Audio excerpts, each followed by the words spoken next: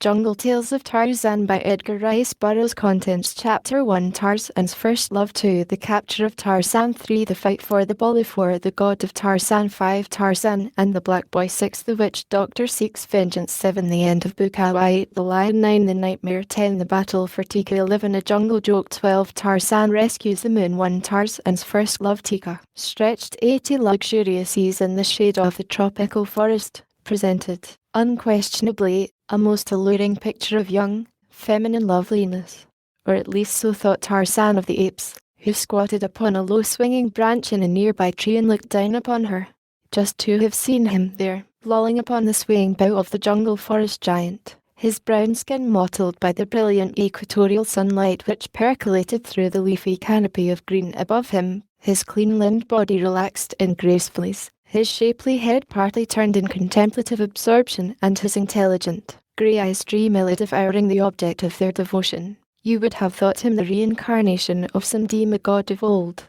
You would not have guessed that in infancy he had suckled at the breast of a hideous, hairy shape, nor that in all his conscious past since his parents had passed away in the little cabin by the landlocked harbour at the jungle's verge, he had known no other associates than the sullen bulls and the snarling cows of the tribe of Kerchuk, the great ape.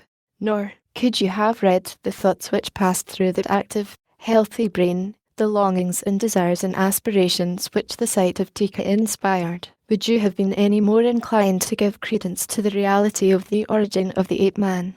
For, from his thoughts alone, you could never have gleaned the truth that he had been born to a gentle English lady, or that his sire had been an English nobleman of time-honoured lineage. Lost to Tarzan of the Apes was the truth of his origin, that he was John Clayton, Lord Greystoke, with a seat in the House of Lords. He did not know, nor, knowing, would have understood. Yes, Tika was indeed beautiful. Of course Carla had been beautiful, one's mother is always that, but Tika was beautiful in a way all her own, an indescribable sort of way which Tarzan was just beginning to sense in a rather vague and hazy manner. For years had Tarzan and Tika been playfellows, and Tika still continued to be playful while the young bulls of her own age were rapidly becoming surly and morose. Tarzan, if he gave the matter much thought at all, probably reasoning that his growing attachment for the young female could be easily accounted for by the fact that of the former playmates she and he alone retained any desire to frolic as of old. But today, as he sat gazing upon her, he found himself noting the beauties of Tika's form and features, something he never had done before, since none of them had aught to do with Tika's ability to race nimbly through the lower terraces of the forest in the primitive games of tag and hide and go seek which Tarzan's fertile brain evolved.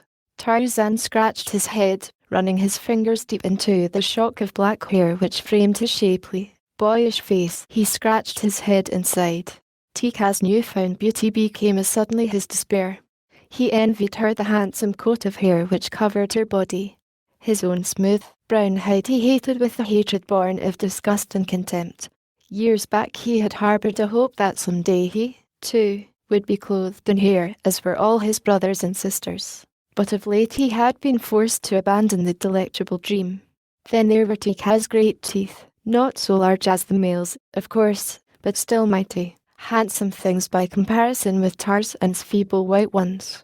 And her beetling brows, and broad, flat nose, and her mouth. Tarzan had often practiced making his mouth into a little round circle and then puffing out his cheeks while he winked his eyes rapidly. But he felt that he could never do it in the same cute and irresistible way in which Tika did it. And as he watched her that afternoon, and wondered, a young bull ape who had been lazily foraging for food beneath the damp, matted carpet of decaying vegetation at the roots of a nearby tree lumbered awkwardly in Tika's direction. The other apes of the tribe of Kerchuk moved listlessly about or lolled restfully in the midday heat of the equatorial jungle. From time to time one or another of them had passed close to Tika, and Tarzan had been uninterested. Why was it then that his brows contracted and his muscles tense as he sought Tog pause beside the young she and then squat down close to her? Tarzan always had liked Tog. Since childhood they had romped together. Side by side they had squatted near the water, their quick, strong fingers ready to leap forth and seize Pissa, the fish, should that wary denizen of the cool depths dart surfaceward to the lure of the insects Tarzan tossed upon the face of the pool. Together they had baited Tublat and teased Numa, the lion. Why, then, should Tarzan feel the rise of the short hairs at the nape of his neck merely because Tog sat close to Tika? It is true that Tog was no longer the frolicsome ape of yesterday. When his snarling muscles bared his giant fangs, no one could longer imagine that Tog was in as playful a mood as when he and Tarzan had rolled upon the turf in mimic battle. The Tog of today was a huge, sullen bull ape, somber and forbidding. Yet he and Tarzan never had quarrelled. For a few minutes the young ape man watched Tog press closer to Tika. He saw the rough caress of the huge paws that stroked the sleek shoulder of the she, and then Tarzan of the apes slipped cat-like to the ground and approached the two. As he came, his upper lip curled into a snarl, exposing his fighting fangs, and a deep growl rumbled from his cavernous chest. Tog looked up, batting his bloodshot eyes. Tika half raised herself and looked at Tarzan. Did she guess the cause of his perturbation? Who may say? At any rate, she was feminine, and so she reached up and scratched Tog behind one of his small, flat ears. Tarzan saw, and in the instant that he saw, Tika was no longer the little playmate of an hour ago. Instead, she was a wondrous thing, the most wondrous in the world, and a possession for which Tarzan would fight to the death against Tog or any other who dared question his right of proprietorship. Stooped, his muscles rigid and one great shoulder turned toward the young bull, Tarzan of the apes sidled nearer and nearer. His face was partly averted, but his keen grey eyes never left those of Tog, and as he came, his growls increased in depth and volume. Tog rose upon his short legs, bristling. His fighting fangs were bared. He, too, sidled, stiff-legged, and growled. "Tika is Tarzan's," said the ape-man, in the low gutturals of the great anthropoids. "Tika is Tog's," replied the bull-ape. Thaka and Numgo and Gunto, disturbed by the growlings of the two young bulls, looked up half apathetic, half interested. They were sleepy, but they sensed a fight. It would break the monotony of the humdrum jungle life they led. Coiled about his shoulders was Tarzan's long grass rope. In his hand was the hunting knife of the long-dead father he had never known. In Tog's little brain lay a great respect for the shiny bit of sharp metal which the ape-boy knew so well how to use. With it had he slain Tublat, his fierce foster father, and Bulgani, the gorilla. Tog knew these things, and so he came warily, circling about Tarzan in search of an opening. The latter, made cautious because of his lesser bulk and the inferiority of his natural armament, followed similar tactics. For a time it seemed that the altercation would follow the way of the majority of such differences between members of the tribe, and that one of them would finally lose interest and wander off to prosecute some other line of endeavour. Such might have been the end of it had the casus belli been other than it was. But Tika was flattered at the attention that was being drawn to her and by the fact that these two young bulls were contemplating battle on her account. Such a thing never before had occurred in Tika's brief life.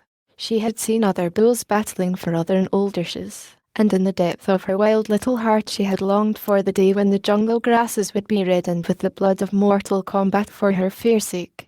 So now she squatted upon her haunches and insulted both her admirers impartially. She hurled taunts at them for their cowardice, and called them vile names, such as Hista, the snake, and Dango, the hyena. She threatened to call Mumga to chastise them with a stick. Mumga, who was so old that she could no longer climb and so toothless that she was forced to confine her diet almost exclusively to bananas and gobworms. The apes who were watching heard and laughed. Tog was infuriated. He made a sudden lunge for Tarzan, but the ape-boy leaped nimbly to one side, eluding him, and with the quickness of a cat wheeled and leaped back again to close quarters. His hunting knife was raised above his head as he came in, and he aimed a vicious blow at Tog's neck. The ape wheeled to dodge the weapon so that the keen blade struck him but a glancing blow upon the shoulder. This spurt of red blood brought a shrill cry of delight from Tika.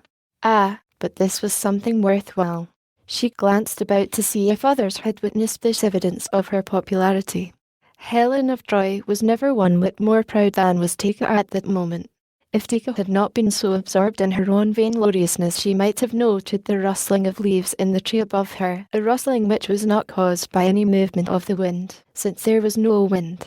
And had she looked up, she might have seen a sleek body crouching almost directly over her and wicked yellow eyes glaring hungrily down upon her, but Tika did not look up.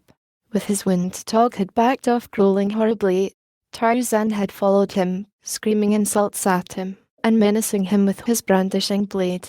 Teek moved from beneath the tree in an effort to keep close to the duelists. The branch above Teek bent and swayed a trifle with the movement of the body of the watcher stretched along it. Tog had halted now and was preparing to make a new stand. His lips were flecked with foam, and saliva drooled from his jowls. He stood with head lowered and arms outstretched, preparing for a sudden charge to close quarters. Could he but lay his mighty hands upon that soft, brown skin, the battle would be his. Tog considered Tarzan's manner of fighting unfair. He would not close. Instead, he leaped nimbly just beyond the reach of Tog's muscular fingers. The ape boy had as yet never come to a real trial of strength with a bull ape, other than in play, and so he was not at all sure that it would be safe to put his muscles to the test in a life-and-death struggle. Not that he was afraid, for Tarzan knew nothing of fear. The instinct of self-preservation gave him caution, that was all. He took risks only when it seemed necessary, and then he would hesitate at nothing. His own method of fighting seemed best fitted to his build and to his armament. His teeth, while strong and sharp, were, as weapons of offence, pitifully inadequate by comparison with the mighty fighting fangs of the anthropoids.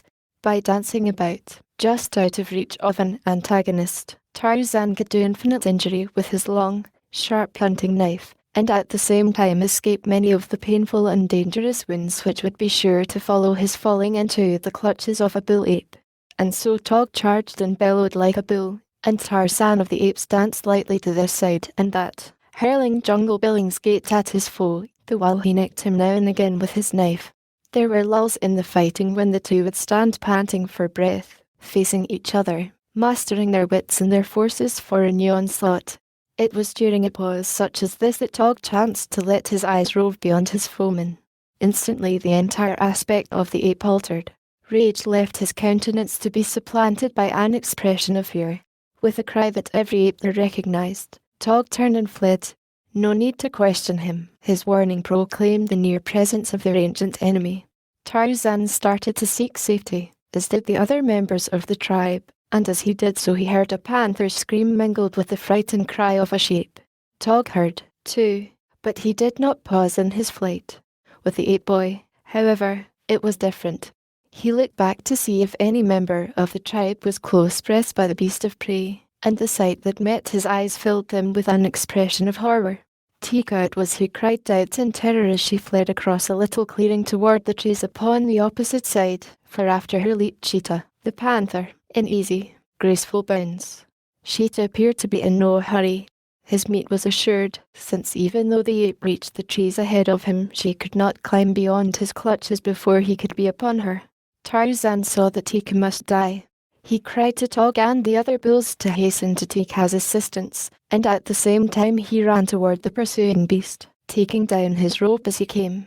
Tarzan knew that once the great bulls were aroused, none of the jungle, not even Numa, the lion, was anxious to measure fangs with them, and that if all those of the tribe who chanced to be present today would charge, Sheeta, the great cat, would doubtless turn tail and run for his life. Tog heard, as did the others, but no one came to Tarzan's assistance or Teeka's rescue, and Sheeta was rapidly closing up the distance between himself and his prey. The ape boy, leaping after the panther, cried aloud to the beast in an effort to turn it from Teeka or otherwise distract its attention until the she-ape could gain the safety of the higher branches where Sheeta dared not go. He called the panther every opprobrious name that fell to his tongue. He dared him to stop and do battle with him, but Sheeta only loped on after the luscious titbit now almost within his reach. Tarzan was not far behind and he was gaining, but the distance was so short that he scarce hoped to overhaul the carnivore before it had felled Teeka. In his right hand the boy swung his grass rope above his head as he ran. He hated to chance a miss, for the distance was much greater than he ever had cast before except in practice. It was the full length of his grass rope which separated him from Sheeta, and yet there was no other thing to do. He could not reach the brute outside before it overhauled Teeka. He must chance a throw, and just as Teeka sprang for the lower limb of a great tree, and Sheeta rose behind her in a long, sinuous leap, the coils of the ape boy's grass rope shot swiftly through the air, straightening into a long thin line as the open noose hovered for an instant above the savage head and the snarling jaws. Then it settled, clean and true about the tawny neck it settled, and Tarzan, with a quick twist of his rope hand, drew the noose taut, bracing himself for the shock when Cheetah should have taken up the slack. Just short of Tika's glossy rump, the cruel talons raked the air as the rope tightened and Cheetah was brought to a sudden stop, a stop that snapped the big beast over upon his back. Instantly Cheetah was up, with glaring eyes, and lashing tail, and gaping jaws, from which issued hideous cries of rage and disappointment. He saw the ape boy, the cause of his discomfiture, scarce 40 feet before him, and Cheetah charged. Tika was safe now. Tarzan saw too that by a quick glance into the tree whose safety she had gained not an instant too soon, and Cheetah was charging. It was useless to risk his life in idle and unequal combat from which no good could come. But could he escape a battle with the enraged cat?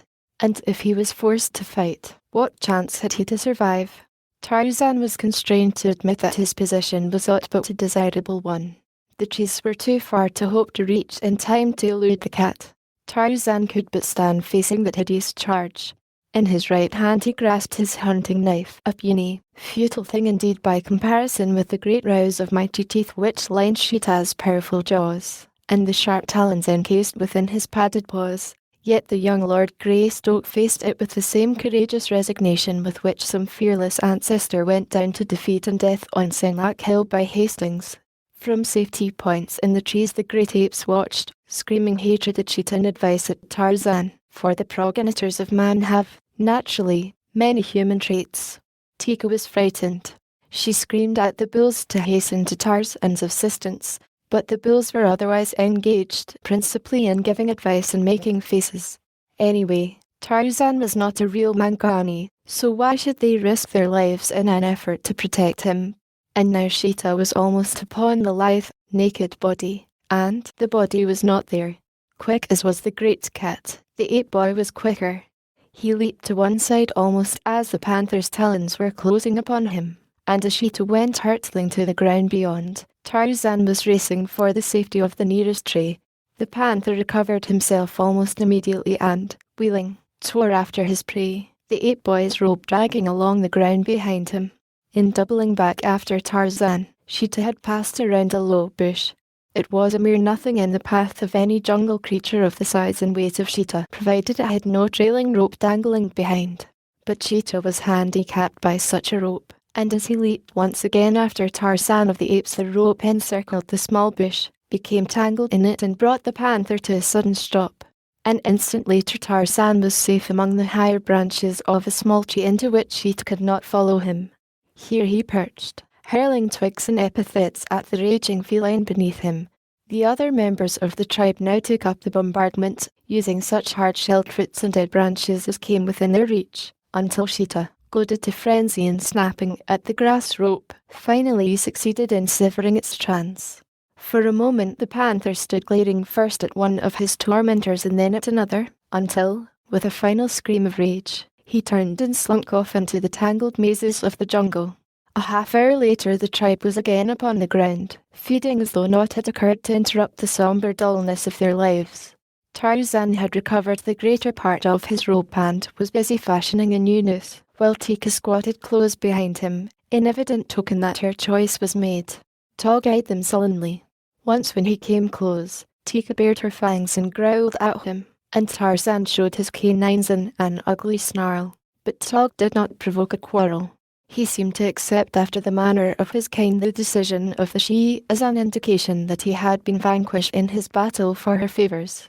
Later in the day, his robe prepared, Tarzan took to the trees in search of game. More than his fellows he required meat, and so, while they were satisfied with fruits and herbs and beetles, which could be discovered without much effort upon their part, Tarzan spent considerable time hunting the game animals whose flesh alone satisfied the cravings of his stomach and furnished sustenance and strength to the mighty thews which, day by day, were building beneath the soft, smooth texture of his brown hide. Tog saw him depart, and then, quite casually, the big beast hunted closer and closer to Tika in his search for food. At last he was within a few feet of her, and when he shot a covert glance at her he saw that she was appraising him and that there was no evidence of anger upon her face. Tog expanded his great chest and rolled about on his short legs, making strange growlings in his throat. He raised his lips, baring his fangs. But what great, beautiful fangs he had! Tika could not but notice them. She also let her eyes rest in admiration upon Tog's beetling brows and his short, powerful neck. What a beautiful creature he was indeed. Tog, flattered by the unconcealed admiration in her eyes, strutted about, as proud and as vain as a peacock. Presently he began to inventory his assets, mentally, and shortly he found himself comparing them with those of his rival. Tog grunted, for there was no comparison. How could one compare his beautiful coat with the smooth and naked hideousness of Tarzan's bare hide? Who could see beauty in the stingy nose of the Tarmangani after looking at Tog's broad nostrils? And Tarzan's eyes. Hideous things, showing white about them, and entirely unrimmed with red. Tog knew that his own bloodshot eyes were beautiful, for he had seen them reflected in the glassy surface of many a drinking pool. The bull drew nearer to Tika, finally squatting close against her.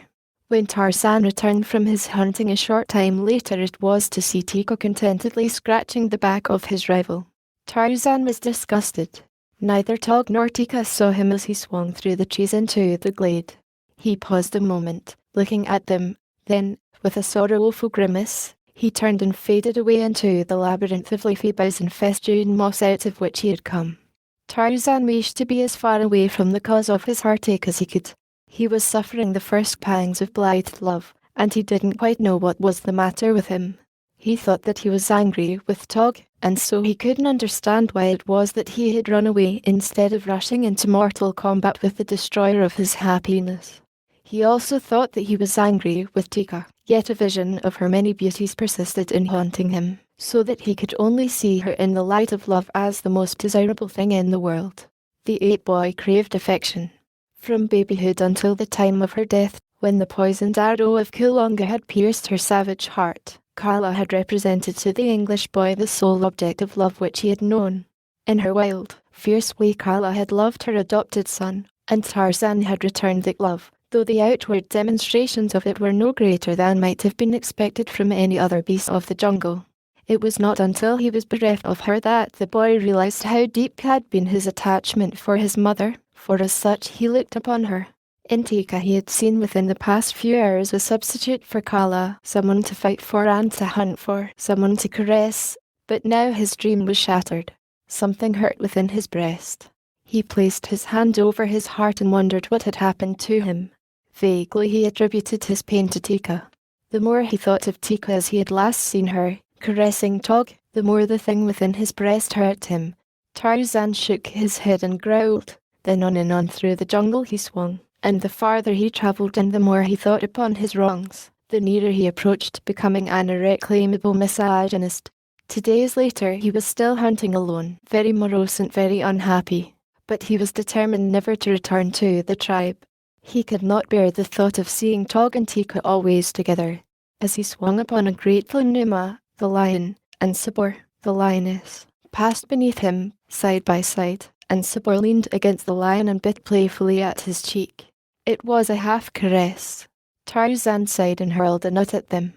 Later he came upon several of Mbonga's black warriors. He was upon the point of dropping his noose about the neck of one of them, who was a little distance from his companions, when he became interested in the thing which occupied the savages. They were building a cage in the trail and covering it with leafy branches. When they had completed their work the structure was scarcely visible. Tarzan wondered what the purpose of the thing might be, and why, when they had built it, they turned away and started back along the trail in the direction of their village. It had been some time since Tarzan had visited the blacks and looked down from the shelter of the great trees which overhung their palisade upon the activities of his enemies, from among whom had come the slayer of Kala. Although he hated them, Tarzan derived considerable entertainment in watching them at their daily life within the village, and especially at their dances, when the fires glared against their naked bodies as they leaped and turned and twisted in mimic warfare. It was rather in the hope of witnessing something of the kind that he now followed the warriors back toward their village, but in this he was disappointed, for there was no dance that night. Instead, From the safe concealment of his tree, Tarzan saw little groups seated about tiny fires discussing the events of the day, and in the darker corners of the village he descried isolated couples talking and laughing together, and always one of each couple was a young man and the other a young woman. Tarzan cocked his head upon one side and thought, and before he went to sleep that night, curled in the crotch of the great tree above the village, Teeka filled his mind, and afterward she filled his dreams. She and the young black men laughing and talking with the young black women. Tog, hunting alone, had wandered some distance from the balance of the tribe. He was making his way slowly along an elephant path when he discovered that it was blocked with undergrowth. Now Tog, come into maturity, was an evil-natured brute of an exceeding short temper. When something thwarted him, his sole idea was to overcome it by brute strength and ferocity, and so now, when he found his way blocked, he tore angrily into the leafy screen and an instant later found himself within a strange lair, his progress effectually blocked, notwithstanding his most violent efforts to forge ahead. Biting and striking at the barrier, Tog finally worked himself into a frightful rage, but all to no avail, and at last he became convinced that he must turn back. But when he would have done so, what was his chagrin to discover that another barrier had dropped behind him while he fought to break down the one before him. Tog was trapped. Until exhaustion overcame him he fought frantically for his freedom, but all for naught. In the morning a party of blacks set out from the village of Mbonga in the direction of the trap they had constructed the previous day, while among the branches of the trees above them hovered a naked young giant filled with the curiosity of the wild things. Manu, the monkey, chattered and scolded as Tarzan passed, and though he was not afraid of the familiar figure of the ape boy, he hugged closer to him the little brown body of his life's companion. Tarzan laughed as he saw it, but the laugh was followed by a sudden clouding of his face and a deep sigh. A little farther on, a gaily feathered bird strutted about before the admiring eyes of his sombre-hued mate. It seemed to Tarzan that everything in the jungle was combining to remind him that he had lost Teeka. Yet every day of his life he had seen these same things and thought nothing of them. When the blacks reached the trap, Tog set up a great commotion. Seizing the bars of his prison, he shook them frantically, and all the while he roared and growled terrifically. The blacks were elated, for while they had not built their trap for this hereditary man, they were delighted with their catch. Tarzan pricked up his ears when he heard the voice of a great ape and, circling quickly until he was downwind from the trap, he sniffed at the air in search of the scent spoor of the prisoner. Nor was it long before there came to those delicate nostrils the familiar odour that told Tarzan the identity of the captive as unerringly as though he had looked upon Tog with his eyes. Yes, it was Tog, and he was alone. Tarzan grinned as he approached to discover what the blacks would do to their prisoner. Doubtless they would slay him at once. Again Tarzan grinned. Now he could have Teeka for his own, with none to dispute his right to her. As he watched, he saw the black warriors strip the screen from about the cage, fasten ropes to it and drag it away along the trail in the direction of their village. Tarzan watched until his rival passed out of sight, still beating upon the bars of his prison and growling out his anger and his threats. Then the ape boy turned and swung rapidly off in search of the tribe, and Teeka. Once, upon the journey, he surprised Sheeta and his family in a little overgrown clearing. The great cat lay stretched upon the ground, while his mate, one paw across her lord's savage face, licked at the soft white fur at his throat. Tarzan increased his speed then until he fairly flew through the forest, nor was it long before he came upon the tribe. He saw them before they saw him, for of all the jungle creatures, none passed more quietly than Tarzan of the apes. He saw Kama and her mate feeding side by side, their hairy bodies rubbing against each other. And he saw Teeka feeding by herself. Not for long would she feed thus in loneliness, thought Tarzan, as with a bounty landed amongst them. There was a startled rush and a chorus of angry and frightened snarls, for Tarzan had surprised them. But there was more, too, than mere nervous shock to account for the bristling neck hair which remained standing long after the apes had discovered the identity of the newcomer. Tarzan noticed this as he had noticed it many times in the past, that always his sudden coming among them left them nervous and unstrung for a considerable time, and that they one and all found it necessary to satisfy themselves that he was indeed Tarzan by smelling about him a half-dozen or more times before they calmed down. Pushing through them, He made his way toward Tika, but as he approached her the ape drew away. "Tika," he said, "it is Tarzan. You belong to Tarzan. I have come for you." The ape drew closer, looking him over carefully. Finally she sniffed at him, as though to make assurance doubly sure. "Where is Tog?" she asked. "The Gomangani have him," replied Tarzan. "They will kill him."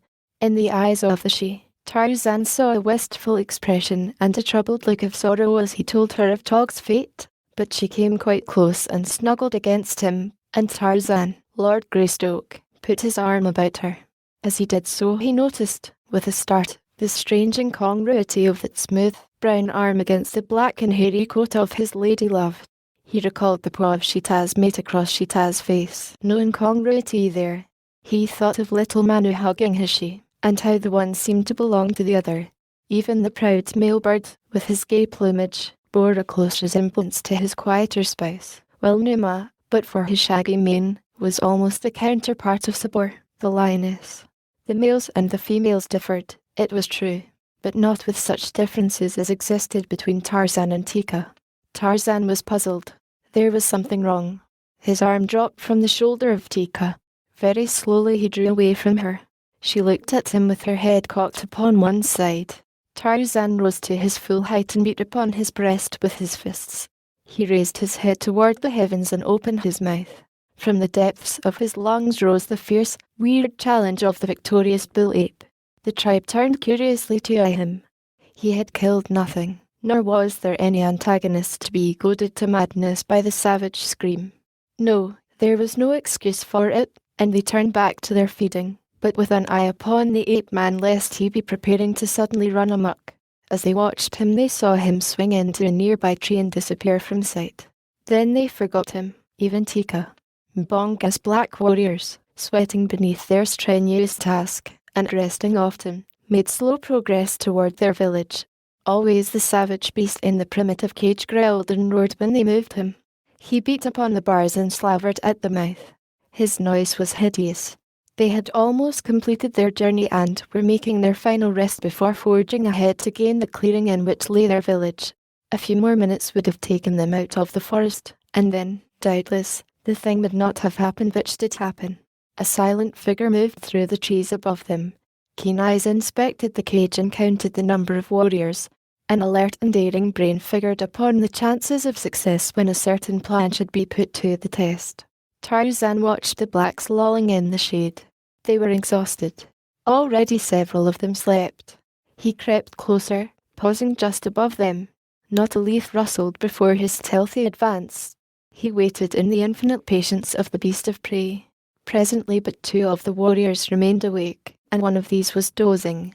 Tarzan of the Apes gathered himself, and as he did so the black who did not sleep arose and passed around to the rear of the cage. The ape boy followed just above his head. Tog was eyeing the warrior and emitting low growls. Tarzan feared that the anthropoid would awaken the sleepers. In a whisper which was inaudible to the ears of the Negro, Tarzan whispered Tog's name, cautioning the ape to silence, and Tog's growling ceased. The black approached the rear of the cage and examined the fastenings of the door, and as he stood there the beast above him launched itself from the tree full upon his back. Steel fingers circled his throat, choking the cry which sprang to the lips of the terrified man. Strong teeth fastened themselves in his shoulder, and powerful legs wound themselves about his torso. The black in a frenzy of terror tried to dislodge the silent thing which clung to him. He threw himself to the ground and rolled about, but still those mighty fingers closed more and more tightly their deadly grip. The man's mouth gaped wide, his swollen tongue protruded, his eyes started from their sockets, but the relentless fingers only increased their pressure. Tog was a silent witness of the struggle. In his fierce little brain he doubtless wondered what purpose prompted Tarzan to attack the black. Tog had not forgotten his recent battle with the ape boy, nor the cause of it. Now he saw the form of the Gomangani suddenly go limp. There was a convulsive shiver and the man lay still. Tarzan sprang from his prey and ran to the door of the cage. With nimble fingers he worked rapidly at the thongs which held the door in place. Tog could only watch. He could not help. Presently Tarzan pushed the thing up a couple of feet and Tog crawled out. The ape would have turned upon the sleeping blacks that he might wreak his pent vengeance. but Tarzan would not permit it. Instead, the ape boy dragged the body of the black within the cage and propped it against the side bars. Then he lowered the door and made fast the thongs as they had been before. A happy smile lighted his features as he worked, for one of his principal diversions was the baiting of the blacks of Mbonga's village. He could imagine their terror when they awoke and found the dead body of their comrade fast in the cage where they had left the great ape safely secured but a few minutes before. Tarzan and Tog took to the trees together, the shaggy coat of the fierce ape brushing the sleek skin of the English lordling as they passed through the primeval jungle side by side. "Go back to Tika," said Tarzan. "She is yours." "Tarzan does not want her." "Tarzan has found another she?" asked Tog. The ape boy shrugged. "For the Gomangani there is another Gomangani," he said. "For Numa, the lion, there is Sabort, the lioness. For Sheet there is a she of his own kind. For Bara, the deer. For Manu, the monkey. For all the beasts and the birds of the jungle is there a mate. Only for Tarzan of the apes is there none. Tog is an ape. Tika is an ape. Go back to Tika. Tarzan is a man. He will go alone." To the capture of Tarzan, the black warriors labored in the humid heat of the jungle, the stifling shade. With war spears they loosened the thick, black loam and the deep layers of rotting vegetation. With heavy-nailed fingers they scooped away the disintegrated earth from the center of the age-old game trail. Often they ceased their labors to squat, resting and gossiping, with much laughter, at the edge of the pit they were digging. Against the boles of nearby trees leaned their long, oval shields of thick buffalo hide, and the spears of those who were doing the scooping. Sweat glistened upon their smooth, ebon skins, beneath which rolled rounded muscles, supple in the perfection of nature's uncontaminated health. A reed buck, stepping warily along the trail toward water, halted as a burst of laughter broke upon his startled ears. For a moment he stood statuesque but for his sensitively dilating nostrils. Then he wheeled and fled noiselessly from the terrifying presence of man. 100 yards away, deep in the tangle of impenetrable jungle, Numa, the lion, raised his massive head. Numa had dined well until almost daybreak and it had required much noise to awaken him. Now he lifted his muzzle and sniffed the air, caught the acrid scent spur of the reed buck and the heavy scent of man. But Numa was well filled. With a low, disgusted grunt he rose and slunk away.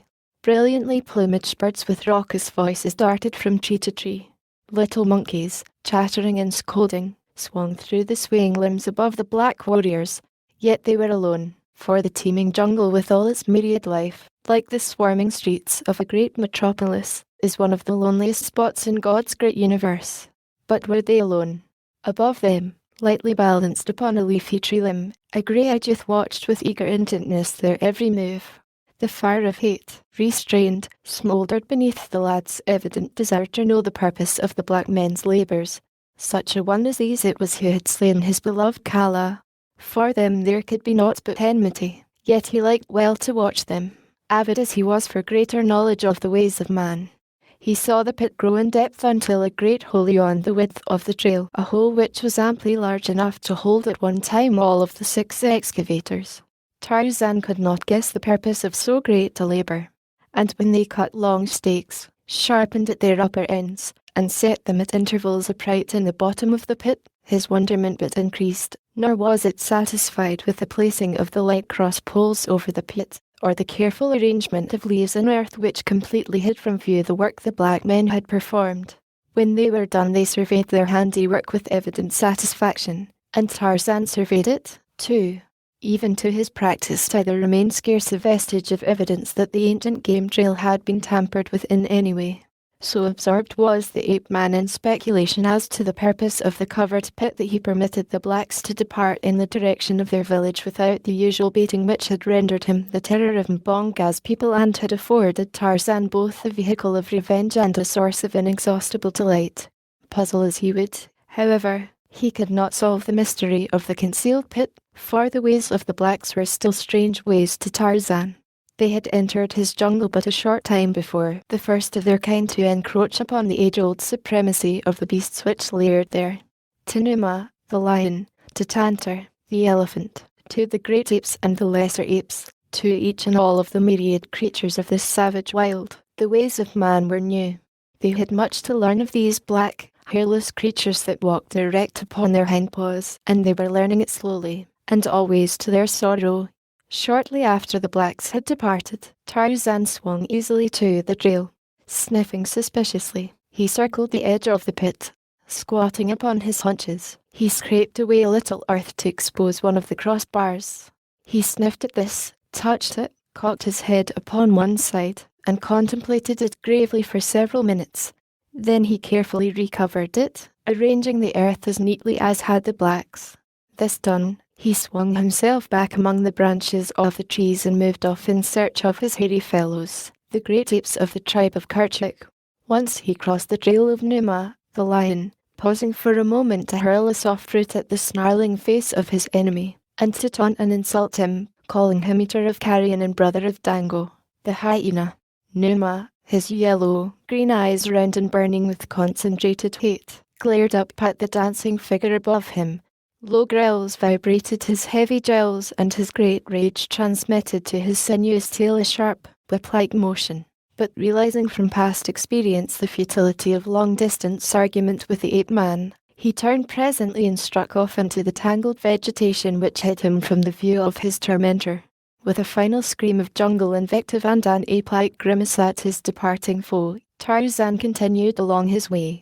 Another mile and a shifting wind brought to his keen nostrils a familiar, pungent odour close at hand, and a moment later there loomed beneath him a huge, grey-black bulk forging steadily along the jungle trail. Tarzan seized and broke a small tree limb, and at the sudden cracking sound the ponderous figure halted. Great ears were thrown forward, and a long, supple trunk rose quickly to wave to and fro in search of the scent of an enemy, while two weak, little eyes peered suspiciously and futilely about in quest of the author of the noise which had disturbed his peaceful way. Tarzan laughed aloud and came closer above the head of the pachyderm. Tantor, Tantor, he cried. Bara, the deer, is less fearful than you. Tantor, the elephant, greatest of the jungle folk with the strength of as many Numas as I have toes upon my feet and fingers upon my hands. Tantor, who can approach great trees, trembles with fear at the sound of a broken twig, a rumbling noise, which might have been either a sign of contempt or a sigh of relief, was Tantor's only reply as the uplifted drunken ears came down and the beast's tail dropped to normal, but his eyes still roved about in search of Tarzan. He was not long kept in suspense, however, as to the whereabouts of the ape-man, for a second later the youth dropped lightly to the broad head of his old friend. Then stretching himself at full length, he drummed with his bare toes upon the thick hide, and as his fingers scratched the more tender surfaces beneath the great ears, he talked to Tantor of the gossip of the jungle as though the great beast understood every word that he said. Much there was which Tarzan could make Tantor understand, and though the small talk of the wild was beyond the great, grey dreadnought of the jungle, he stood with blinking eyes and gently swaying drunk as though drinking in every word of it with keenest appreciation. As a matter of fact, it was the pleasant, friendly voice and caressing hands behind his ears which he enjoyed, and the close proximity of him whom he had often borne upon his back since Tarzan, as a little child, had once fearlessly approached the great bull, assuming upon the part of the pachyderm the same friendliness which filled his own heart. In the years of their association, Tarzan had discovered that he possessed an inexplicable power to govern and direct his mighty friend. At his bidding, Tantor would come from a great distance, as far as his keen ears could detect the shrill and piercing summons of the ape-man, and when Tarzan was squatted upon his head, Tantor would lumber through the jungle in any direction which his rider bade him go. It was the power of the man-mind over that of the brute, and it was just as effective as though both fully understood its origin, though neither did. For half an hour Tarzan sprawled there upon Tantor's back. Time had no meaning for either of them. Life, as they saw it, consisted principally in keeping their stomachs filled. To Tarzan this was a less arduous labour than to Tantor, for Tarzan's stomach was smaller, and being omnivorous, food was less difficult to obtain. If one sort did not come readily to hand, there were always many others to satisfy his hunger. He was less particular as to his diet than Tantor, who would eat only the bark of certain trees, and the wood of others, while the third appealed to him only through its leaves, and these, perhaps, just at certain seasons of the year. Tantor must needs spend the better part of his life in filling his immense stomach against the needs of his mighty thews. It is thus with all the lower orders. Their lives are so occupied either with searching for food or with the processes of digestion that they have little time for other considerations. Doubtless it is this handicap which has kept them from advancing as rapidly as man, who has more time to give to thought upon other matters. However, these questions troubled Tarzan but little, and Tantor not at all. What the former knew was that he was happy in the companionship of the elephant. He did not know why. He did not know that because he was a human being, a normal, healthy human being, he craved some living thing upon which to lavish his affection. His childhood playmates among the apes of Kerchak were now great, sullen brutes. They felt nor inspired but little affection. The younger apes Tarzan still played with occasionally. In his savage way he loved them, but they were far from satisfying or restful companions. Tantor was a great mountain of calm, of poise, of stability. It was restful and satisfying to sprawl upon his rough body and pour one's vague hopes and aspirations into the great ears which flapped ponderously to and fro in apparent understanding. Of all the jungle folk, Tantor commanded Tarzan's greatest love since Kala had been taken from him. Sometimes Tarzan wondered if Tantor reciprocated his affection. It was difficult to know. It was the call of the stomach, the most compelling and insistent call which the jungle knows, that took Tarzan finally back to the trees and off in search of food, while Tantor continued his interrupted journey in the opposite direction. For Anar the ape-man foraged. A lofty nest yielded its fresh, warm harvest. Fruits, berries, and tender plantain found a place upon his menu in the order that he happened upon them, for he did not seek such foods. Meat, meat, meat. It was always meat that Tarzan of the apes hunted, but sometimes meat eluded him, as today. And as he roamed the jungle his active mind busied itself not alone with his hunting, but with many other subjects. He had a habit of recalling often the events of the preceding days and hours. He lived over his visit with Tantor. He cogitated upon the digging blacks and the strange, covered book they had left behind them. He wondered again and again what its purpose might be. He compared perceptions and arrived at judgments. He compared judgments, reaching conclusions, not always correct ones, it is true, but at least he used his brain for the purpose God intended it, which was less difficult because he was not handicapped by the second-hand, and usually erroneous, judgment of others. And as he puzzled over the covered pit, there loomed suddenly before his mental vision a huge, grey-black bulk which lumbered ponderously along a jungle trail. Instantly Tarzan tensed to the shock of a sudden fear. Decision and action usually occurred simultaneously in the life of the ape-man, and now he was away through leafy branches ere the realization of the pit's purpose had scarce formed in his mind. Swinging from swaying limb to swaying limb, he raced through the middle terraces where the trees grew close together. Again he dropped to the ground and sped, silently and light of foot, over the carpet of decaying vegetation, only to leap again into the trees where the tangled undergrowth precluded rapid advance upon the surface. In his anxiety he cast discretion to the winds. The caution of the beast was lost in the loyalty of the man, and so it came that he entered a large clearing, denuded of trees, without a thought of what might lie there or upon the farther edge to dispute the way with him. He was halfway across when directly in his path and but a few yards away there rose from a clump of tall grasses a half-dozen chattering birds. Instantly Tarzan turned aside, for he knew well enough what manner of creature the presence of these little sentinels proclaimed. Simultaneously Buto, the rhinoceros, scrambled to his short legs and charged furiously. Haphazard charges Buto, the rhinoceros. With his weak eyes he sees but poorly even at short distances, and whether his erratic rushes are due to the panic of fear as he attempts to escape, or to the irascible temper with which he is generally credited, it is difficult to determine. Nor is the matter of little moment to one whom Buto charges, for if he be caught and tossed, the chances are that naught will interest him thereafter. And today it chanced that Buto bore down straight upon Tarzan, across the few yards of knee-deep grass which separated them. Accident started him in the direction of the ape-man, and then his weak eyes discerned the enemy, and with a series of snorts he charged straight for him. The little rhino birds fluttered and circled about their giant ward. Among the branches of the trees at the edge of the clearing, A score or more monkeys chattered and scolded as the loud snorts of the angry beast sent them scurrying affrightedly to the upper terraces.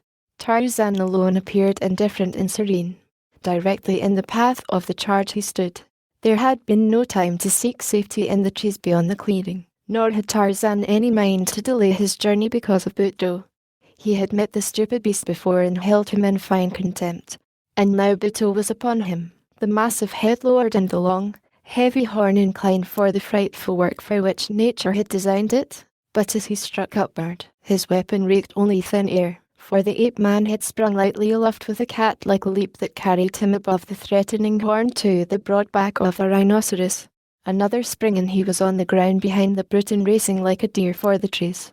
Buto, angered and mystified by the strange disappearance of his prey, wheeled and charged frantically in another direction, which chanced to be not the direction of Tarzan's flight, and so the ape-man came in safety to the trees and continued on his swift way through the forest.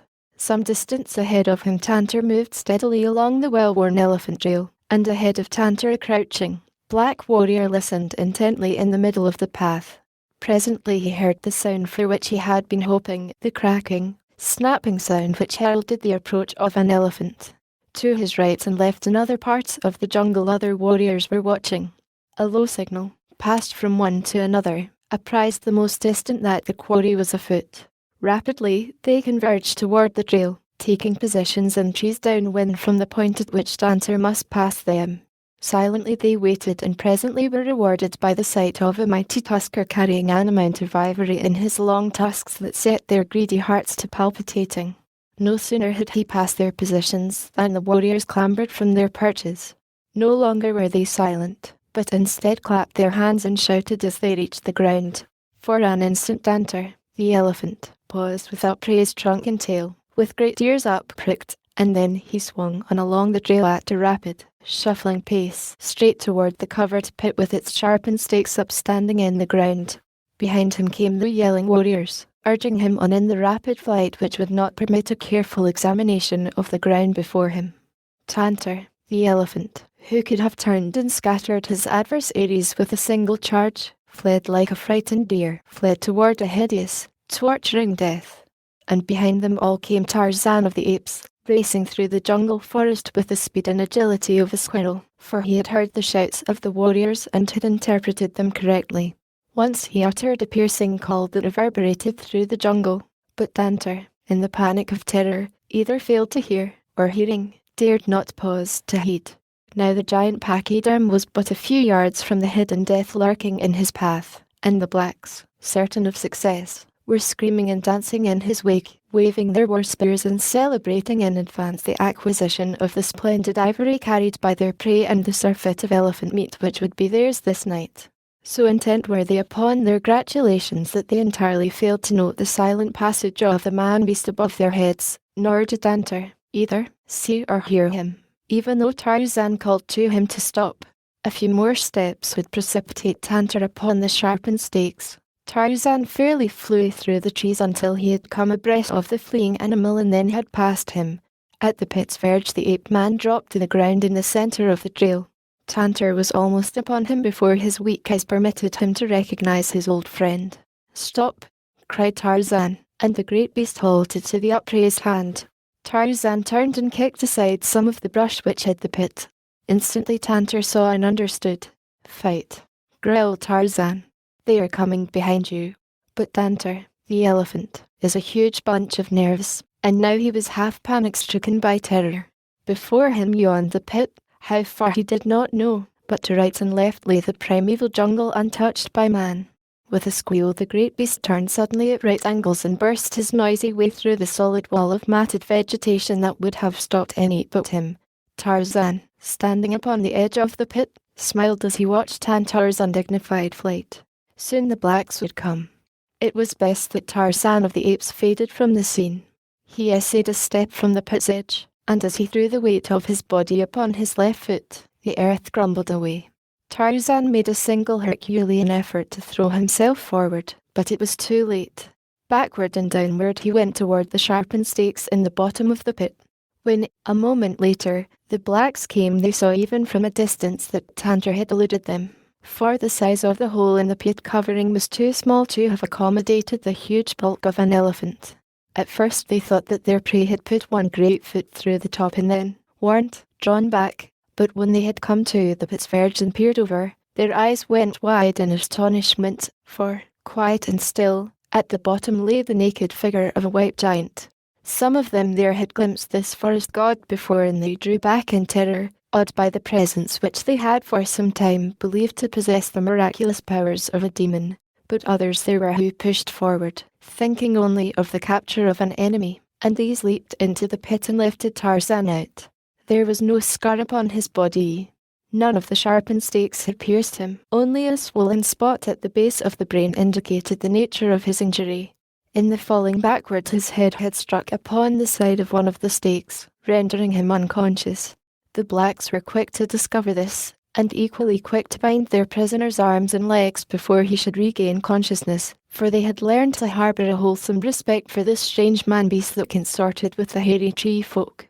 They had carried him but a short distance toward their village when the ape-man's eyelids quivered and raised. He looked about him wonderingly for a moment, and then full consciousness returned and he realized the seriousness of his predicament.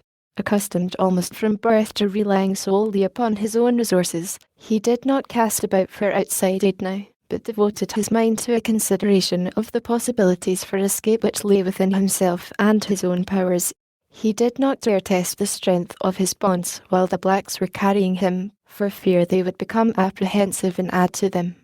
Presently his captors discovered that he was conscious, and as they had little stomach for carrying a heavy man through the jungle heat, they set him upon his feet and forced him forward among them, pricking him now and then with their spears, yet with every manifestation of the superstitious awe in which they held him. When they discovered that their prodding brought no outward evidence of suffering, their awe increased, so that they soon desisted, half believing that this strange white giant was a supernatural being and so was immune from pain. As they approached their village, they shouted aloud the victorious cries of successful warriors, so that by the time they reached the gate, dancing and waving their spears, a great crowd of men, women, and children were gathered there to greet them and hear the story of their adventure. As the eyes of the villagers fell upon the prisoner, they went wild, and heavy jaws fell open in astonishment and incredulity.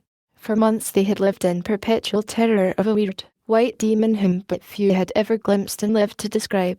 Warriors had disappeared from the paths almost within sight of the village and from the midst of their companions as mysteriously and completely as though they had been swallowed by the earth, and later, at night, their dead bodies had fallen, as from the heavens, into the village street. This fearsome creature had appeared by night in the huts of the village, killed, and disappeared, leaving behind him in the huts with his dead, strange and terrifying evidences of an uncanny sense of humour. But now he was in their power. No longer could he terrorize them. Slowly the realization of this dawned upon them. A woman, screaming, ran forward and struck the ape-man across the face. Another and another followed her example, until Tarzan of the Apes was surrounded by a fighting, clawing, yelling mob of natives. And then Mbonga, the chief, came, and laying his spear heavily across the shoulders of his people, drove them from their prey. "We will save him until night," he said. Far out in the jungle, Tantor, the elephant, his first panic of fear laid, stood with up-pricked ears and undulating trunk. What was passing through the convolutions of his savage brain? Could he be searching for Tarzan? Could he recall and measure the service the ape-man had performed for him? Of that there can be no doubt. But did he feel gratitude? Would he have risked his own life to have saved Tarzan could he have known of the danger which confronted his friend? You will doubt it. Anyone at all familiar with elephants will doubt it. Englishmen who have hunted much with elephants in India will tell you that they never have heard of an instance in which one of these animals has gone to the aid of a man in danger, even though the man had often befriended it. And so it is to be doubted that Tantor would have attempted to overcome his instinctive fear of the black men in an effort to succor Tarzan. The screams of the infuriated villagers came faintly to his sensitive ears, and he wheeled, as though in terror, contemplating flight. But something stayed him, and again he turned about, raised his trunk, and gave voice to a shrill cry. Then he stood listening. In the distant village where Mbonga had restored quiet and order, the voice of Tantor was scarcely audible to the blacks, But to the keen ears of Tarzan of the Apes it bore its message. His captors were leading him to a hut where he might be confined and guarded against the coming of the nocturnal orgy that would mark his torture-laden death. He halted as he heard the notes of Tantar's call, and raising his head, gave vent to a terrifying scream that sent cold chills through the superstitious blacks and caused the warriors who guarded him to leap back even though their prisoner's arms were securely bound behind him. With raised spears they encircled him as for a moment longer he stood listening. Faintly from the distance came an answering cry, and Tarzan of the Apes, satisfied, turned and quietly pursued his way toward the hut where he was to be imprisoned. The afternoon wore on. From the surrounding village the ape man heard the bustle of preparation for the feast. Through the doorway of the hut he saw the women laying the cooking fires and filling their earthen cauldrons with water. But above it all his ears were bent across the jungle in eager listening for the coming of Tantor. Even Tarzan but half believed that he would come. He knew Tantor even better than Tantor knew himself. He knew the timid heart which lay in the giant body. He knew the panic of terror which the scent of the Gomangani inspired within its savage breast, and as night drew on, hope died within his heart, and in the stoic calm of the wild beast which he was, he resigned himself to meet the fate which awaited him. All afternoon he had been working with the bonds that held his wrists. Very slowly they were giving. He might free his hands before they came to lead him out to be butchered, and if he did, Tarzan licked his lips in anticipation, and smiled a cold, grim smile.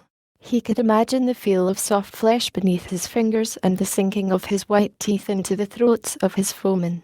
He would let them taste his wrath before they overpowered him. At last they came, painted, befeathered warriors, even more hideous than nature had intended them. They came and pushed him into the open, where his appearance was greeted by wild shouts from the assembled villagers.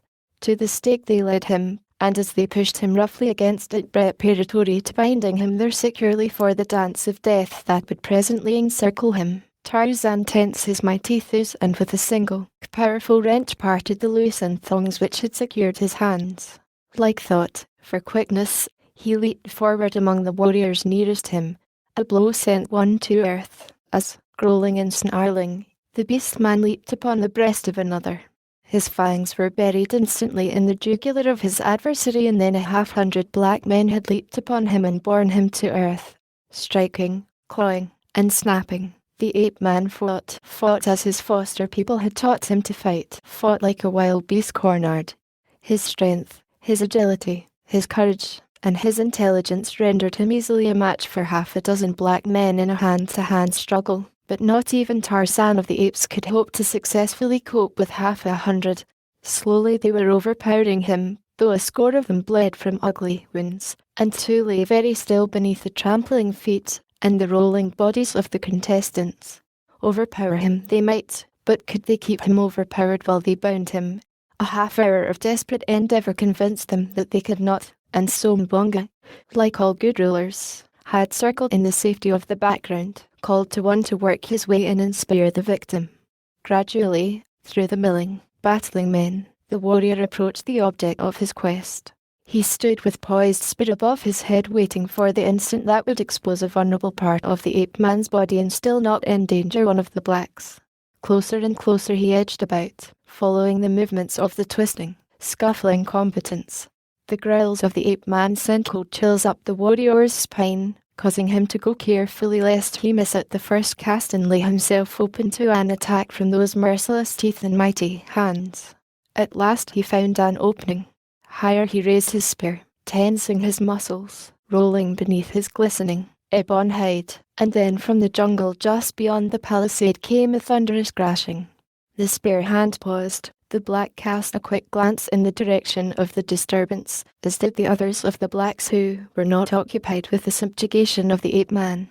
In the glare of the fires they saw a huge bulk topping the barrier. They saw the palisade belly and sway inward. They saw it burst as though built of straws, and an instant later Tantor, the elephant, thundered down upon them. To right and left the blacks fled, screaming in terror. Some who hovered upon the verge of the strife with Tarzan heard and made good their escape, but 6 there were so wrapped in the blood madness of battle that they failed to note the approach of the giant tusker. Upon these Tantor charged, trumpeting furiously. Above them he stopped, his sensitive trunk weaving among them, and there, at the bottom, he found Tarzan, bloody, but still battling. A warrior turned his eyes upward from the melee. Above him towered the gigantic bulk of the pachyderm, the little eyes flashing with the reflected light of the fires, wicked, frightful, terrifying.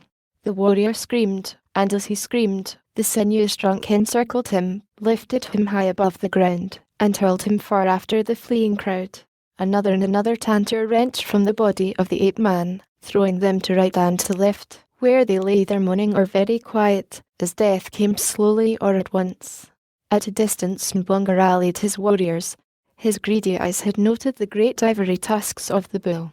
The first panic of terror relieved, he urged his men forward to attack with their heavy elephant spears. But as they came, Tantor swung Tarzan to his broad head, and, wheeling, lumbered off into the jungle through the great rent he had made in the palisade. Elephant hunters may be right when they aver that this animal would not have rendered such service to a man, but to Tantor, Tarzan was not a man, he was but a fellow jungle beast. And so it was that Tantor, the elephant, discharged an obligation to Tarzan of the Apes, cementing even more closely the friendship that had existed between them since Tarzan as a little brown boy rode upon Tantor's huge back through the moonlit jungle beneath the equatorial stars. The fight for the Bolu Tika had become a mother. Tarzan of the Apes was intensely interested, much more so, in fact, than Tog, the father. Tarzan was very fond of Tika. Even the cares of prospective motherhood had not entirely quenched the fires of carefree youth, and Tika had remained a good-natured playmate even at an age when others of the tribe of Kerchuk had assumed the sullen dignity of maturity. She yet retained her childish delight in the primitive games of tag and hide and go, seek which Tarzan's fertile man-mind had evolved. To play tag through the treetops is an exciting and inspiring pastime. Tarzan delighted in it, but the bulls of his childhood had long since abandoned such childish practices. Tika, though, had been keen for it always until shortly before the baby came, but with the advent of her firstborn, even Tika changed. The evidence of the change surprised and hurt Tarzan immeasurably. One morning he saw Tika squatted upon a low branch hugging something very close to her hairy breast, a wee something which squirmed and wriggled. Tarzan approached filled with the curiosity which is common to all creatures endowed with brains which have progressed beyond the microscopic stage. Tika rolled her eyes in his direction and strained the squirming mite still closer to her. Tarzan came nearer. Tika drew away and bared her fangs. Tarzan was nonplussed. In all his experiences with Tika, never before had she bared fangs at him other than in play, but today she did not look playful. Tarzan ran his brown fingers through his thick, black hair, cocked his head upon one side, and stared. Then he edged a bit nearer, craning his neck to have a better look at the thing which Tika cuddled. Again Tika drew back her upper lip in a warning snarl. Tarzan reached forth a hand, cautiously, to touch the thing which Tika held, and Tika, with a hideous growl, turned suddenly upon him. Her teeth sank into the flesh of his forearm before the ape-man could snatch it away, and she pursued him for a short distance as he retreated incontinently through the trees. But Tika, carrying her baby, could not overtake him. At a safe distance Tarzan stopped and turned to regard his erstwhile playfellow in unconcealed astonishment. What had happened to so alter the gentle Tika?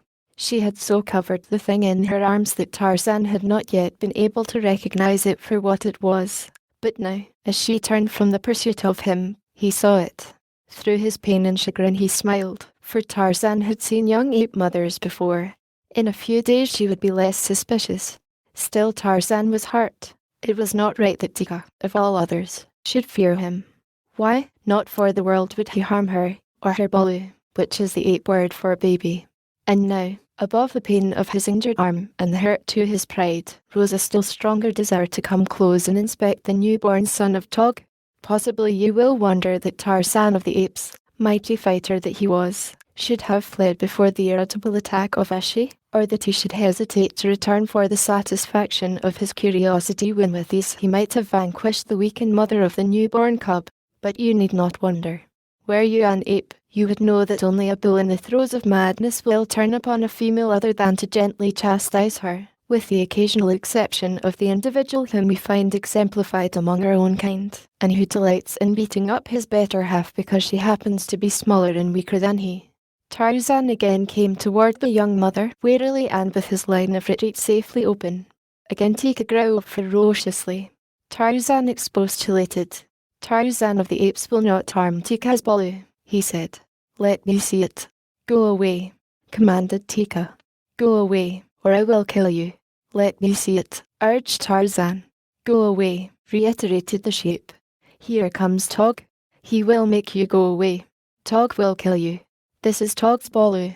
A savage growl closed behind him apprised Tarzan of the nearness of Tog, and the fact that the bull had heard the warnings and threats of his mate and was coming to her succour. Now Tog, as well as Teeka, had been Tarzan's playfellow while the bull was still young enough to wish to play. Once Tarzan had saved Tog's life, but the memory of an ape is not overlong, nor would gratitude rise above the parental instinct. Tarzan and Tog had once measured strength, and Tarzan had been victorious. That fact Tog could be depended upon still to remember, but even so, he might readily face another defeat for his firstborn if he chanced to be in the proper mood. From his hideous growls, which now rose in strength and volume, he seemed to be in quite the mood. Now Tarzan felt no fear of Tog, nor did the unwritten law of the jungle demand that he should flee from battle with any male, unless he cared to from purely personal reasons. But Tarzan liked Tog. He had no grudge against him, and his man-mind told him what the mind of an ape would never have deduced, that Tog's attitude in no sense indicated hatred. It was but the instinctive urge of the male to protect its offspring and its mate. Tarzan had no desire to battle with Tog, nor did the blood of his English ancestors relish the thought of flight. Yet when the bull charged, Tarzan leaped nimbly to one side, and thus encouraged, Tog wheeled and rushed again madly to the attack. Perhaps the memory of a past defeat at Tarzan's hands goaded him. Perhaps the fact that Teeka sat there watching him aroused a desire to vanquish the ape-man before her eyes. For in the breast of every jungle male lurks a vast egotism which finds expression in the performance of deeds of daring do before an audience of the opposite sex. At the ape-man's side swung his long grass rope, the plaything of yesterday, the weapon of today, and as Tog charged the second time, Tarzan slipped the coils over his head and deftly shook out the sliding noose as he again nimbly eluded the ungainly beast. Before the ape could turn again, Tarzan had fled far aloft among the branches of the upper terrace. Tog, now wrought to a frenzy of real rage, followed him. Teeka peered upward at them. It was difficult to say whether she was interested.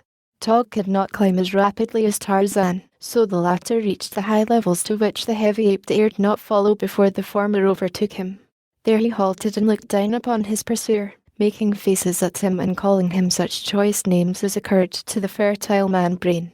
Then, when he had worked Tog to such a pitch of foaming rage that the great bull fairly danced upon the bending limb beneath him, Tarzan's hand shot suddenly outward. A widening noose dropped swiftly through the air. There was a quick jerk as it settled about Tog, falling to his knees, a jerk that tightened it securely about the hairy legs of the anthropoid. Tog, slow of wit, realized too late the intention of his tormentor. He scrambled to escape, but the ape-man gave the rope a tremendous jerk that pulled Tog from his perch, and a moment later, growling hideously, the ape hung head downward 30 feet above the ground. Tarzan secured the rope to a stout limb and descended to a point close to Tog. Tog, he said, you are as stupid as Buto, the rhinoceros. Now you may hang here until you get a little sense in your thick head. You may hang here and watch while I go and talk with Teeka. Tog blustered and threatened, but Tarzan only grinned at him as he dropped lightly to the lower levels. Here he again approached Teeka only to be again greeted with bared fangs and menacing growls. He sought to placate her. He urged his friendly intentions, and craned his neck to have a look at Teeka's Baloo. But the sheep was not to be persuaded that he meant other than harm to her little one. Her motherhood was still so new that reason was yet subservient to instinct. Realizing the futility of attempting to catch and chastise Tarzan, Teeka sought to escape him. She dropped to the ground and lumbered across the little clearing about which the apes of the tribe were disposed in rest or in the search of food, and presently Tarzan abandoned his attempts to persuade her to permit a close examination of the Baloo. The ape-man would have liked to handle the tiny thing. The very sight of it awakened in his breast a strange yearning. He wished to cuddle and fondle the grotesque little ape thing. It was Tika's Baloo, and Tarzan had once lavished his young affections upon Tika. But now his attention was diverted by the voice of Tog. The threats that had filled the ape's mouth had turned to pleas. The tightening noose was stopping the circulation of the blood in his legs. He was beginning to suffer. Several apes sat near him, highly interested in his predicament. They made uncomplimentary remarks about him, for each of them had felt the weight of Tog's mighty hands and the strength of his great jaws. They were enjoying revenge. Tika, seeing that Tarzan had turned back toward the trees, had halted in the center of the clearing, and there she sat hugging her Baloo and casting suspicious glances here and there. With the coming of the Baloo, Tika's carefree world had suddenly become peopled with innumerable enemies. She saw an implacable foe in Tarzan, always heretofore her best friend. Even poor old Mumga, half-blind and almost entirely toothless, searching patiently for grubworms beneath a fallen log, represented to her a malignant spirit thirsting for the blood of little Bolus. And while Tika guarded suspiciously against harm, where there was no harm, she failed to note two baleful, yellow, green eyes staring fixedly at her from behind a clump of bushes at the opposite side of the clearing. Hollow from hunger, Sheeta, the panther, glared greedily at the tempting meat so close at hand, but the sight of the great bulls beyond gave him pause.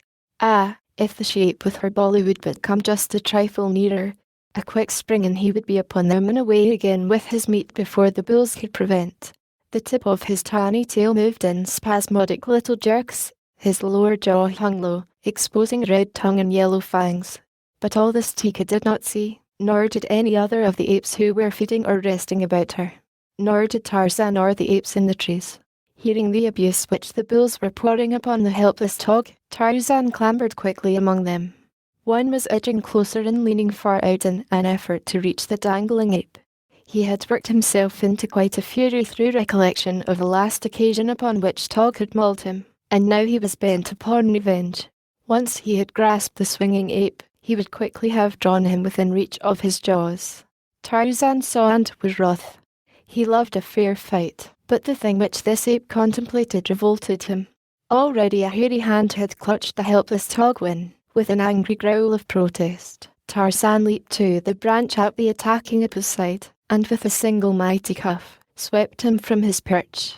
Surprised and enraged, the bull clutched madly for support as he toppled sidewise, and then with an agile movement succeeded in projecting himself toward another limb a few feet below. Here he found a handhold, quickly righted himself, and as quickly clambered upward to be revenged upon Tarzan. But the ape-man was otherwise engaged and did not wish to be interrupted. He was explaining again to Tog the depths of the latter's abysmal ignorance, and pointing out how much greater and mightier was Tarzan of the apes than Tog or any other ape. In the end he would release Tog, but not until Tog was fully acquainted with his own inferiority. And then the maddened bull came from beneath, and instantly Tarzan was transformed from a good-natured, teasing youth into a snarling, savage beast. Along his scalp the hair bristled. His upper lip drew back that his fighting fangs might be uncovered and ready. He did not wait for the bull to reach him, for something in the appearance or the voice of the attacker aroused within the ape-man a feeling of belligerent antagonism that would not be denied. With a scream that carried no human note, Tarzan leaped straight at the throat of the attacker. The impetuosity of this act and the weight and momentum of his body carried the bull backward, clutching and clawing for support, down through the leafy branches of the tree. For 15 feet the two fell, Tarzan's teeth buried in the jugular of his opponent, when a stout branch stopped their descent. The bull struck full upon the small of his back across the limb, hung there for a moment with the ape-man still upon his breast, and then toppled over toward the ground. Tarzan had felt the instantaneous relaxation of the body beneath him after the heavy impact with the tree limb, and as the other turned completely over and started again upon its fall toward the ground, he reached forth the hand and caught the branch in time to stay his own descent, while the ape dropped like a plummet to the foot of the tree. Tarzan looked downward for a moment upon the still form of his late antagonist. Then he rose to his full height, swelled his deep chest, smote upon it with his clenched fist and roared out the uncanny challenge of the victorious bull ape. Even Sheeta, the panther, crouched for a spring at the edge of the little clearing, moved uneasily as the mighty voice sent its weird cry reverberating through the jungle. To right and left, nervously, glanced Cheetah, as though assuring himself that the way of escape lay ready at hand. "I am Tarzan of the Apes," boasted the ape man, "mighty hunter, mighty fighter. None in all the jungle so great as Tarzan." Then he made his way back in the direction of Tog. Tika had watched the happenings in the tree. She had even placed her precious ball upon the soft grasses and come a little nearer that she might better witness all that was passing in the branches above her. In her heart of hearts did she still esteem the smooth-skinned Tarzan. Did her savage breast swell with pride as she witnessed his victory over the ape? "You will have to ask Tika." And Cheetah, the panther, saw that the sheep had left her cub alone among the grasses. He moved his tail again, as though this closest approximation of lashing in which he dared indulge might stimulate his momentarily waned courage. The cry of the victorious ape-man still held his nerves beneath its spell. It would be several minutes before he again could bring himself to the point of charging into view of the giant anthropoids, and as he regathered his forces, Tarzan reached Tog's side, and then clambering higher up to the point where the end of the grass rope was made fast, he unloosed it and lowered the ape slowly downward, swinging him in until the clutching hands fastened upon a limb. Quickly Tog drew himself to a position of safety and shook off the noose. In his rage-maddened heart was no room for gratitude to the ape-man. He recalled only the fact that Tarzan had laid this painful indignity upon him. He would be revenged, but just at present his legs were so numb and his head so dizzy that he must postpone the gratification of his vengeance. Tarzan was coiling his rope the while he lectured Tog on the futility of pitting his poor powers, physical and intellectual, against those of his betters. Tika had come close beneath the tree and was peering upward. Cheetah was worming his way stealthily forward, his belly close to the ground.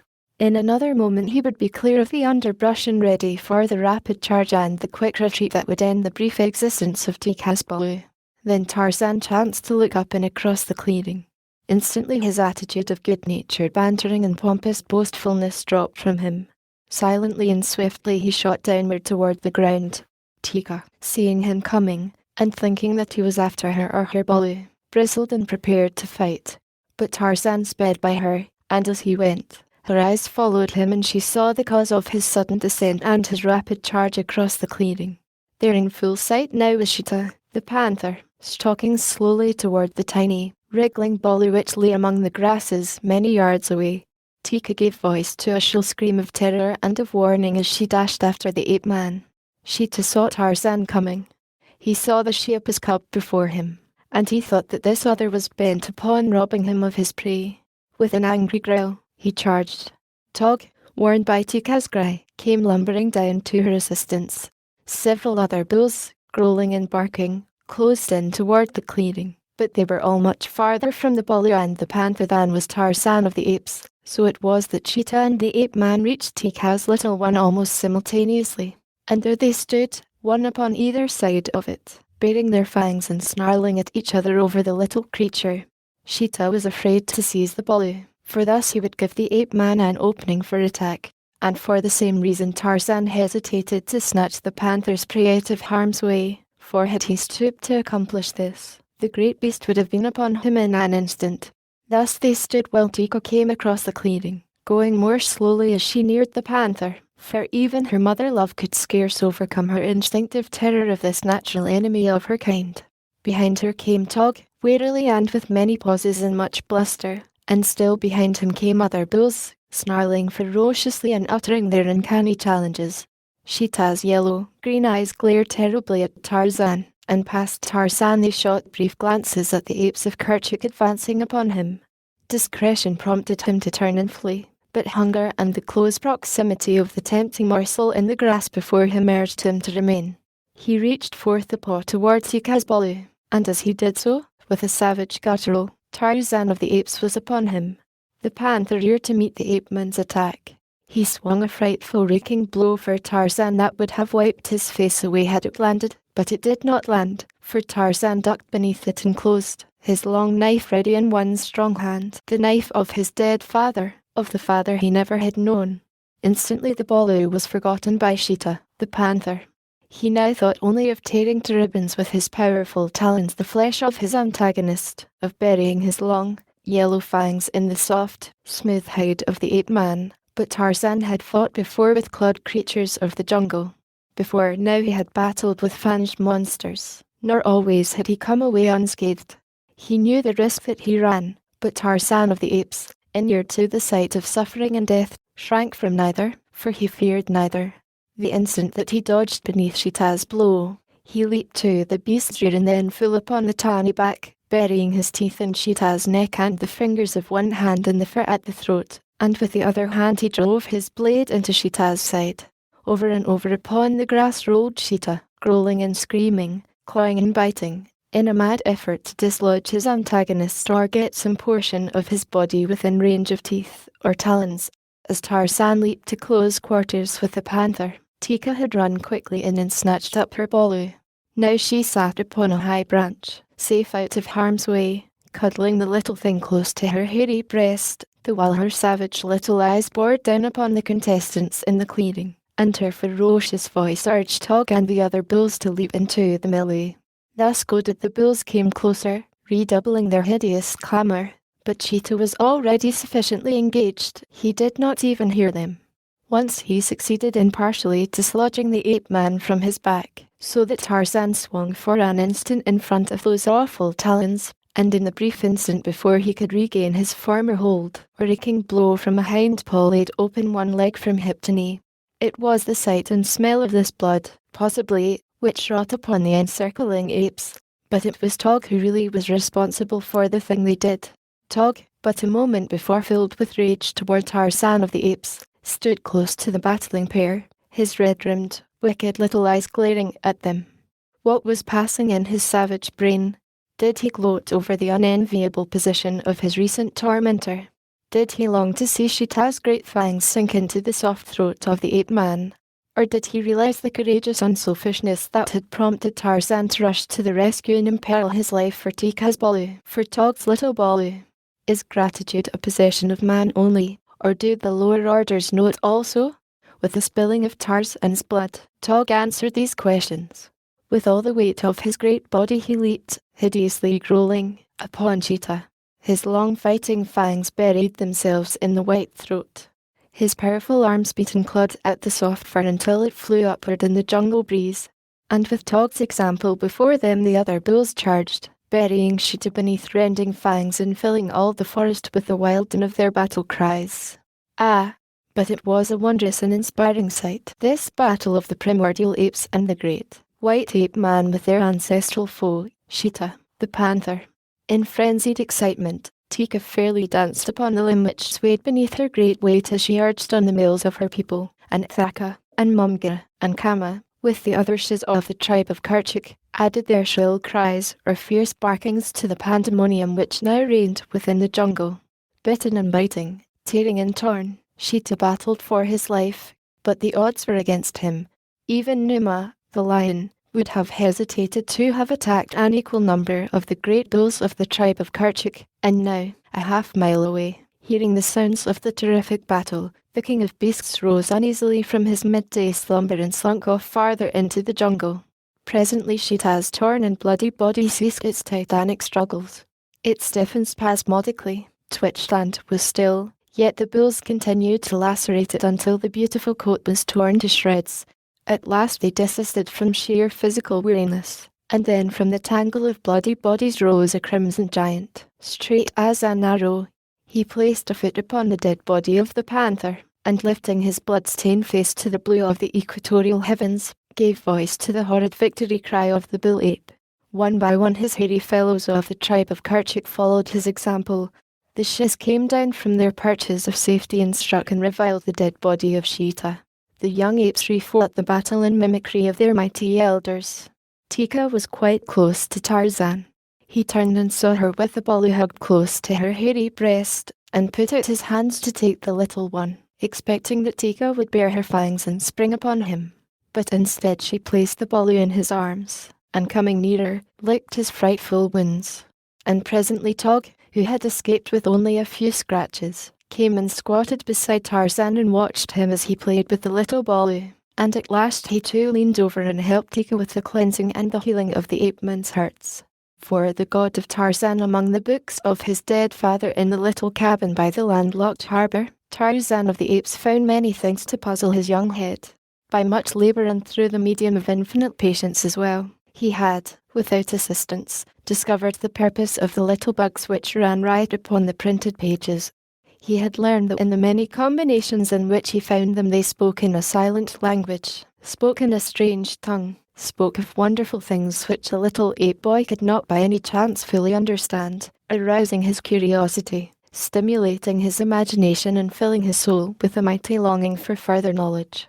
A dictionary had proven itself a wonderful storehouse of information. When, after several years of tireless endeavour, he had solved the mystery of its purpose and the manner of its use, he had learned to make a species of game out of it, following up the spur of a new thought through the mazes of the many definitions which each new word required him to consult.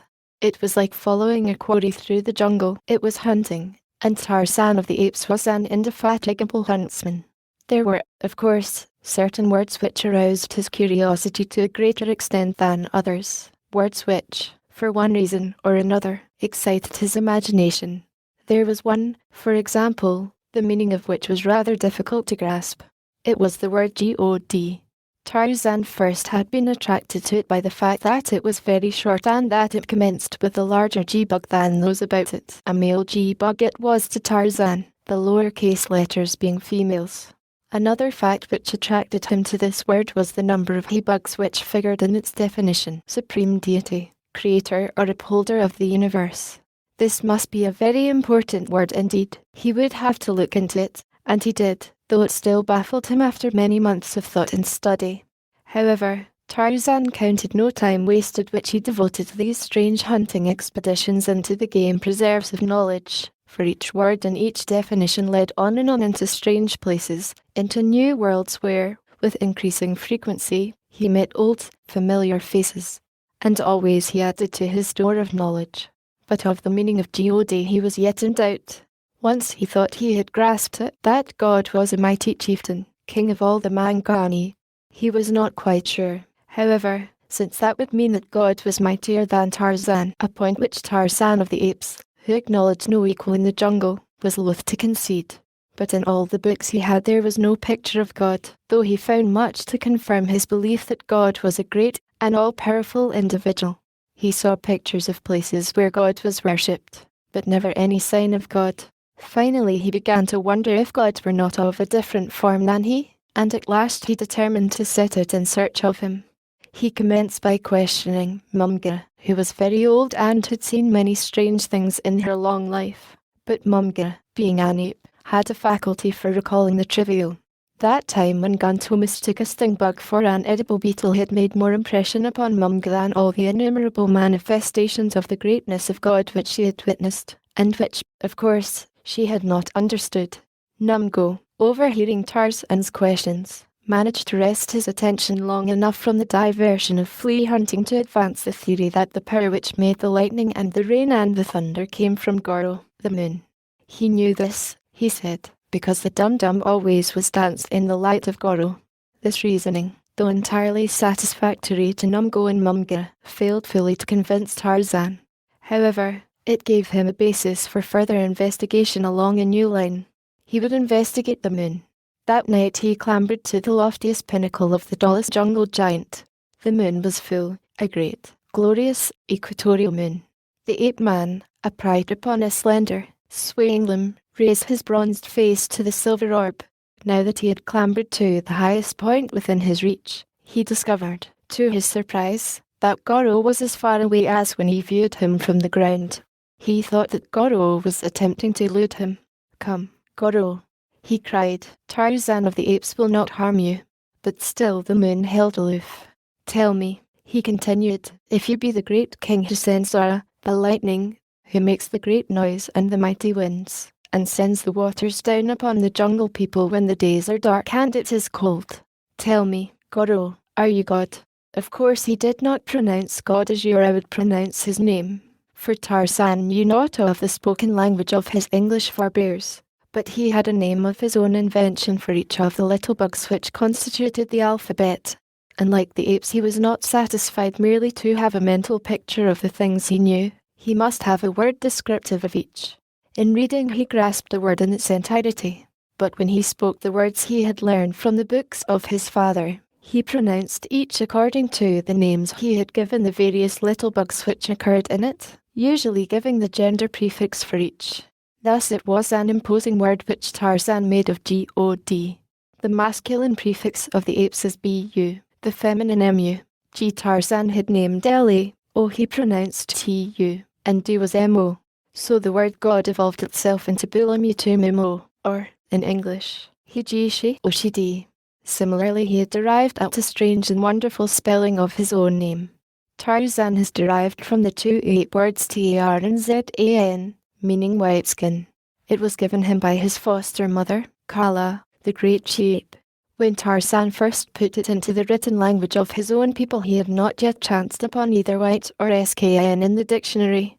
But in a primer he had seen the picture of a little white boy, and so he wrote his name Bimudmutamuro, or he boy. To follow Tarzan's strange system of spelling would be laborious as well as futile, and so we shall in the future, as we have in the past, adhere to the more familiar forms of our grammar school copybooks.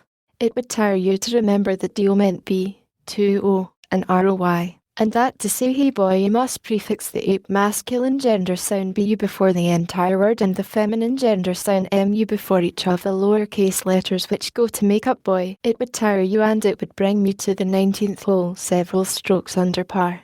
And so Tarzan harangued the moon, and when Goro did not reply, Tarzan of the apes waxed wroth. He swelled his giant chest and bared his fighting fangs, and hurled into the teeth of the dead satellite the challenge of the bull ape.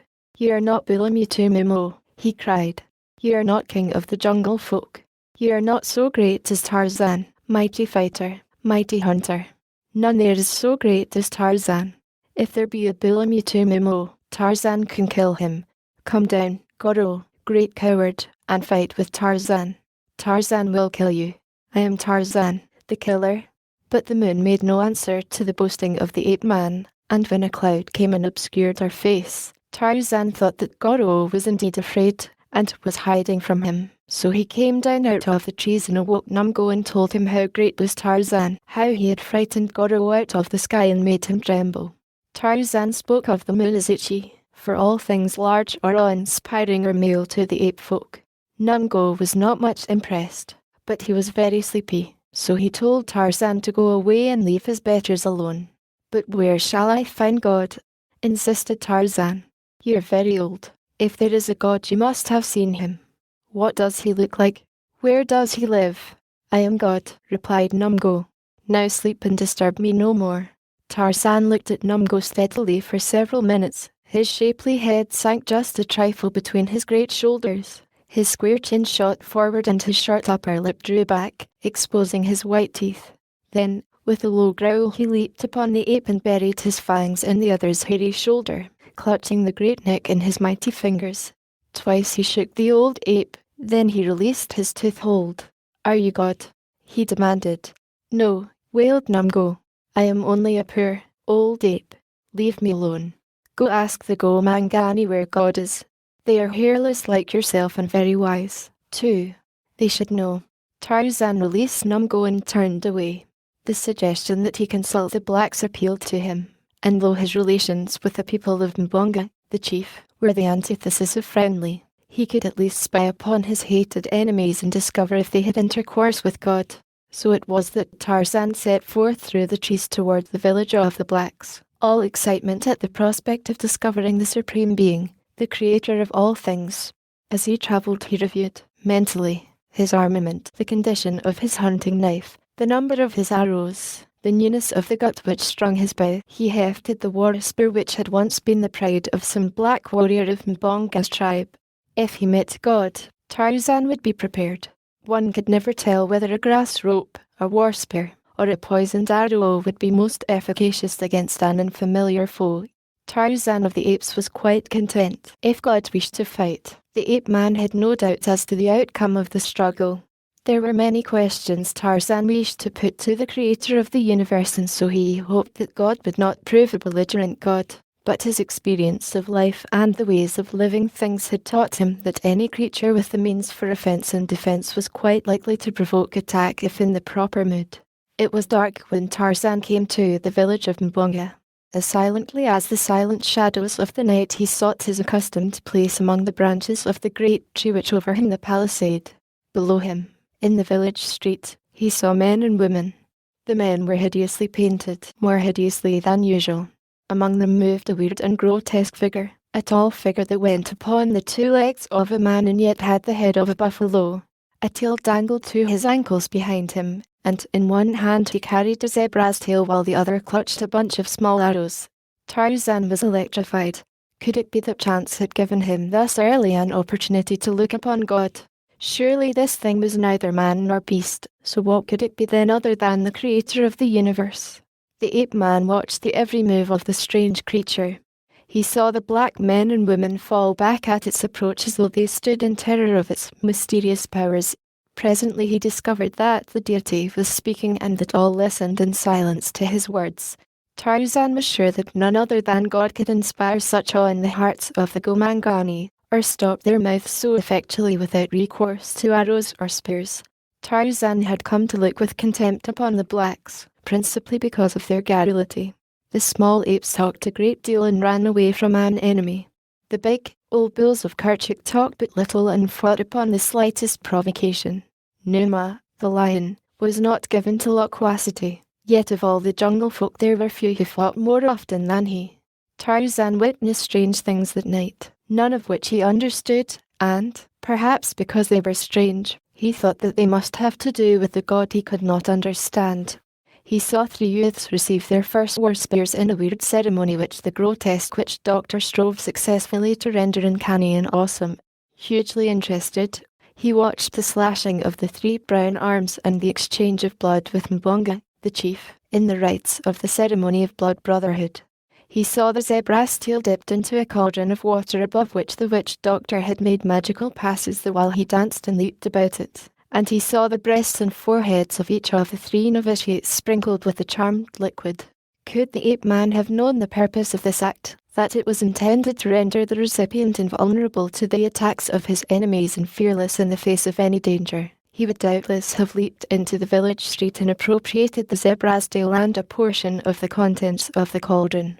But he did not know, and so he only wondered, not alone at what he saw but at the strange sensations which played up and down his naked spine, sensations induced, doubtless, by the same hypnotic influence which held the black spectator's intense awe upon the verge of a hysteric upheaval.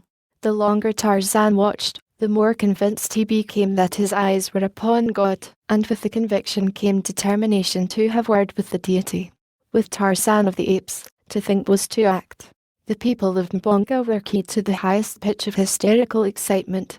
They needed little to release the accumulated pressure of static nerve force which the terrorizing mummery of the witch doctor had induced. The lion roared, suddenly and loud, close without the palisade. The blacks started nervously, dropping into utter silence as they listened for a repetition of the tall to familiar and always terrorizing voice. Even the witch doctor paused in the midst of an intricate step, remaining momentarily rigid and statuesque as he plumbed his cunning mind for a suggestion as how best he might take advantage of the condition of his audience and the timely interruption. Already the evening had been vastly profitable to him. There would be 3 goats for the initiation of the 3 youths into full-fledged warriorship, and besides these he had received several gifts of grain and beads, together with a piece of copper ware from admiring and terrified members of his audience. Numa's roar still reverberated along taut nerves when a woman's laugh, shrill and piercing, shattered the silence of the village. It was this moment that Tarzan chose to drop lightly from his tree into the village street. Fearless among his blood enemies he stood, taller by a full head than many of Mbonga's warriors, straight as their straightest taro, muscled like Numa, the lion. For a moment Tarzan stood looking straight at the witch doctor. Every eye was upon him, yet no one had moved. A paralysis of terror held them, to be broken a moment later as the ape-man, with a toss of head, stepped straight toward the hideous figure beneath the buffalo head. Then the nerves of the blacks could stand no more. For months the terror of the strange, white, jungle god had been upon them. Their arrows had been stolen from the very centre of the village. Their warriors had been silently slain upon the jungle trails and their dead bodies dropped mysteriously and by night into the village streets as from the heavens above. One or two there were who had glimpsed the strange figure of the new demon, and it was from their oft-repeated descriptions that the entire village now recognised Tarzan as the author of many of their ills. Upon another occasion and by daylight, the warriors would doubtless have leaped to attack him, but at night, and this night of all others, when they were wrought to such a pitch of nervous dread by the uncanny artistry of their witch doctor, they were helpless with terror. As one man they turned and fled, scattering for their huts, as Tarzan advanced. For a moment one and one only held his ground. It was the witch doctor. More than half self-hypnotized into a belief in his own charlatanry, he faced this new demon who threatened to undermine his ancient and lucrative profession. "Are you God?" asked Tarzan. The witch doctor, having no idea of the meaning of the other's words, danced a few strange steps, leaped high in the air, turning completely around and alighting in a stooping posture with feet far outspread and head thrust out toward the ape-man. Thus he remained for an instant before he uttered a loud "boo," which was evidently intended to frighten Tarzan away, but in reality had no such effect. Tarzan did not pause. He had set out to approach and examine God, and nothing upon earth might now stay his feet. Seeing that his antics had no potency with the visitor, the witch doctor tried some new medicine. Spitting upon the zebra's tail, which he still clutched in one hand, he made circles above it with the arrows in the other hand, meanwhile backing cautiously away from Tarzan and speaking confidentially to the bushy end of the tail. This medicine must be short medicine, however, for the creature, god or demon, was steadily closing up the distance which had separated them. The circles therefore were few and rapid, and when they were completed, the witch doctor struck an attitude which was intended to be awe-inspiring, and waving the zebra's tail before him, drew an imaginary line between himself and Tarzan. "Beyond this line you cannot pass, for my medicine is strong medicine," he cried. "Stop, or you will fall dead as your foot touches this spot. My mother was a voodoo. My father was a snake. I live upon lions' hearts and the entrails of the panther. I eat young babies for breakfast, and the demons of the jungle are my slaves. I am the most powerful witch doctor in the world. I fear nothing, for I cannot die." But he got no further. Instead he turned and fled as Tarzan of the Apes crossed the magical deadline and still lived. As the witch doctor ran, Tarzan almost lost his temper. This was no way for God to act, at least not in accordance with the conception Tarzan had come to have of God. "Come back," he cried. "Come back, God, I will not harm you."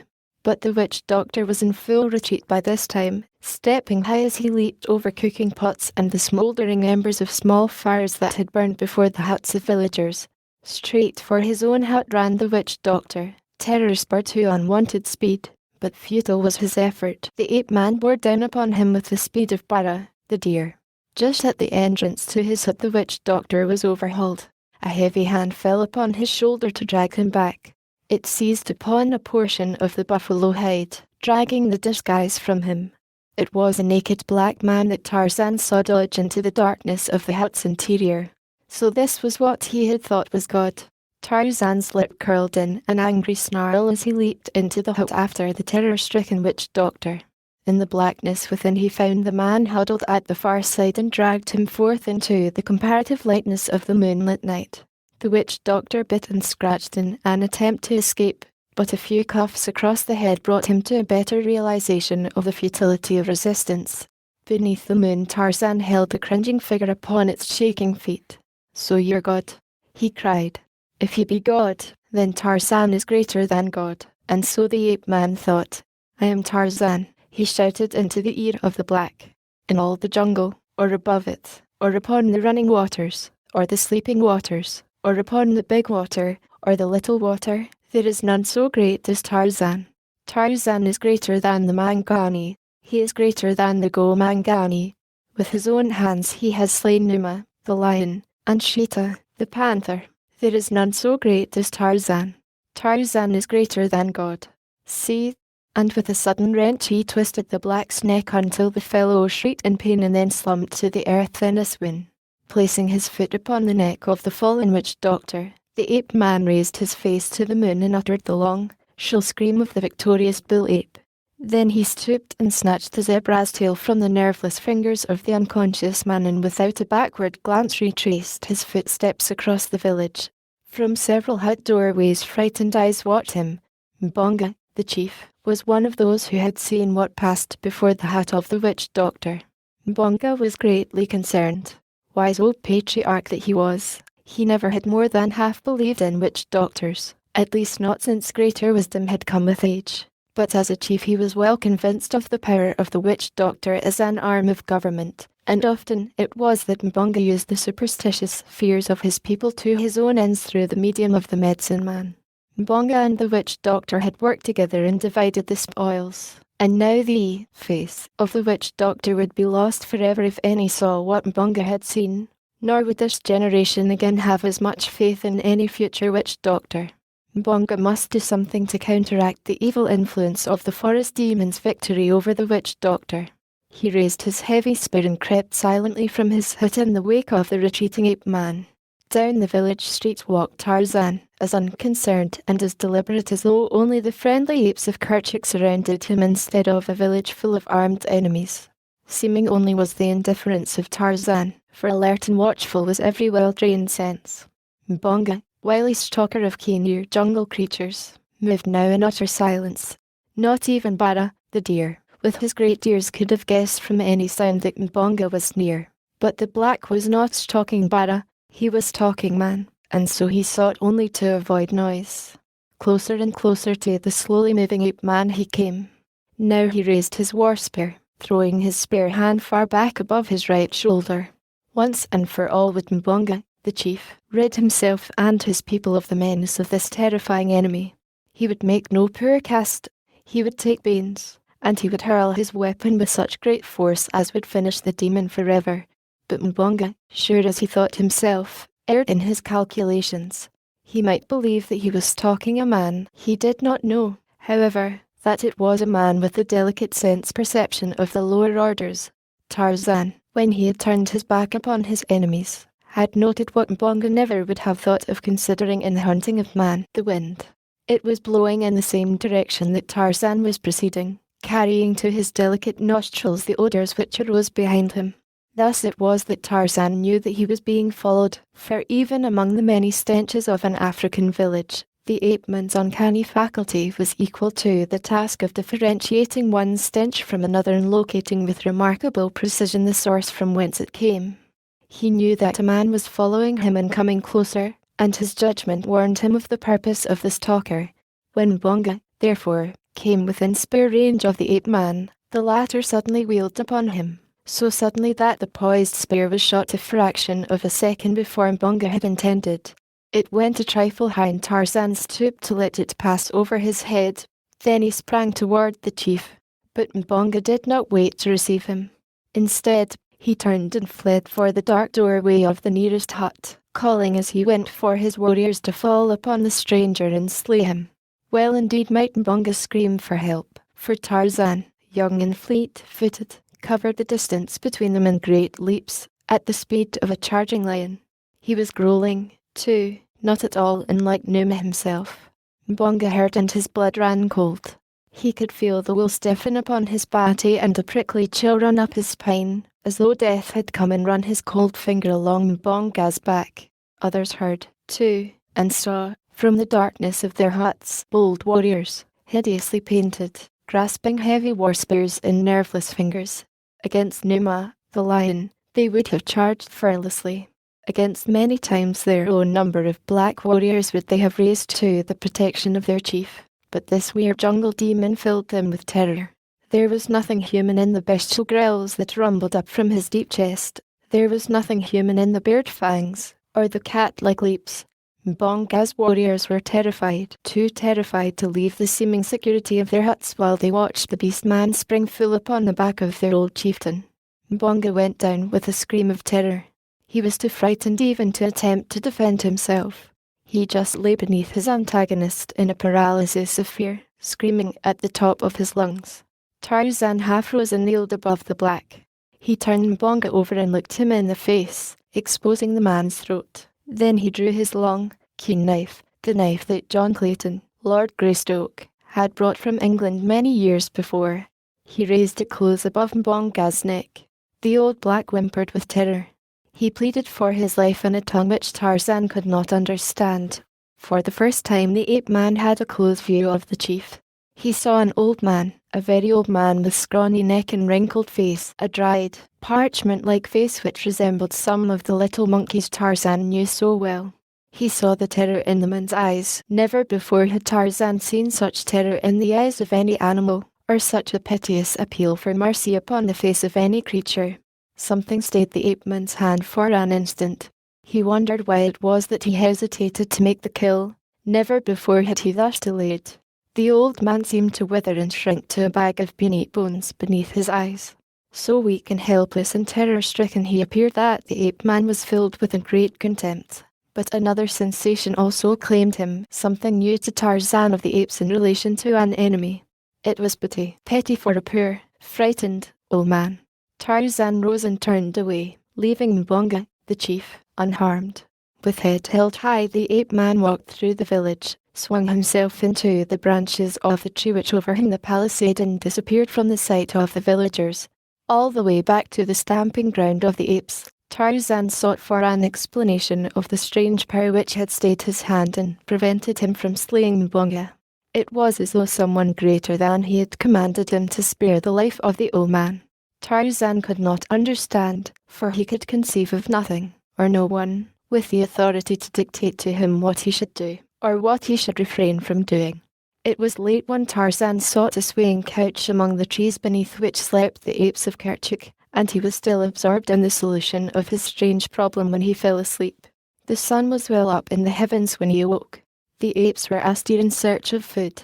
Tarzan watched them lazily from above as they scratched in the rotting loam for bugs and beetles and gobworms, or sought among the branches of the trees for eggs and young birds, or luscious caterpillars.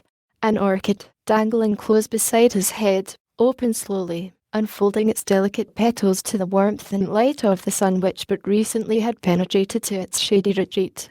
1,000 times had Tarzan of the apes witnessed the beauteous miracle, but now it aroused a keener interest, for the ape-man was just commencing to ask himself questions about all the myriad wonders which heretofore he had but taken for granted. What made the flower open? What made it grow from a tiny bud to a full-blown bloom? Why was it at all? Why was he? Where did Numa, the lion, come from? Who planted the first tree? How did Goro get way up into the darkness of the night sky to cast his welcome light upon the fearsome nocturnal jungle? And the sun? Did the sun merely happen there? Why were all the peoples of the jungle not trees? Why were the trees not something else? Why was Tarzan different from Tog, and Tog different from Bara, the deer, and Bara different from Cheetah, the panther? And why was not Cheetah like Buto, the rhinoceros? Where and how, anyway, did they all come from? The trees, the flowers, the insects, the countless creatures of the jungle. Quite unexpectedly an idea popped into Tarzan's head. In following out the many ramifications of the dictionary definition of God, he had come upon the word create, to cause to come into existence, to form out of nothing. Tarzan almost had arrived at something tangible when a distant wail startled him from his preoccupation into sensibility of the present and the real. The wail came from the jungle at some little distance from Tarzan's swaying couch. It was the wail of a tiny Bolu. Tarzan recognized it at once as the voice of Gazan, Tikka's baby. They had called it Gazan because its soft, baby hair had been unusually red, and Gazan in the language of the great apes means redskin. The wail was immediately followed by a real scream of terror from the small lungs. Tarzan was electrified into instant action. Like an arrow from a bow he shot through the trees in the direction of the sound. Ahead of him he heard the savage snarling of an adult sheep. It was Tikka to the rescue. The danger must be very real. Tarzan could tell that by the note of rage mingled with fear in the voice of the she. Running along bending limbs, swinging from one tree to another, the ape-man raced through the middle terraces toward the sounds which now had risen in volume to deafening proportions. From all directions the apes of Kerchak were hurrying in response to the appeal in the tones of the Bolu and its mother, and as they came, their roars reverberated through the forest. But Tarzan, swifter than his heavy fellows, distanced them all. It was he who was first upon the scene. What he saw sent a cold chill through his giant frame, for the enemy was the most hated and loathed of all the jungle creatures. Twined in a great tree was Hista, the snake, huge, ponderous, slimy, and in the folds of its deadly embrace was Tikha's little Bolu, gazing. Nothing in the jungle inspired within the breast of Tarzan so near a semblance to fear as did the hideous Hista. The apes, too, loathed the terrifying reptile and feared him even more than they did Cheetah, the panther, or Numa, the lion. Of all their enemies there was none they gave a wider berth than they gave Hista, the snake.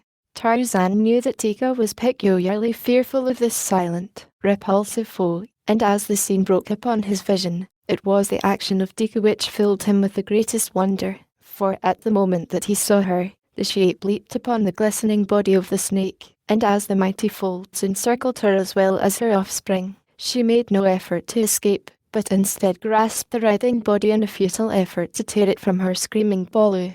Tarzan knew all too well how deep-rooted was Tikha's terror of Hista. He scarce could believe the testimony of his own eyes then, when they told him that she had voluntarily rushed into the deadly embrace. Nor was Tikha's hatred of the monster much greater than Tarzan's own. Never, willingly, had he touched a snake. Why, he could not say, for he would admit fear of nothing. Nor was it fear, but rather an inherent repulsion bequeathed to him by many generations of civilized ancestors, and back of them, perhaps, by countless myriads of such as Tikha, in the breast of each of which had lurked the same nameless terror of the slimy reptile. Yet Tarzan did not hesitate more than had Tikha, but leaped upon Hista with all the speed and impetuosity that he would have shown had he been springing upon Bara, the deer, to make a kill for food. Thus beset the snake writhed and twisted horribly, but not for an instant did it loose its hold upon any of its intended victims, for it had included the ape-man in its cold embrace the minute that he had fallen upon it. Still clinging to the tree, the mighty reptile held the three as though they had been without weight, the while it sought to crush the life from them. Tarzan had drawn his knife and thus he now plunged rapidly into the body of the enemy, but the encircling folds promised to sap his life before he had inflicted the death wound upon the snake. Yet on he fought, nor once did he seek to escape the horrid death that confronted him. His sole aim was to slay Hista and thus free Tikha and her Bolu. The great, wide gaping jaws of the snake turned and hovered above him. The elastic maw, which could accommodate a rabbit or a hornbuck with equal facility, yawned for him. But Hista, in turning his attention upon the ape-man, brought his head within reach of Tarzan's blade. Instantly a brown hand leaped forth and seized the mottled neck, and another drove the heavy hunting knife to the hilt into the little brain. Convulsively Hista shuddered and relaxed, tense and relaxed again, whipping and striking with his great body, but no longer sentient or sensible. Hista was dead, but in his death throes he might easily dispatch a dozen apes or men. Quickly Tarzan seized Tikha and dragged her from the loosened embrace, dropping her to the ground beneath. Then he extricated the ball and tossed it to its mother. Still Hista whipped about, clinging to the ape-man, but after a dozen efforts Tarzan succeeded in wriggling free and leaping to the ground out of range of the mighty battering of the dying snake. A circle of apes surrounded the scene of the battle, but the moment that Tarzan broke safely from the enemy they turned silently away to resume their interrupted feeding, and Tikha turned with them, apparently forgetful of all but her Bolu and the fact that when the interruption had occurred she just had discovered an ingeniously hidden nest containing 3 perfectly good eggs. Tarzan, equally indifferent to a battle that was over, merely cast a parting glance at the still writhing body of Hista and wandered off toward the little pool which served to water the tribe at this point. Strangely, he did not give the victory cry over the vanquished Hista. Why, he could not have told you, other than that to him Hista was not an animal. He differed in some peculiar way from the other denizens of the jungle. Tarzan only knew that he hated him. At the pool Tarzan drank his fill and lay stretched upon the soft grass beneath the shade of a tree. His mind reverted to the battle with Hista, the snake. It seemed strange to him that Tikha should have placed herself within the folds of the horrid monster. Why had she done it? Why, indeed, had he? Tika did not belong to him, nor did Tika's Bolu. They were both dogs. Why then had he done this thing? Hista was not food for him when he was dead. There seemed to Tarzan, now that he gave the matter thought, no reason in the world why he should have done the thing he did, and presently it occurred to him that he had acted almost involuntarily, just as he had acted when he had released the old Gomangani the previous evening. What made him do such things? Somebody more powerful than he must force him to act at times. All-powerful, thought Tarzan. The little bugs say that God is all-powerful.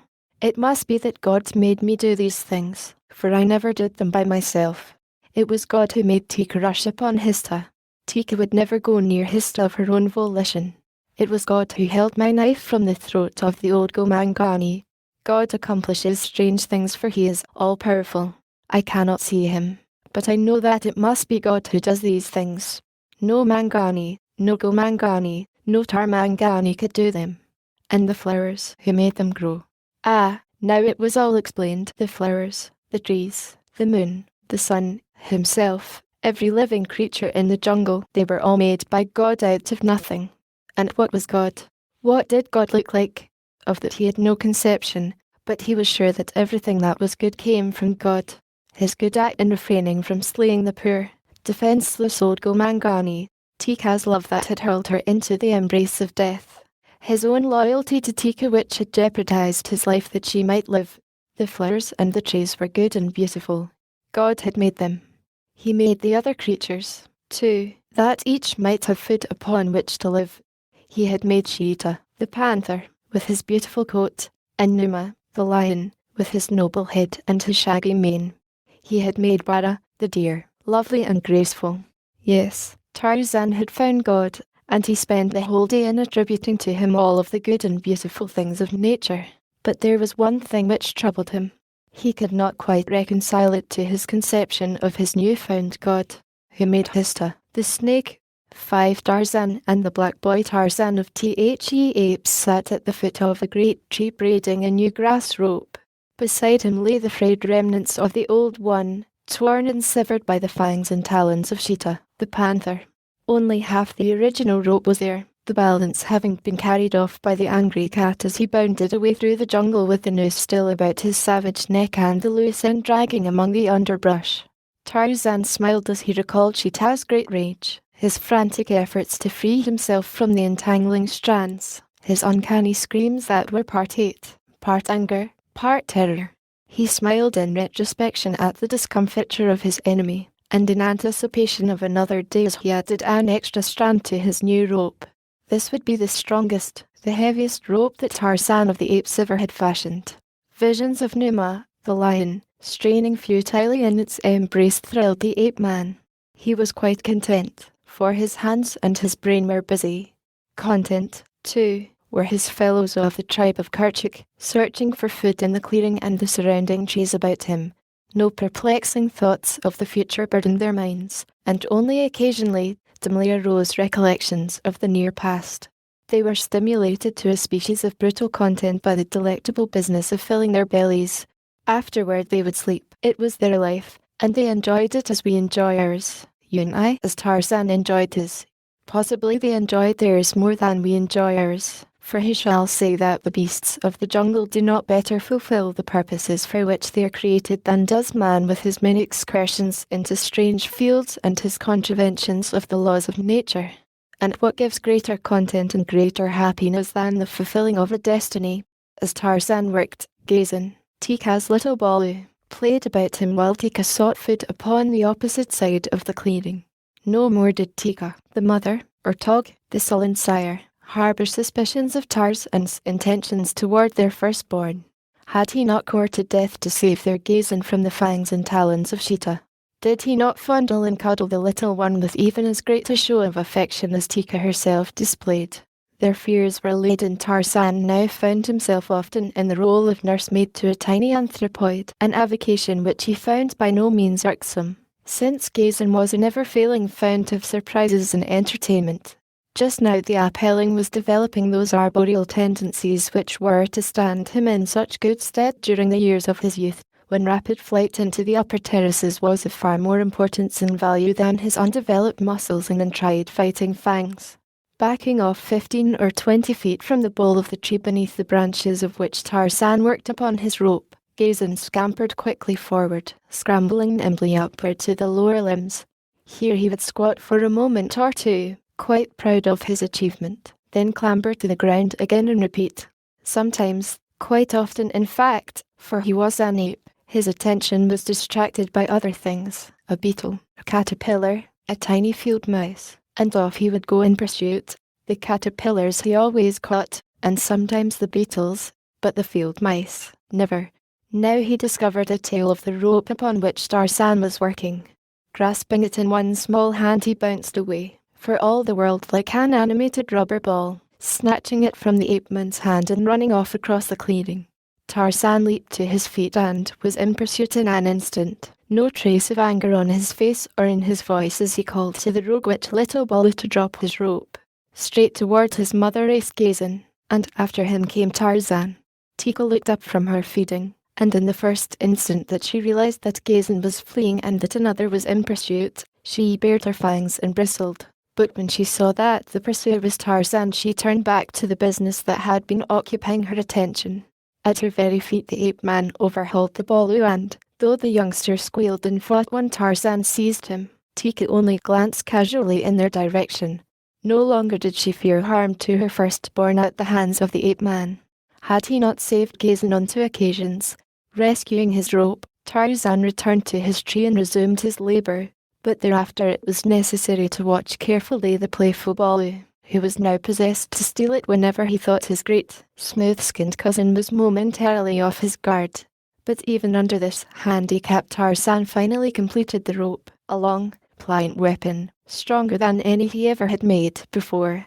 The discarded piece of his former one he gave to Gazan for a plaything, for Tarzan had it in his mind to instruct Teeka's Baloo after ideas of his own when the youngster should be old and strong enough to profit by his precepts. At present the little ape's innate aptitude for mimicry would be sufficient to familiarize him with Tarzan's ways and weapons, and so the ape-man swung off into the jungle, his new rope coiled over one shoulder, while little Gazan hopped about the clearing dragging the old one after him in childish glee. As Tarzan travelled, dividing his quest for food with one for a sufficiently noble quarry whereupon to test his new weapon, his mind often was upon Gazan.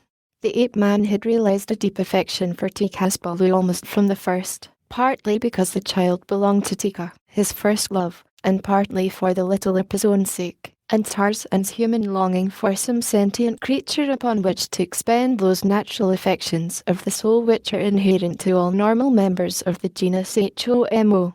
Tarzan envied Teeka. It was true that Gazan evidenced a considerable reciprocation of Tarzan's fondness for him, even preferring him to his own surly sire, but to Teeka the little one turned when in pain or terror, when tired or hungry. Then it was that Tarzan felt quite alone in the world and longed desperately for one who should turn first to him for succour and protection. Tog had Teeka, Teeka had Gazan, and nearly every other bull and cow of the tribe of Kerchuk had one or more to love and by whom to be loved. Of course Tarzan could scarcely formulate the thought in precisely this way. He only knew that he craved something which was denied him, something which seemed to be represented by those relations which existed between Teeka and her Baloo, and so he envied Teeka and longed for a Baloo of his own. He saw Sheeta and his mate with their little family of 3, and deeper inland toward the rocky hills, where one might lie up during the heat of the day, in the dense shade of a tangled thicket close under the cool face of an overhanging rock, Tarzan had found the lair of Numa, the lion, and of Sabor, the lioness. Here he had watched them with their little bolus, playful creatures, spotted leopard-like, and he had seen the young fawn with Bara, the deer, and with Buto, the rhinoceros, its ungainly little one. Each of the creatures of the jungle had its own, except Tarzan.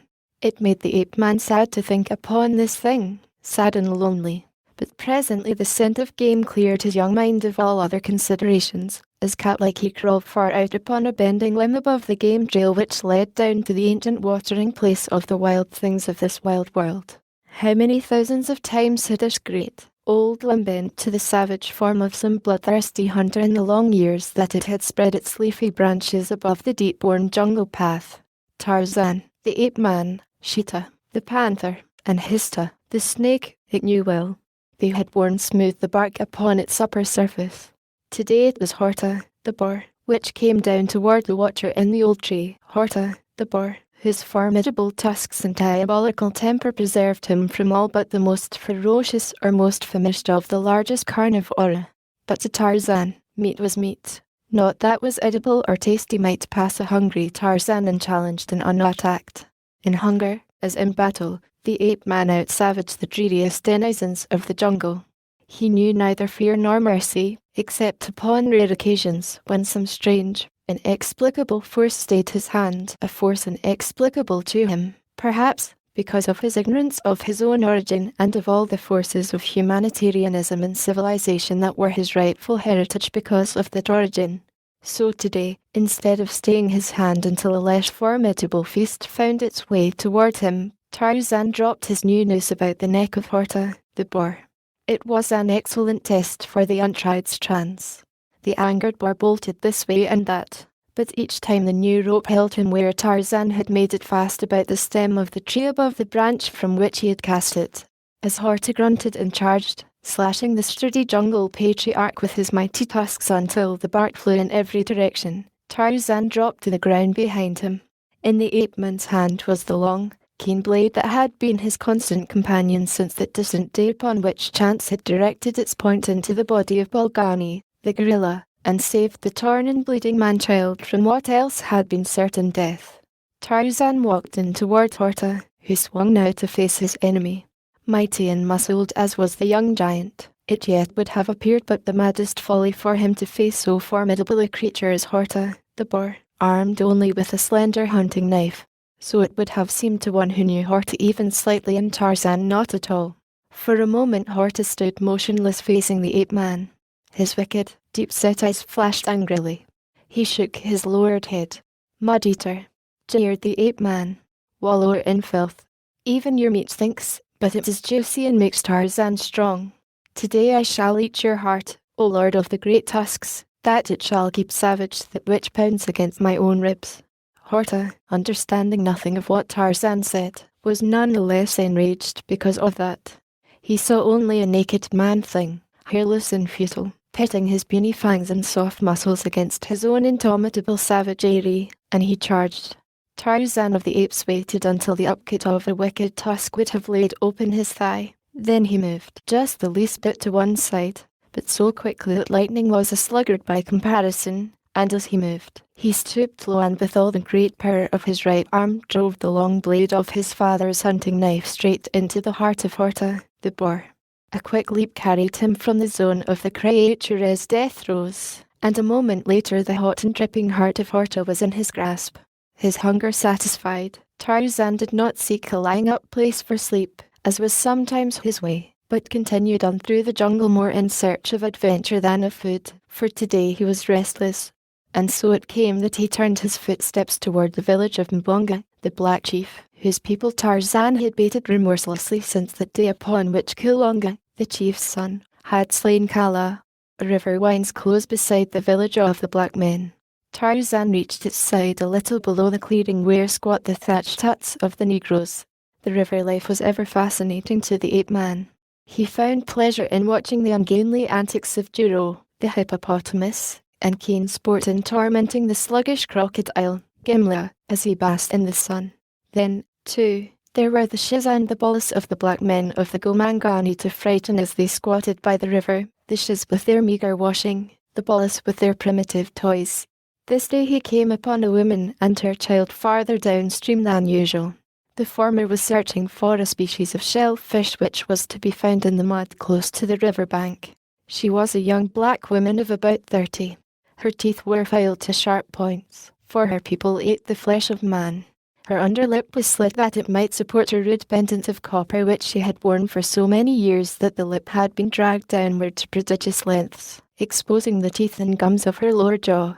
Her nose, too, was slit, and through the slit was a wooden skewer. Metal ornaments dangled from her ears, and upon her forehead and cheeks, Upon her chin and the bridge of her nose were tattooings in colours that were mellowed now by age. She was naked except for a girdle of grasses about her waist. Altogether she was very beautiful in her own estimation and even in the estimation of the men of Mbonga's tribe, though she was of another people, a trophy of war seized in her maidenhood by one of Mbonga's fighting men. Her child was a boy of 10, lithe, straight and, for a black, handsome. Tarzan looked upon the two from the concealing foliage of a nearby bush. He was about to leap forth before them with a terrifying scream, that he might enjoy the spectacle of their terror in their incontinent flight. But of a sudden a new whim seized him. Here was a Baloo fashioned as he himself was fashioned. Of course this one's skin was black, but what of it? Tarzan had never seen a white man. In so far as he knew, he was the sole representative of that strange form of life upon the earth. The black boy should make an excellent Baloo for Tarzan, since he had none of his own. He would tend him carefully, feed him well, protect him as only Tarzan of the Apes could protect his own, and teach him out of his half-human, half-bestial lore the secrets of the jungle from its rotting surface vegetation to the high-tossed pinnacles of the forest's upper terraces. Tarzan uncoiled his rope, and shook out the noose. The two before him, all ignorant of the near presence of that terrifying form, continued preoccupied in the search for shellfish, poking about in the mud with short sticks. Tarzan stepped from the jungle behind them. His noose lay open upon the ground beside him. There was a quick movement of the right arm and the noose rose gracefully into the air, hovered an instant above the head of the unsuspecting youth, then settled.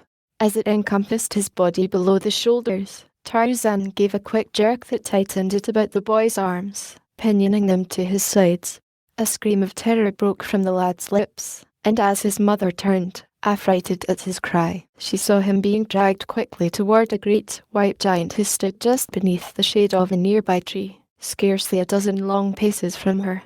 With a savage cry of terror and rage, the woman leaped fearlessly toward the ape-man. In her mien Tarzan saw determination and courage which would shrink not even from death itself. She was very hideous and frightful even when her face was in repose, but convulsed by passion, her expression became terrifyingly fiendish. Even the ape-man drew back, but more in revulsion than fear. Fear he knew not. Biting and kicking was the black she's Baloo as Tarzan tucked him beneath his arm and vanished into the branches hanging low above him, just as the infuriated mother dashed forward to seize and do battle with him. And as he melted away into the depth of the jungle with his still struggling prize, he meditated upon the possibilities which might lie in the prowess of the Gomangani were they as formidable as the Shiz. Once at a safe distance from the despoiled mother and out of earshot of her screams and menaces, Tarzan paused to inspect his prize, now so thoroughly terrorized that he had ceased his struggles and his outcries. The frightened child rolled his eyes fearfully toward his captor, until the whites showed gleaming all about the irises. "I am Tarzan," said the ape-man, in the vernacular of the anthropoids. "I will not harm you.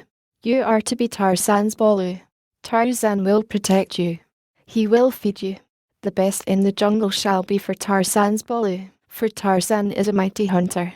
None need you fear, not even Numa, the lion, for Tarzan is a mighty fighter. None so great as Tarzan, son of Kala. Do not fear." But the child only whimpered and trembled, for he did not understand the tongue of the great apes, and the voice of Tarzan sounded to him like the barking and growling of a beast.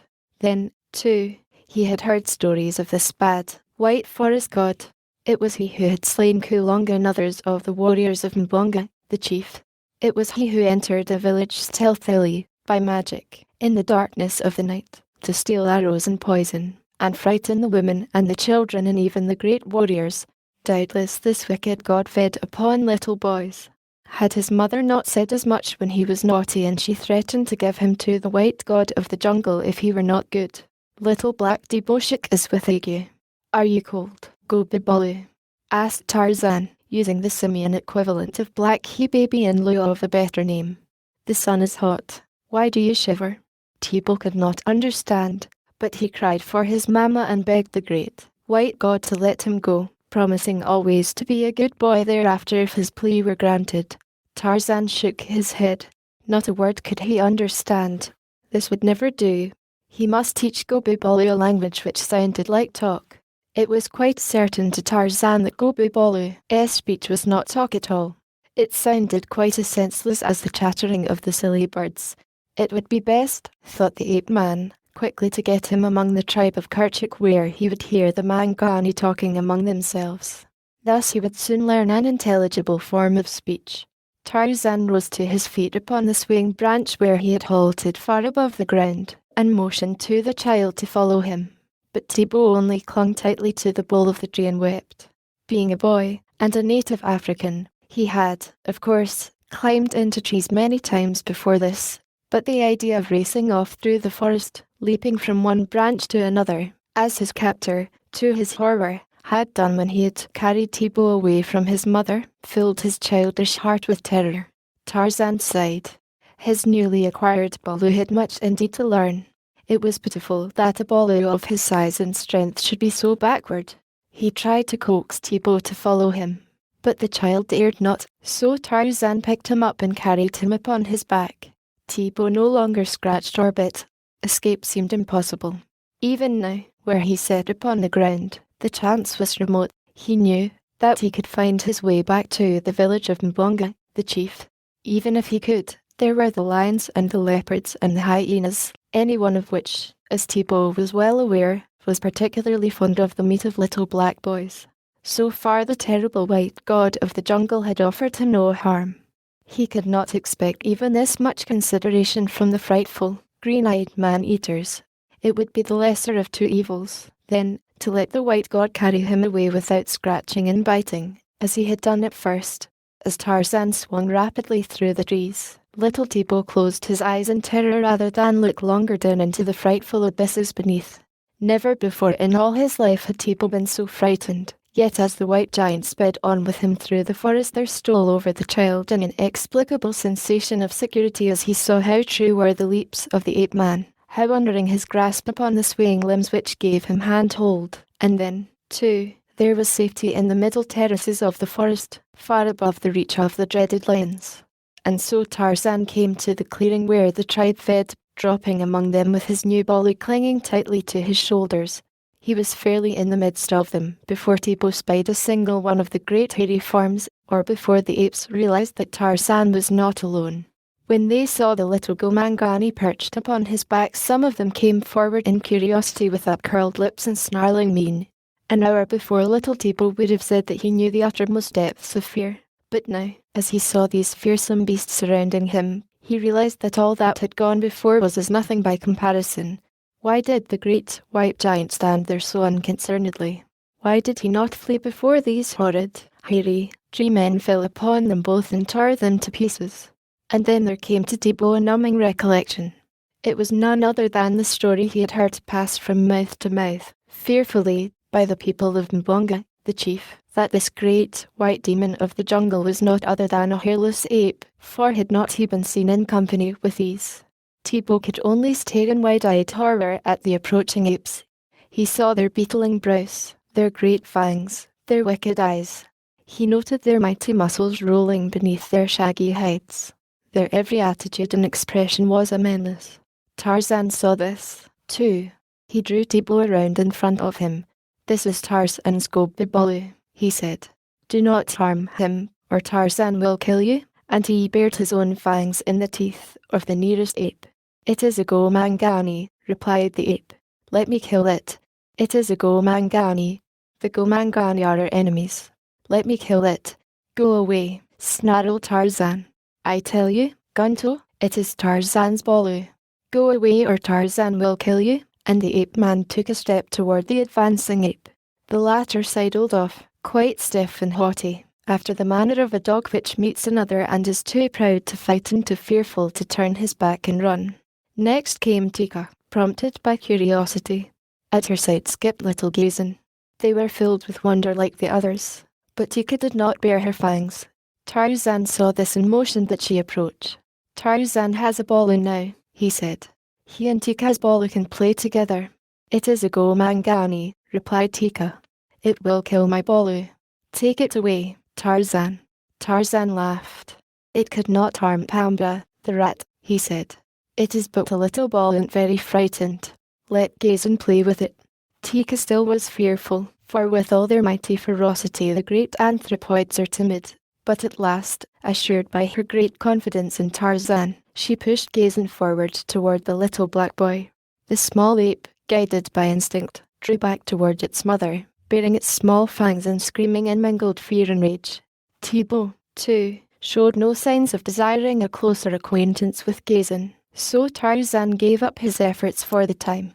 During the week which followed, Tarzan found his time much occupied. His Baloo was a greater responsibility than he had counted upon.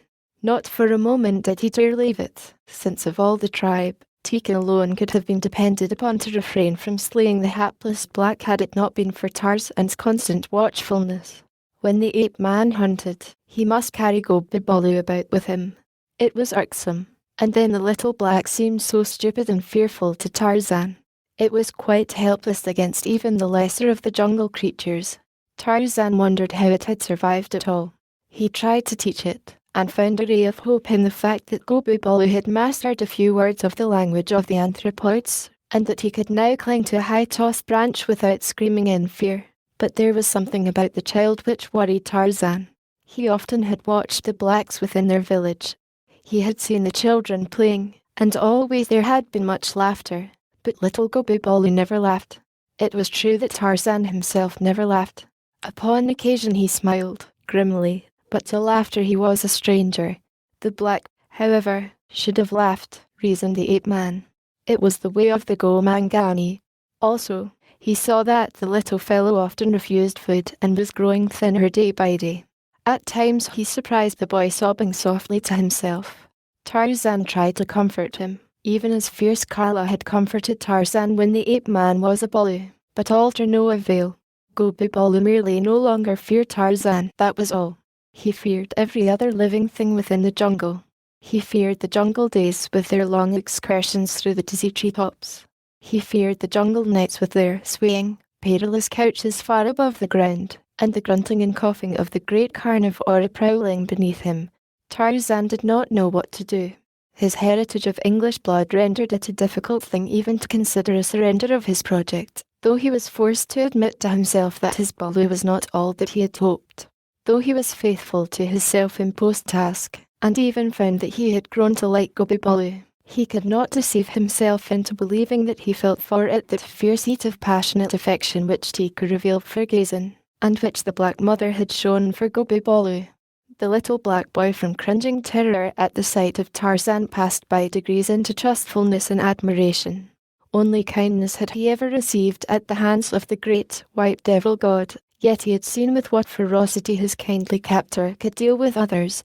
He had seen him leap upon a certain he-ape which persisted in attempting to seize and slay Gobi Baloo.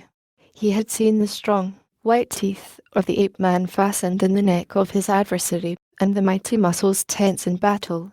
He had heard the savage, bestial snarls and roars of combat, and he had realized with a shudder that he could not differentiate between those of his guardian and those of the hairy ape.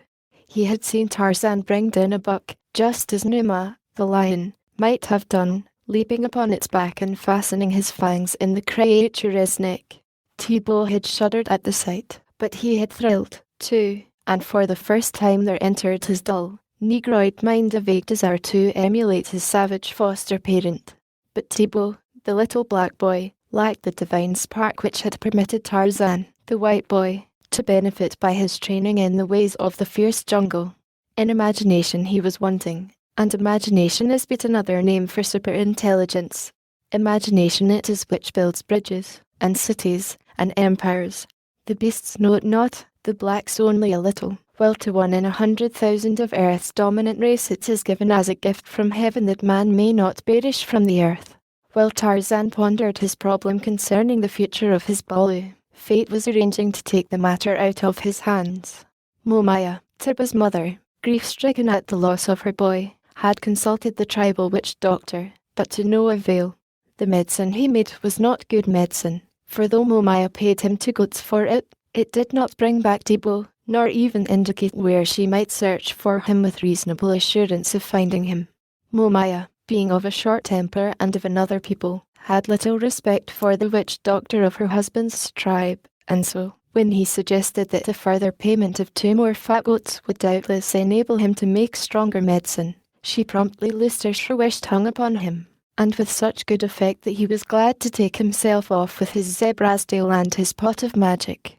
When he had gone and Momaya had succeeded in partially subduing her anger, she gave herself over to thought, as she so often had done since the abduction of her Thibaut, in the hope that she finally might discover some feasible means of locating him, or at least assuring herself as to whether he were alive or dead.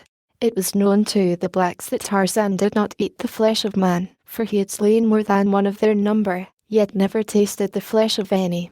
2. The bodies always had been found, sometimes dropping as though from the clouds to light in the centre of the village. As Tipp's body had not been found, Momaya argued that he still lived, but where? Then it was that there came to her mind a recollection of Bukawa, the unclean, who dwelt in a cave in the hillside to the north, and who it was well known entertained devils in his evil lair. Few, if any, had the temerity to visit old Bukawa, firstly because of fear of his black magic and the 2 hyenas who dwelt with him and were commonly known to be devils masquerading, and secondly because of the loathsome disease which had caused Bukawa to be an outcast, a disease which was slowly eating away his face. Now it was that Momaya reasoned shrewdly that if any might know the whereabouts of her Thibaut, it would be Bukawa, who was in friendly intercourse with gods and demons, since a demon or a god it was who had stolen her baby. But even her great mother love was sorely taxed to find the courage to send her forth into the black jungle toward the distant hills and the uncanny abode of Bukawa, the unclean, and his devils. Mother love, however, is one of the human passions which closely approximates to the dignity of an irresistible force. It drives the frail flesh of weak women to deeds of heroic measure. Momaya was neither frail nor weak, physically, but she was a woman, an ignorant, superstitious, African savage. She believed in devils, in black magic, and in witchcraft. To Momaya, the jungle was inhabited by far more terrifying things than lions and leopards, horrifying, nameless things which possessed the power of wreaking frightful harm under various innocent guises. From one of the warriors of the village, whom she knew to have once stumbled upon the lair of Bukawa, the mother of Thibaut learned how she might find it near a spring of water which rose in a small rocky canyon between 2 hills, the easternmost of which was easily recognizable because of a huge granite boulder which rested upon its summit. The westerly hill was lower than its companion, and was quite bare of vegetation except for a single mimosa tree which grew just a little below its summit. These 2 hills, the man assured her, could be seen for some distance before she reached them, and together formed an excellent guide to her destination. He warned her, however, to abandon so foolish and dangerous an adventure, emphasizing what she already quite well knew, that if she escaped harm at the hands of Bukawa and his demons, the chances were that she would not be so fortunate with the great carnivora of the jungle through which she must pass going and returning. The warrior even went to Momaya's husband, in turn, having little authority over the vixenish lady of his choice, went to Mbonga, the chief. The latter summoned Momaya, threatening her with the direst punishment should she venture forth upon so unholy an excursion. The old chief's interest in the matter was due solely to the age-old alliance which exists between church and state. The local witch doctor, knowing his own medicine better than any other knew it, was jealous of all other pretenders to accomplishments in the black art. He long had heard of the power of Bukawa, and feared lest, should he succeed in recovering Momaya's lost child, much of the tribal patronage and consequent fees would be diverted to the unclean one, as Mbonga received, as chief, a certain proportion of the witch doctor's fees and could expect nothing from Bukawa. His heart and soul were, quite naturally, wrapped up in the Orthodox Church. But if Momaya could view with intrepid heart an excursion into the jungle and a visit to the fear-haunted abode of Bukawa, she was not likely to be deterred by threats of future punishment at the hands of old Mbonga, whom she secretly despised. Yet she appeared to accede to his injunctions, returning to her hut in silence.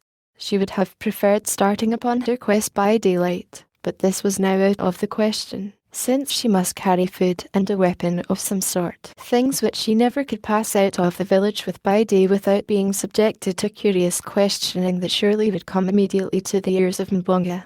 So Momaya bided her time until night, and just before the gates of the village were closed, she slipped through into the darkness and the jungle.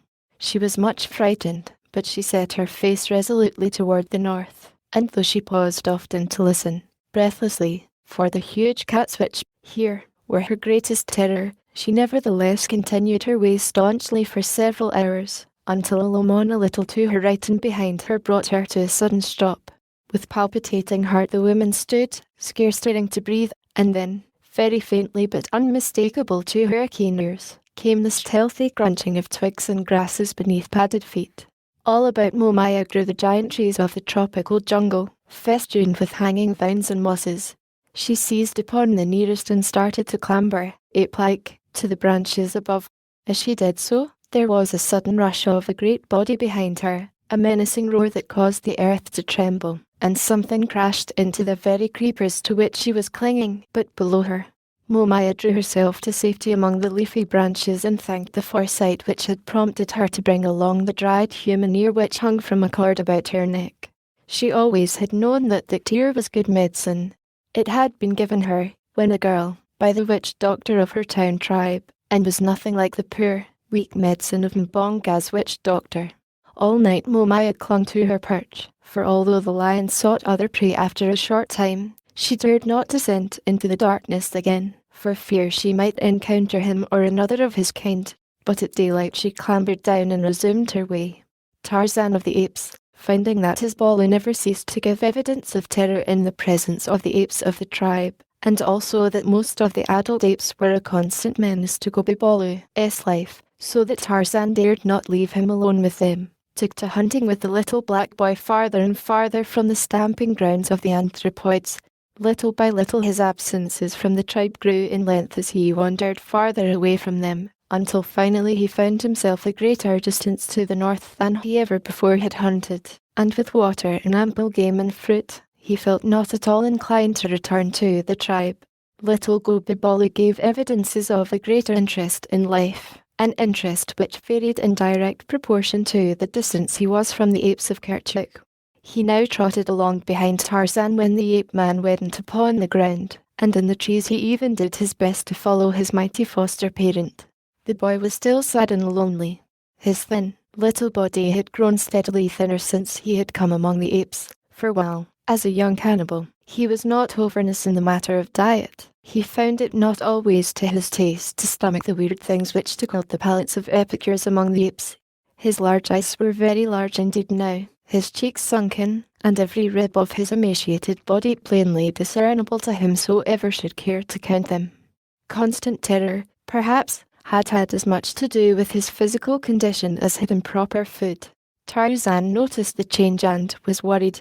He had hoped to see his Baloo wax sturdy and strong. His disappointment was great. In only one respect did Gobi Baloo seem to progress. He readily was mastering the language of the apes. Even now he and Tarzan could converse in a fairly satisfactory manner by supplementing the meagre ape speech with signs, but for the most part, Gobi Baloo was silent other than to answer questions put to him. His great sorrow was yet too new and too poignant to be laid aside even momentarily. Always he pined for Momaya, shrewish, hideous, repulsive. Perhaps she would have been to you or me, but to Tibo she was Mama, the personification of that one great love which knows no selfishness and which does not consume itself in its own fires. As the two hunted, or rather as Tarzan hunted and Gobi Baloo tagged along in his wake, the ape-man noticed many things and thought much. Once they came upon Sabor moaning in the tall grasses. About her romped and played two little balls of fur, but her eyes were for one which lay between her great forepaws and did not romp, one who never would romp again. Tarzan read aright the anguish and the suffering of the huge mother cat. He had been minded to bait her.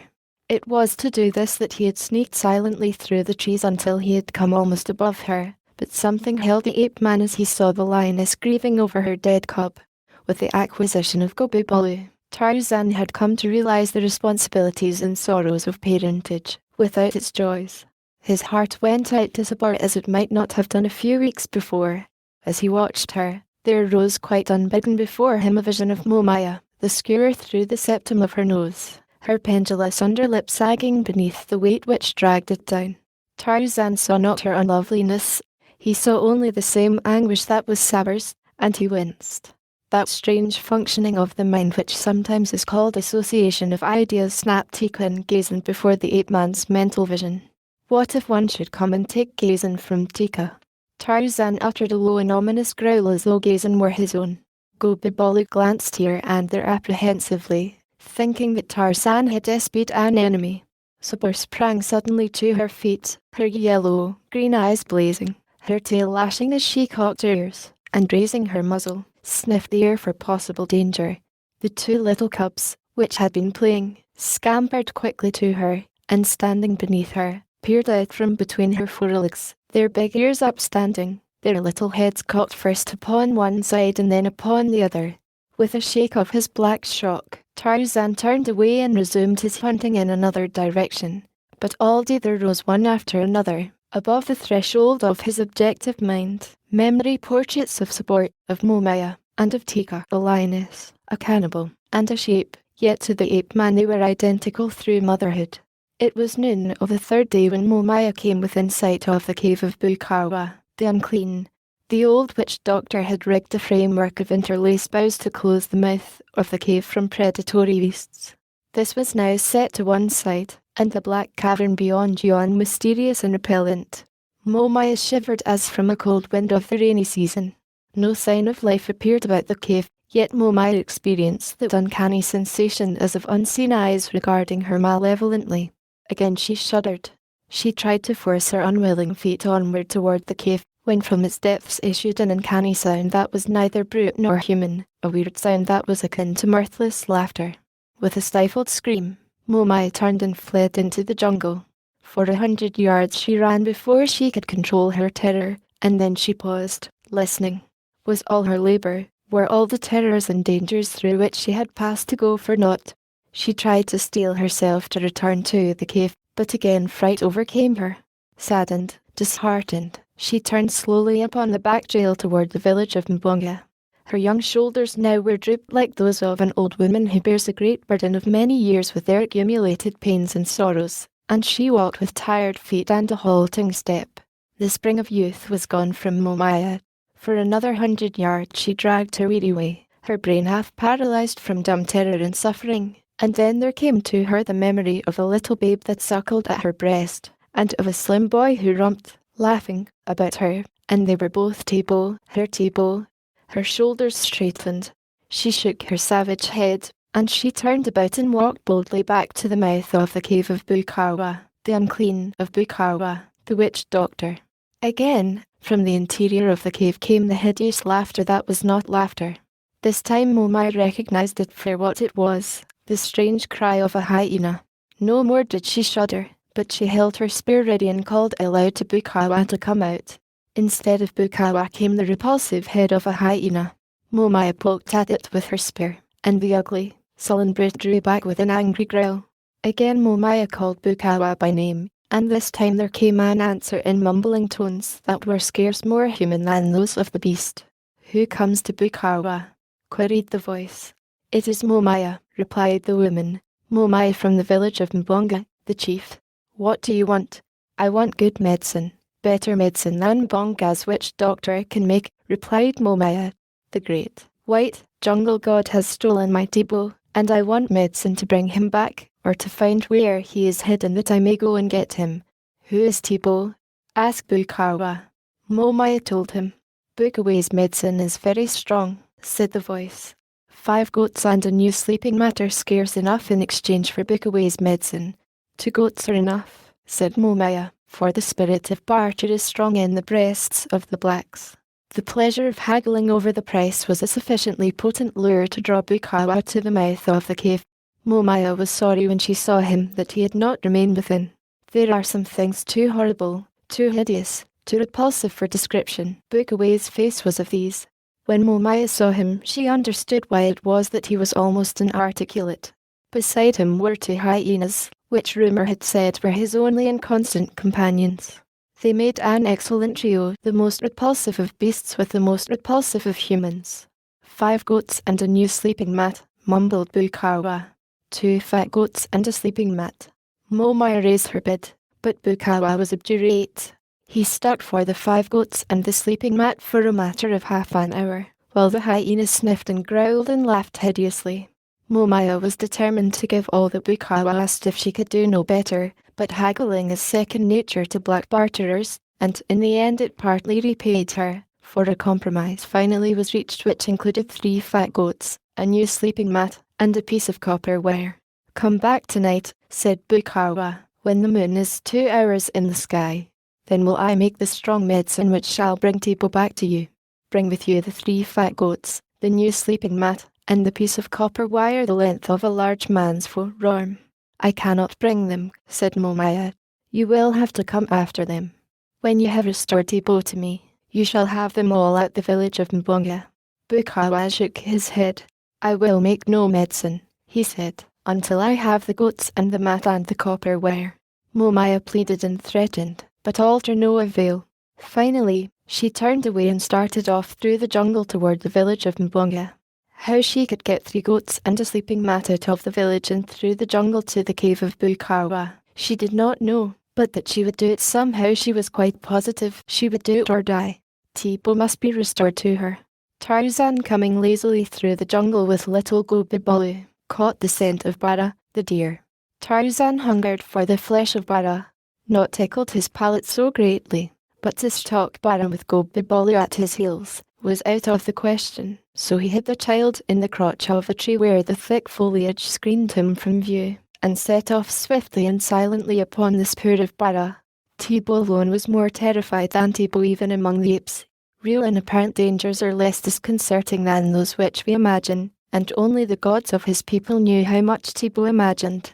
He had been but a short time in his hiding place when he heard something approaching through the jungle. He crouched closer to the limb upon which he lay and prayed that Tarzan would return quickly. His wide eyes searched the jungle in the direction of the moving creature. What if it was a leopard that had caught his scent? It would be upon him in a minute. Hot tears flowed from the large eyes of little Tibo. The curtain of jungle foliage rustled close at hand. The thing was but a few paces from his tree. His eyes fairly popped from his black face as he watched for the appearance of the dread creature which presently would thrust a snarling countenance from between the vines and creepers. And then the curtain parted and a woman stepped into full view. With a gasping cry, Tibo tumbled from his perch and raced toward her. Momaya suddenly started back and raised her spear, but a second later she cast it aside and caught the thin body in her strong arms. Crushing it to her, she cried and laughed all at one and the same time, and hot tears of joy, mingled with the tears of Tibo, trickled down the crease between her naked breasts. Disturbed by the noise so close at hand, there arose from his sleep in a nearby thicket Numa, the lion. He looked through the tangled underbrush and saw the black woman and her young. He licked his chops and measured the distance between them and himself. A short charge and a long leap would carry him upon them. He flicked the end of his tail inside. A vagrant breeze, swirling suddenly in the wrong direction, carried the scent of Tarzan to the sensitive nostrils of Bara, the deer. There was a startled tensing of muscles and cocking of ears, a sudden dash, and Tarzan's meat was gone. The ape-man angrily shook his head and turned back toward the spot where he had left Gobibalu. He came softly, as was his way. Before he reached the spot he heard strange sounds, the sound of a woman laughing and of a woman weeping, and the two which seemed to come from one throat were mingled with the convulsive sobbing of a child. Tarzan hastened, and when Tarzan hastened, only the birds and the wind went faster, and as Tarzan approached the sounds, he heard another, a deep sigh. Momaya did not hear it, nor did Tibo, but the ears of Tarzan were as the ears of Bara, the deer. He heard the sigh, and he knew, so he unloosed the heavy spear which dangled at his back, even as he sped through the branches of the trees, with the same ease that you or I might take out a pocket handkerchief as we strode nonchalantly down a lazy country lane. Tarzan of the Apes took the spear from its thong that it might be ready against any emergency. Numa, the lion, did not rush madly to attack. He reasoned again, and reasoning told him that already the prey was his, so he pushed his great bulk through the foliage and stood eyeing his meat with baleful, glaring eyes. Momaya saw him and shrieked, drawing Tibo closer to her breast. To have found her child and to lose him, all in a moment. She raised her spear, throwing her hand far back of her shoulder. Numa roared and stepped slowly forward. Momaya cast her weapon. It grazed the tawny shoulder, inflicting a flesh wound which aroused all the terrific bestiality of the carnivore, and the lion charged. Momaya tried to close her eyes, but could not. She saw the flashing swiftness of the huge, oncoming death, and then she saw something else. She saw a mighty, naked white man drop as from the heavens into the path of the charging lion. She saw the muscles of a great arm flash in the light of the equatorial sun as it filtered, dappling, through the foliage above. She saw a heavy hunting spear hurtle through the air to meet the lion in mid-leap. Numa brought up upon his haunches, roaring terribly and striking at the spear which protruded from his breast. His great blows bent and twisted the weapon. Tarzan, crouching and with hunting knife in hand, circled warily about the frenzied cat. Momaya, wide-eyed, stood rooted to the spot, watching, fascinated. In sudden fury Numa hurled himself toward the ape-man, but the wary creature eluded the blundering charge, sidestepping quickly only to rush in upon his foe. Twice the hunting blade flashed in the air.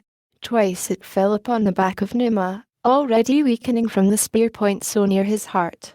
The second stroke of the blade pierced far into the beast's spine, and with a last convulsive sweep of the forepaws, in a vain attempt to reach his tormentor, Numa sprawled upon the ground, paralyzed and dying. Bukawa, fearful lest he should lose any recompense, followed Momaya with the intention of persuading her to part with her ornaments of copper and iron against her return with the price of the medicine, to pay, as it were, for an option on his services as one pays a retaining fee to an attorney. For, like an attorney, Bukawa knew the value of his medicine and that it was well to collect as much as possible in advance.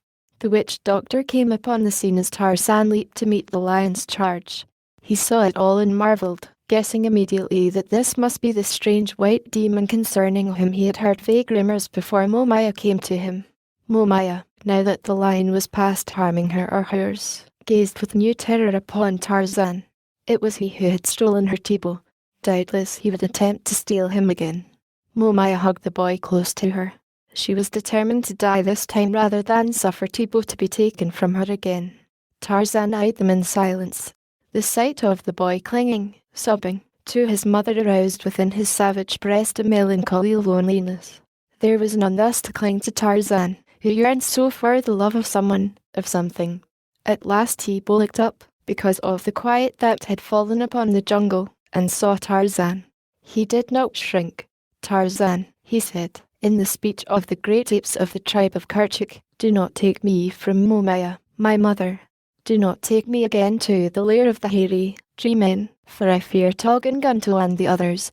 Let me stay with Momaya, O Tarzan, god of the jungle. Let me stay with Momaya, my mother, and to the end of our days we will bless you and put food before the gates of the village of Mbonga that you may never hunger. Tarzan sighed. Go, he said, back to the village of Mbonga, and Tarzan will follow to see that no harm befalls you. Tibo translated the words to his mother, and the two turned their backs upon the ape-man and started off toward home. In the heart of Momaya was a great fear and a great exultation, for never before had she walked with God, and never had she been so happy. She strained little Tibo to her, stroking his thin cheek. Tarzan saw and sighed again. For Tika there is Tika's Bolu, he soliloquized. For Sabor there are Bolas, and for the Shigo Mangani, and for Bara, and for Manu, and even for Bamba, the rat. But for Tarzan there can be none, neither a she nor a Bolu. Tarzan of the apes is a man, and it must be that man walks alone. Bukawa saw them go, and he mumbled through his rotting face, swearing a great oath that he would yet have the 3 fat goats, the new sleeping mat, and the bit of copper ware. 6. The witch doctor seeks vengeance. Eluardi Greystick was hunting, or, to be more accurate, he was shooting pheasants at Chamston Heading. Lord Greystoke was immaculately and appropriately garbed. To the minutest detail he was vogue. To be sure, he was among the forward guns, not being considered a sporting shot, but what he lacked in skill he more than made up in appearance. At the end of the day he would, doubtless, have many birds to his credit, since he had 2 guns and a smart loader, many more birds than he could eat in a year, even had he been hungry, which he was not, having but just arisen from the breakfast table. The beaters, there were 23 of them, in white smocks had but just driven the birds into a patch of gorse, and were now circling to the opposite side that they might drive down toward the guns. Lord Greystoke was quite as excited as he ever permitted himself to become. There was an exhilaration in the sport that would not be denied. He felt his blood tingling through his veins as the beaters approached closer and closer to the birds.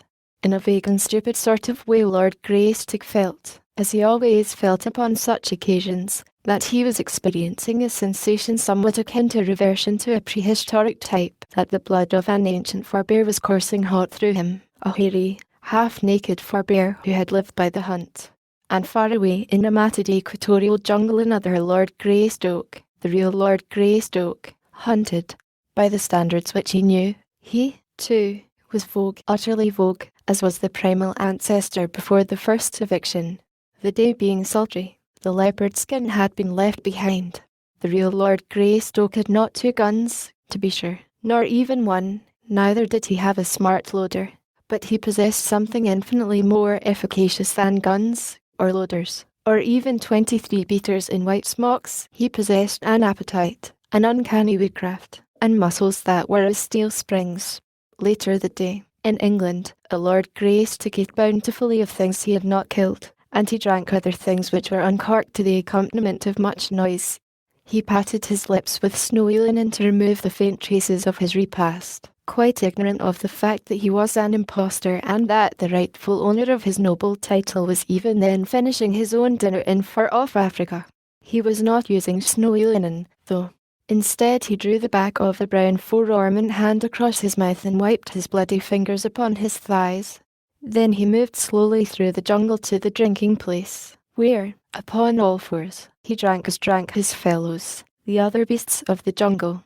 As he quenched his thirst, another denizen of the gloomy forest approached the stream along the path behind him. It was Numa, the lion, tawny of body and black of mane, scowling and sinister, rumbling out low, coughing roars. Tarzan of the Apes heard him long before he came within sight, but the ape-man went on with his drinking until he had had his fill. Then he rose, slowly, with the easy grace of a creature of the wilds and all the quiet dignity that was his birthright. Numa halted as he saw the man standing at the very spot where the king would drink. His jaws were parted, and his cruel eyes gleamed. He growled and advanced slowly. The man growled, too, backing slowly to one side, and watching, not the lion's face, but its tail. Should it commence to move from side to side in quick, nervous jerks, it would be well to be upon the alert, and should it rise suddenly erect, straight and stiff, then one might prepare to fight or flee, but it did neither, so Tarzan merely backed away and the lion came down and drank scarce 50 feet from where the man stood. Tomorrow they might be at one another's throats, but today there existed one of those strange and inexplicable truces which so often are seen among the savage ones of the jungle. Before Numa had finished drinking, Tarzan had returned into the forest, and was swinging away in the direction of the village of Mbonga, the Black Chief. It had been at least a moon since the ape-man had called upon the Gomangani. Not since he had restored little Debo to his grief-stricken mother had the whim seized him to do so. The incident of the adopted Bolly was a closed one to Tarzan. He had sought to find something upon which to lavish such an affection as Teek lavished upon her Bolly, but a short experience of the little black boy had made it quite plain to the ape-man that no such sentiment could exist between them. The fact that he had for a time treated the little black as he might have treated a real Bolly of his own had in no way altered the vengeful sentiments with which he considered the murderers of Kala. The Gomangani were his deadly enemies, nor could they ever be aught else. Today he looked forward to some slight relief from the monotony of his existence and such excitement as he might derive from baiting the blacks. It was not yet dark when he reached the village and took his place in the great tree overhanging the palisade. From beneath came a great wailing out of the depths of a nearby hut. The noise fell disagreeably upon Tarzan's ears. It jarred and grated. He did not like it, so he decided to go away for a while in the hopes that it might cease. But though he was gone for a couple of hours, the wailing still continued when he returned.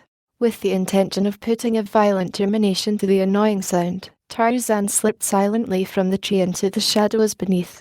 Creeping stealthily and keeping well in the cover of other huts, he approached that from which rose the sounds of lamentation. A fire burned brightly before the doorway as it did before other doorways in the village. A few females squatted about, occasionally adding their own mournful howlings to those of the master artist within. The ape-man smiled a slow smile as he thought of the consternation which would follow the quick leap that would carry him among the females and into the full light of the fire. Then he would dart into the hut during the excitement, throttle the chief screamer, and be gone into the jungle before the blacks could gather their scattered nerves for an assault. Many times had Tarzan behaved similarly in the village of Mbonga, the chief. His mysterious and unexpected appearances always filled the breasts of the poor, superstitious blacks with a panic of terror. Never, it seemed, could they accustom themselves to the sight of him. It was this terror which lent to the adventures the spice of interest and amusement which the human mind of the ape-man craved. Merely to kill was not in itself sufficient. Accustomed to the sight of death, Tarzan found no great pleasure in it. Long since had he avenged the death of Kala, but in the accomplishment of it, he had learned the excitement and the pleasure to be derived from the baiting of the blacks. Of this he never tired. It was just as he was about to spring forward with a savage roar that a figure appeared in the doorway of the hut. It was the figure of the whaler whom he had come to still. The figure of a young woman with a wooden skewer through the split septum of her nose, with a heavy metal ornament depending from her lower lip, which it had dragged down to hideous and repulsive deformity, with strange tattooing upon forehead, cheeks, and breasts, and a wonderful coiffure built up with mud and wire. A sudden flare of the fire threw the grotesque figure into high relief, and Tarzan recognized her as Momaya, the mother of Tibo. The fire also threw out a fitful flame which carried to the shadows where Tarzan lurked, picking out his light brown body from the surrounding darkness. Momaya saw him and knew him. With a cry, she leaped forward and Tarzan came to meet her. The other women, turning, saw him, too, but they did not come toward him. Instead they rose as one, shrieked as one, fled as one. Momaya threw herself at Tarzan's feet, raising supplicating hands toward him and pouring forth from her mutilated lips a perfect cataract of words, not one of which the ape-man comprehended. For a moment he looked down upon the upturned, frightful face of the woman. He had come to slay, but that overwhelming torrent of speech filled him with consternation and with awe. He glanced about him apprehensively, then back at the woman. A revulsion of feeling seized him. He could not call little Tiba's mother, nor could he stand and face this verbal geyser. With a quick gesture of impatience at the spoiling of his evening's entertainment, he wheeled and leaped away into the darkness. A moment later he was swinging through the black jungle night, the cries and lamentations of Momaya growing fainter in the distance. It was with a sigh of relief that he finally reached a point from which he could no longer hear them, and finding a comfortable crotch high among the trees, composed himself for a night of dreamless slumber, while a prowling lion moaned and coughed beneath him, and in far-off England the other Lord Greystoke, with the assistance of a valet, disrobed and crawled between spotless sheets, swearing irritably as a cat meowed beneath his window. As Tarzan followed the fresh spoor of Horta, the boar, the following morning, he came upon the tracks of Togo Mangani, a large one and a small one. The ape-man, accustomed as he was to questioning closely all that fell to his perceptions, paused to read the story written in the soft mud of the game trail. You or I would have seen little of interest there, even if, by chance, we could have seen aught. Perhaps had one been there to point them out to us, we might have noted indentations in the mud, but there were countless indentations, one overlapping another into a confusion that would have been entirely meaningless to us. To Tarzan each told its own story. Tantor, the elephant, had passed that way as recently as 3 suns since. Numa had hunted here the night just gone, and Horta, the boar, had walked slowly along the trail within an hour. But what held Tarzan's attention was this poor tale of the Go-Mangani. It told him that the day before an old man had gone toward the north in company with a little boy, and that with them had been 2 hyenas. Tarzan scratched his head in puzzled incredulity. He could see by the overlapping of the footprints that the beasts had not been following the 2, for sometimes one was ahead of them and one behind, and again both were in advance, or both were in the rear.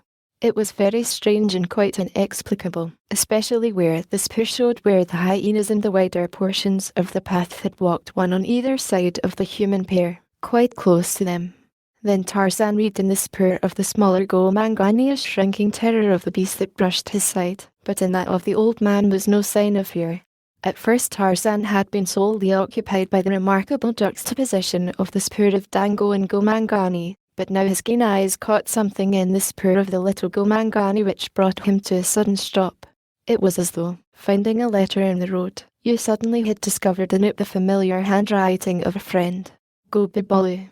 exclaimed the ape-man, and at once memory flashed upon the screen of recollection the supplicating attitude of Momai as she had hurled herself before him in the village of Mbonga the night before.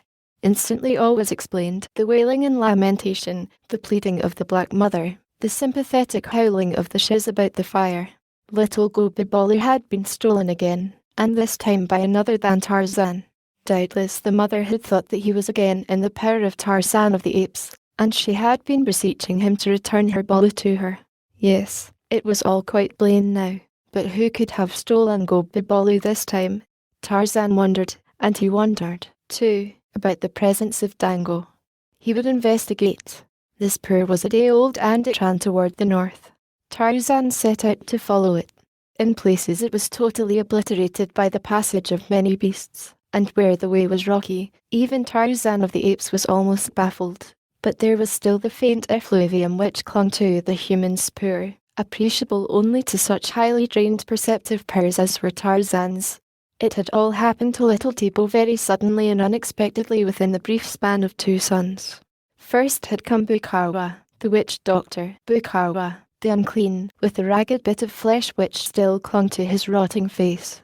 He had come alone and by day to the place at the river where Momaya went daily to wash her body and that of Tibo, her little boy. He had stepped out from behind a great bush quite close to Momaya, frightening little Tibo so that he ran screaming to his mother's protecting arms.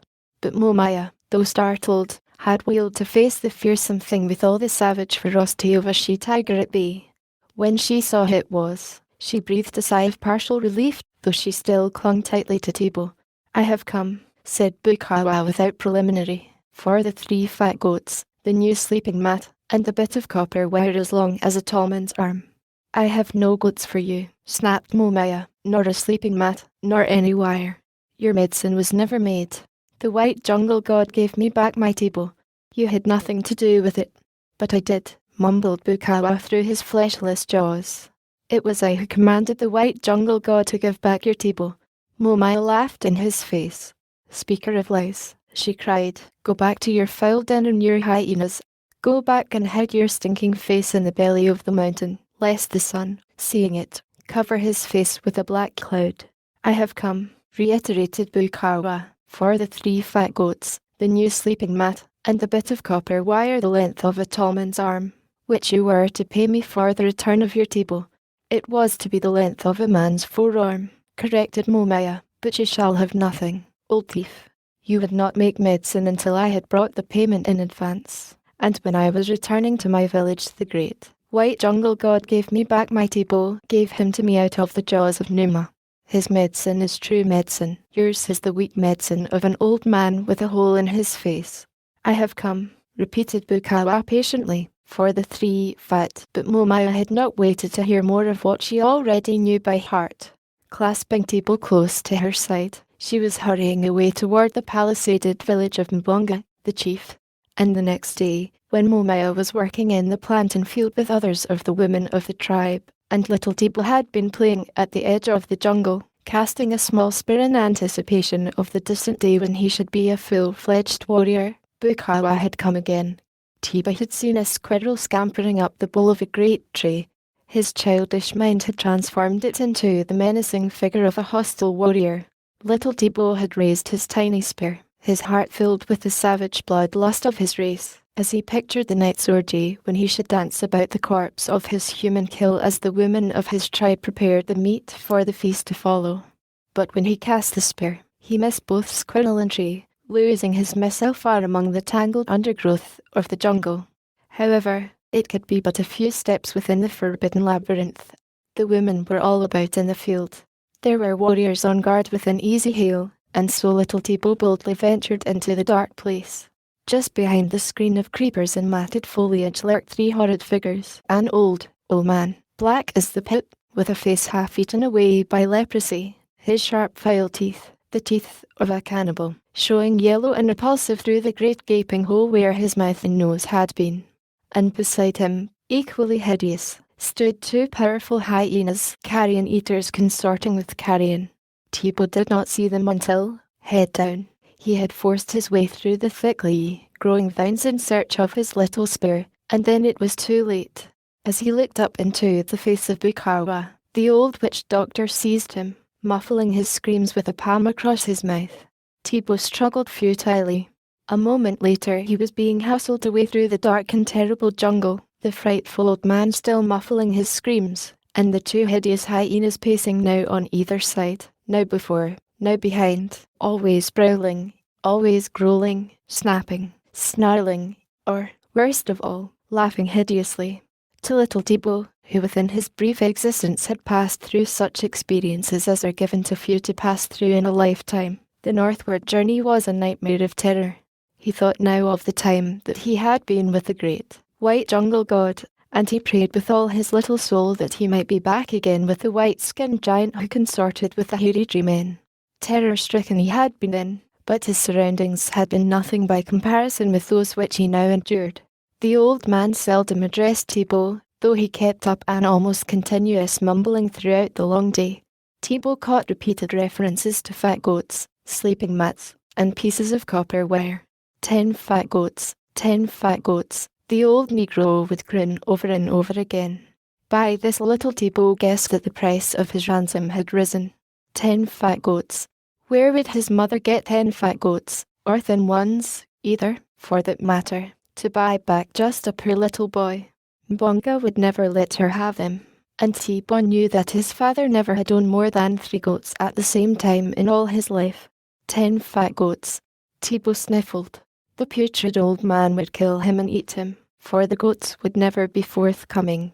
Bukawa would throw his bones to the hyenas. The little black boy shuddered and became so weak that he almost fell in his tracks. Bukawa cuffed him on an ear and jerked him along. After what seemed an eternity to Thibaut, they arrived at the mouth of a cave between 2 rocky hills. The opening was low and narrow. A few saplings bound together with strips of rawhide closed it against stray beasts. Bukawa removed the primitive door and pushed Thibaut within. The hyenas, snarling, rushed past him and were lost to view in the blackness of the interior. Bukawa replaced the saplings and seizing Thibaut roughly by the arm, dragged him along a narrow, rocky passage. The floor was comparatively smooth, for the dirt which lay thick upon it had been trodden and tramped by many feet until few inequalities remained. The passage was tortuous, and as it was very dark and the walls rough and rocky, Thibaut was scratched and bruised from the many bumps he received. Bukawa walked as rapidly through the winding gallery as one would traverse a familiar lane by daylight. He knew every twist and turn as a mother knows the face of her child, and he seemed to be in a hurry.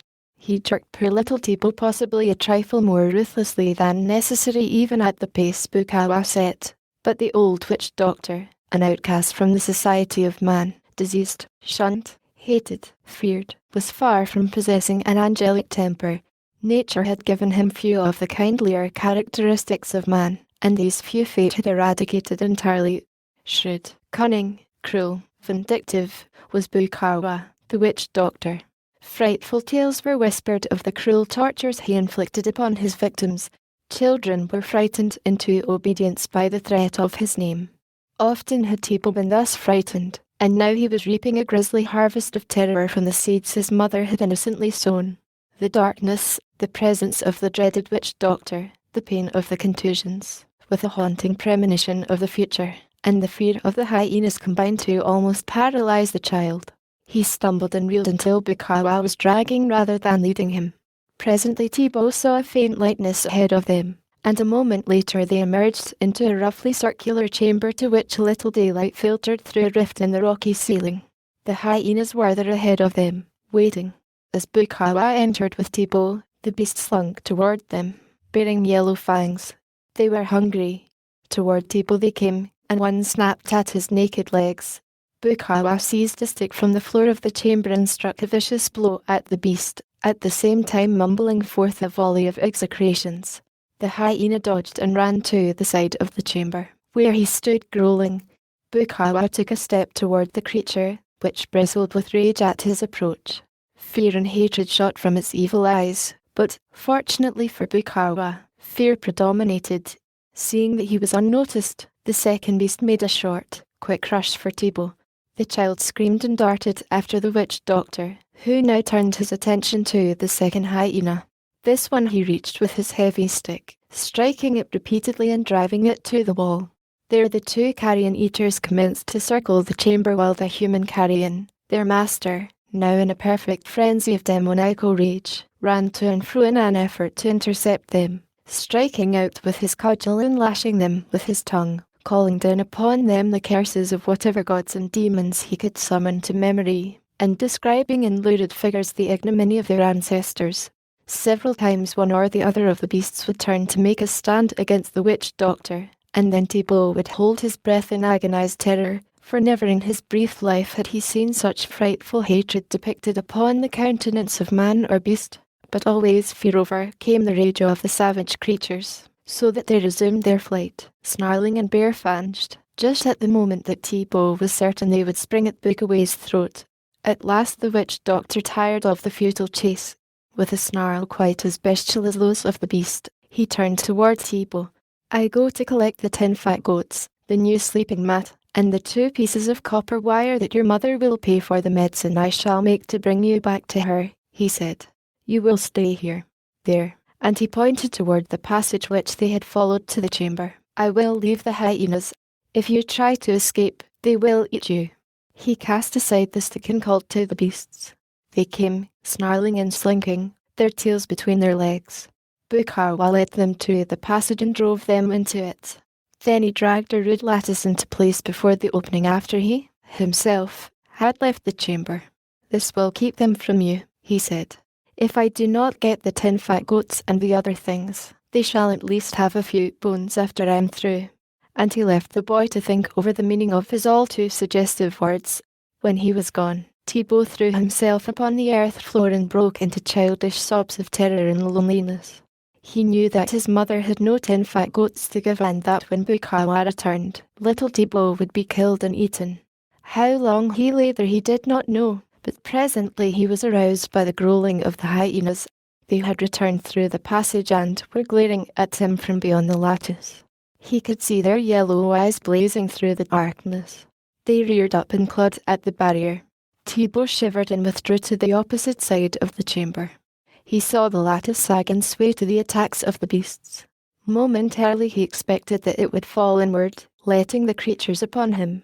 Warily the horror-riddeners dragged their slow way. Night came, and for a time Thibaut slept, but it seemed that the hungry beasts never slept. Always they stood just beyond the lattice growling their hideous growls or laughing their hideous laughs. Through the narrow rift in the rocky roof above him, Thibaut could see a few stars, and once the moon crossed. At last daylight came again. Thibaut was very hungry and thirsty, for he had not eaten since the morning before, and only once upon a long march had he been permitted to drink, but even hunger and thirst were almost forgotten in the terror of his position. It was after daylight that the child discovered a second opening in the walls of the subterranean chamber, almost opposite that which the hyenas still stood glaring hungrily at him. It was only a narrow slit in the rocky wall. It might lead in but a few feet, or it might lead to freedom. Thibaut approached it and looked within. He could see nothing. He extended his arm into the blackness, but he dared not venture farther. Bukawa never would have left open a way of escape, Thibaut reasoned, so this passage must lead either nowhere or to some still more hideous danger. To the boy's fear of the actual dangers which menaced him, Bukawa and the 2 hyenas, his superstition added countless others quite too horrible even to name. For in the lives of the blacks, through the shadows of the jungle day and the black horrors of the jungle night, flits strange, fantastic shapes peopling the already hideously peopled forests with menacing figures, as though the lion and the leopard, the snake and the hyena, and the countless poisonous insects were not quite sufficient to strike terror to the hearts of the poor, simple creatures whose lot is cast in earth's most fearsome spot. And so it was that little Thibaut cringed not only from real menaces but from imaginary ones. He was afraid even to venture upon a road that might lead to escape, lest Bukawa had set to watch it some frightful demon of the jungle. But the real menaces suddenly drove the imaginary ones from the boy's mind, for with the coming of daylight the half-famished hyenas renewed their efforts to break down the frail barrier which kept them from their prey.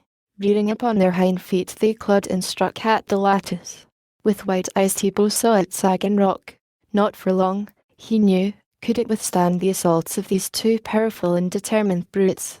Already one corner had been forced past the rocky protuberance of the entrance way which had held it in place. A shaggy forearm protruded into the chamber. Thibaut trembled as with ague, for he knew that the end was near.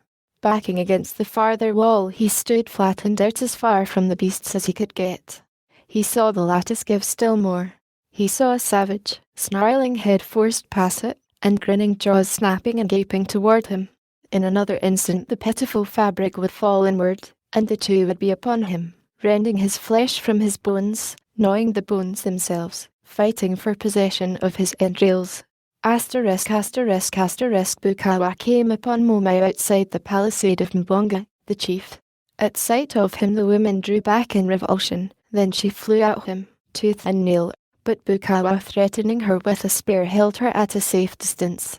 "Where is my baby?" she cried. "Where is my little Thibaut?" Bukawa opened his eyes in well-simulated amazement. "Your baby," he exclaimed. "What should I know of him, other than that I rescued him from the white god of the jungle and have not yet received my pay? I come for the goats and the sleeping mat and the piece of copper wire the length of a tall man's arm from the shoulder to the tips of his fingers." "Offal of a hyena!" shrieked Momaya. "My child has been stolen, and you, rotting fragment of a man, have taken him. Return him to me or I shall tear your eyes from your head and feed your heart to the wild hogs." Bukawa shrugged his shoulders. "What do I know about your child?" he asked. "I have not taken him. If he is stolen again, what should Bukawa know of the matter? Did Bukawa steal him before? No, the white jungle god stole him, and if he stole him once he would steal him again. It is nothing to me. I returned him to you before and I have come for my pay.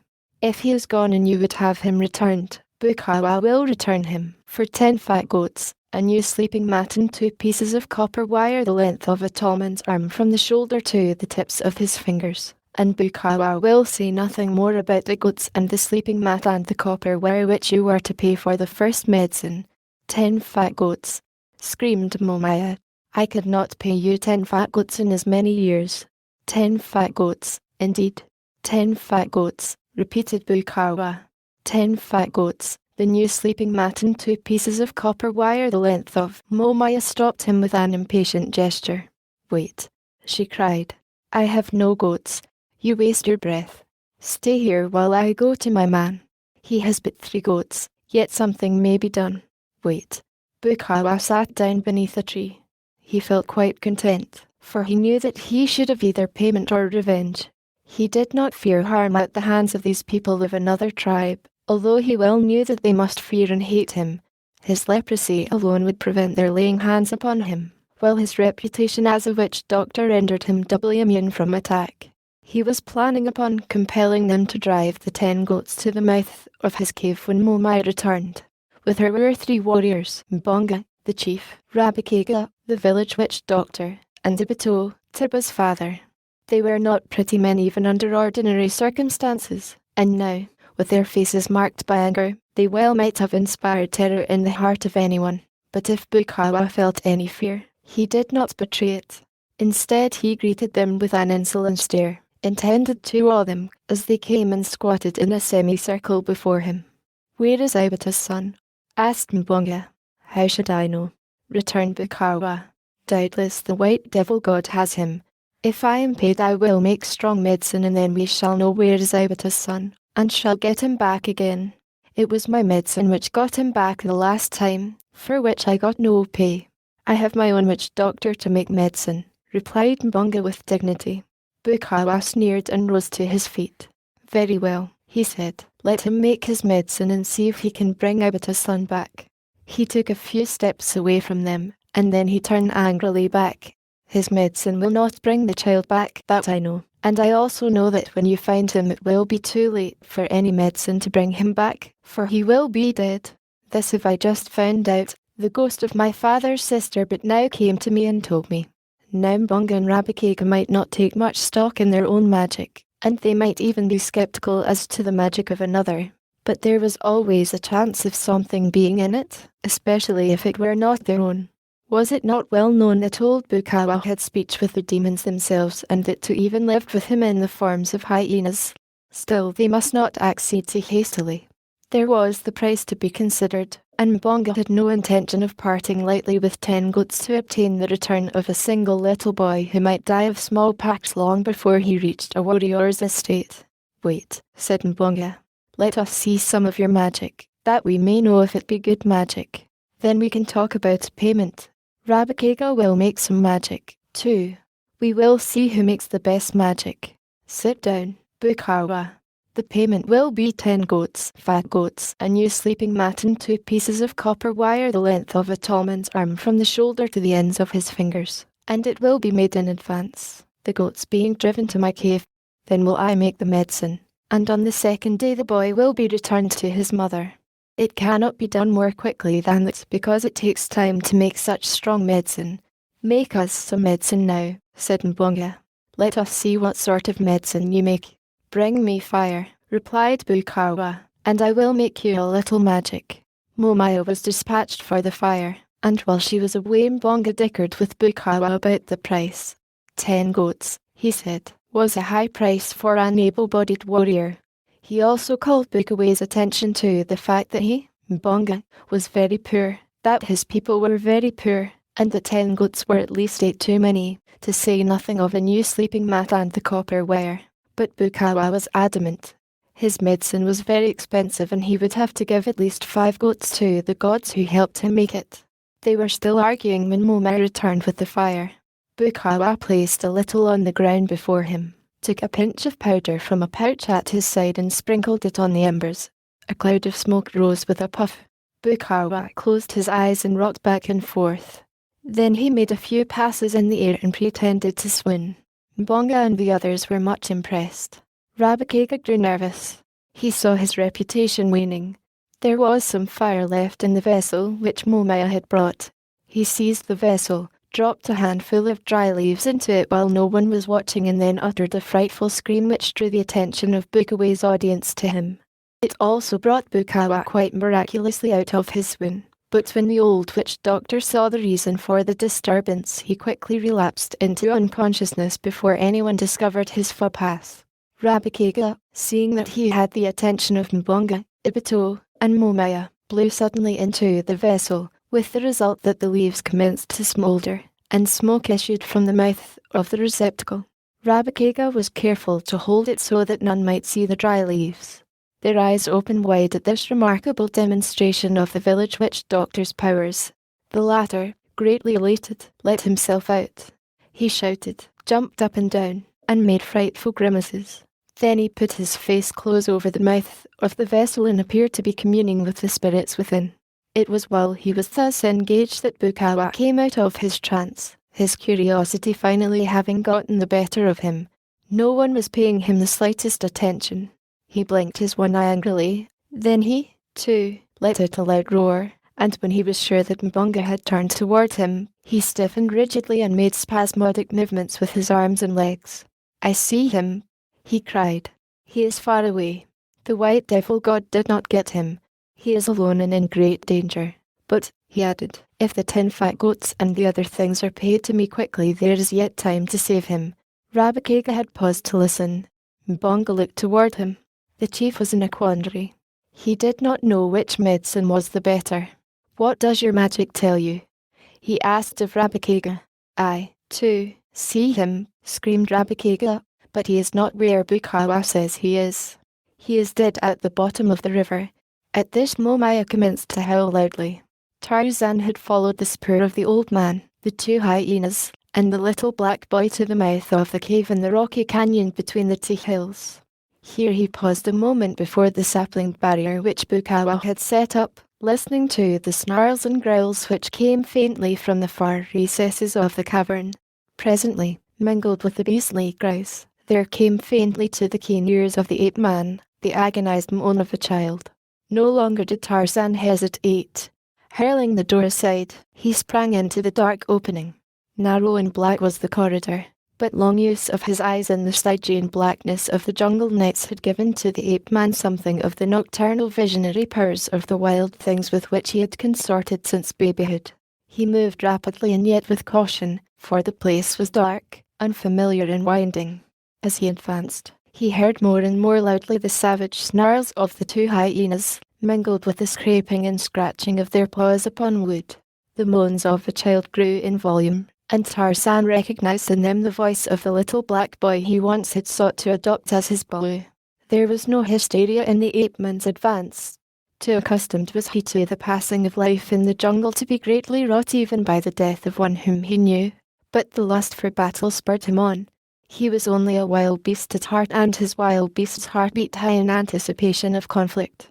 In the rocky chamber of the hill's centre, little Teebo crouched low against the wall as far from the hunger-crazed beasts as he could drag himself. He saw the lattice giving to the frantic clawing of the hyenas. He knew that in a few minutes his little life would flicker out horribly beneath their ending, yellow fangs of these loathsome creatures. Beneath the buffetings of their powerful bodies, the lattice sagged inward, until, with a crash it gave way, letting the carnivore in upon the boy. Teebo cast one affrighted glance toward them, then closed his eyes and buried his face in his arms, sobbing piteously. For a moment the hyenas paused, caution and cowardice holding them from their prey. They stood thus glaring at the lad, then slowly, stealthily, crouching, they crept toward him. It was thus that Tarzan came upon them, bursting into the chamber swiftly and silently, but not so silently that the keen-eared beasts did not note his coming. With angry growls they turned from Teebo upon the ape-man, as, with a smile upon his lips, he ran toward them. For an instant one of the animals stood its ground, but the ape-man did not deign even to draw his hunting knife against despised Dango. Rushing in upon the brute he grasped it by the scruff of the neck, just as it attempted to dodge past him, and hurled it across the cavern after its fellow which already was slinking into the corridor, bent upon escape. Then Tarzan picked Teebo from the floor, and when the child felt human hands upon him instead of the paws and fangs of the hyenas, he rolled his eyes upward in surprise and incredulity, and as they fell upon Tarzan, sobs of relief broke from the childish lips and his hands clutched at his deliverer as though the white devil god was not the most feared of jungle creatures. When Tarzan came to the cave mouth the hyenas were nowhere in sight, and after permitting Teebo to quench his thirst in the spring which rose nearby, he lifted the boy to his shoulders and set off toward the jungle at a rapid trot, determined to still the annoying howlings of Momaya as quickly as possible, for he shrewdly had guessed that the absence of her Baloo was the cause of her lamentation. "He is not dead at the bottom of the river," cried Bukawa. "What does this fellow know about making magic? Who is he, anyway, that he dares say Bukawa's magic is not good magic? Bukawa sees Momaya's son. He is far away and alone and in great danger. Hasten then with the 10 fat goats." But he got no further. There was a sudden interruption from above, from the branches of the very tree beneath which they squatted, and as the 5 blacks looked up they almost swooned in fright as they saw the great, white devil god looking down upon them. But before they could flee they saw another face, that of the lost little Teebo, and his face was laughing and very happy. And then Tarzan dropped fearlessly among them, the boy still upon his back, and deposited him before his mother. Momaya, Ibito, Rabakega, and Mbonga were all crowding around the lad trying to question him at the same time. Suddenly Momaya turned ferociously to fall upon Bukawa, for the boy had told her all that he had suffered at the hands of the cruel old man. But Bukawa was no longer there. He had required no recourse to Blackheart to assure him that the vicinity of Momaya would be no healthful place for him after Teebo had told his story. And now he was running through the jungle as fast as his old legs would carry him toward the distant lair where he knew no black would dare pursue him.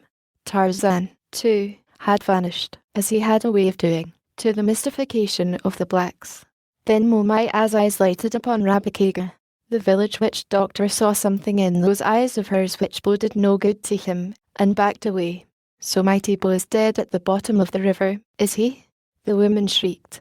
And he's far away and alone and in great danger, is he? Magic. The scorn which Momaya crowded into that single word would have done credit to a thespian of the first magnitude. Magic, indeed, she screamed. Momaya will show you some magic of her own. And with it she seized upon a broken limb and struck Rabikega across the head. With the howl of pain, the man turned and fled, Momaya pursuing him and beating him across the shoulders, through the gateway and up the length of the village street, to the intense amusement of the warriors, the women, and the children who were so fortunate as to witness the spectacle, for one and all feared Rabikega, and to fear is to hate. Thus it was that to his host of passive enemies, Tarzan of the Apes added Dicte to active foes, both of whom remained awake long into the night planning means of revenge upon the white devil god who had brought them into ridicule and disrepute, but with their most malevolent schemings was mingled a vein of ill fear and awe that would not down. Young Lord Greystick did not know that they planned against him, nor, knowing, would have cared. He slept as well that night as he did on any other night, and though there was no roof above him, and no doors to lock against intruders, he slept much better than his noble relative in England, who had eaten altogether too much lobster and drank too much wine at dinner that night. 7. The end of Bukawa When Tarzan of the Apes was still but a boy. He had learned, among other things, to fashion pliant ropes of fibrous jungle grass. Strong and tough were the ropes of Tarzan. The little Tarmangani, Tublat, his foster father, would have told you this much and more. Had you tempted him with a handful of fat caterpillars, he even might have sufficiently unbended to narrate to you a few stories of the many indignities which Tarzan had heaped upon him by means of his hated rope. But then Tublat always worked himself into such a frightful rage when he devoted any considerable thought either to the rope or to Tarzan, that it might not have proved comfortable for you to have remained close enough to him to hear what he had to say. So often had that snake-like noose settled unexpectedly over Tublat's head, so often had he been jerked ridiculously and painfully from his feet when he was least looking for such an occurrence, that there is little wonder he found scant space in his savage heart for love of his white-skinned foster child, or the inventions thereof. There had been other times, too, when Tublat had swung helplessly in mid-air, the noose tightening about his neck, death staring him in the face, and little Tarzan dancing upon a nearby limb, taunting him and making unseemly grimaces. Then there had been another occasion in which the rope had figured prominently, an occasion, and the only one connected with the rope, which Tublat recalled with pleasure. Tarzan, as active in brain as he was in body, was always inventing new ways in which to play. It was through the medium of play that he learned much during his childhood. This day he learned something, and that he did not lose his life in the learning of it was a matter of great surprise to Tarzan, and the fly in the ointment to Tublat. The man-child had, in throwing his noose at a playmate in a tree above him, caught a projecting branch instead. When he tried to shake it loose, it but drew the tighter. Then Tarzan started to climb the rope to remove it from the branch. When he was part way up, a frolicsome playmate seized the part of the rope which lay upon the ground and ran off with it as far as he could go. When Tarzan screamed at him to desist, the young ape released the rope a little and then drew it tight again. The result was to impart a swinging motion to Tarzan's body which the ape boy suddenly realized was a new and pleasurable form of play. He urged the ape to continue until Tarzan was swinging to and fro as far as the short length of rope would permit, but the distance was not great enough, and, too, he was not far enough above the ground to give the necessary thrills which add so greatly to the pastimes of the young. So he clambered to the branch where the noose was caught, and after removing it carried the rope far aloft and out upon a long and powerful branch. Here he again made it fast, and taking the loose end in his hand, clambered quickly down among the branches as far as the rope would permit him to go. Then he swung out upon the end of it, his lithe, young body turning and twisting, a human bob upon a pendulum of grass 30 feet above the ground. Ah, how delectable! This was indeed a new play of the first magnitude. Tarzan was entranced. Soon he discovered that by wriggling his body in just the right way at the proper time, he could diminish or accelerate his oscillation, and, being a boy, he chose, naturally, to accelerate. Presently he was swinging far and wide, while below him, the apes of the tribe of Kerchak looked on in mild amaze. Had it been you or I swinging there at the end of that grass rope, The thing which presently happened would not have happened, for we could not have hung on so long as to have made it possible. But Tarzan was quite as much at home swinging by his hands as he was standing upon his feet, or, at least, almost. At any rate, he felt no fatigue long after the time that an ordinary mortal would have been numb with the strain of the physical exertion. And this was his undoing. Tublat was watching him, as were others of the tribe. Of all the creatures of the wild, there was none Tublat so cordially hated as he did this hideous, hairless, white-skinned caricature of an ape. But for Tarzan's nimbleness and the zealous watchfulness of savage Kala's mother-love, Tublat would long since have rid himself of the stain upon his family Yeskin.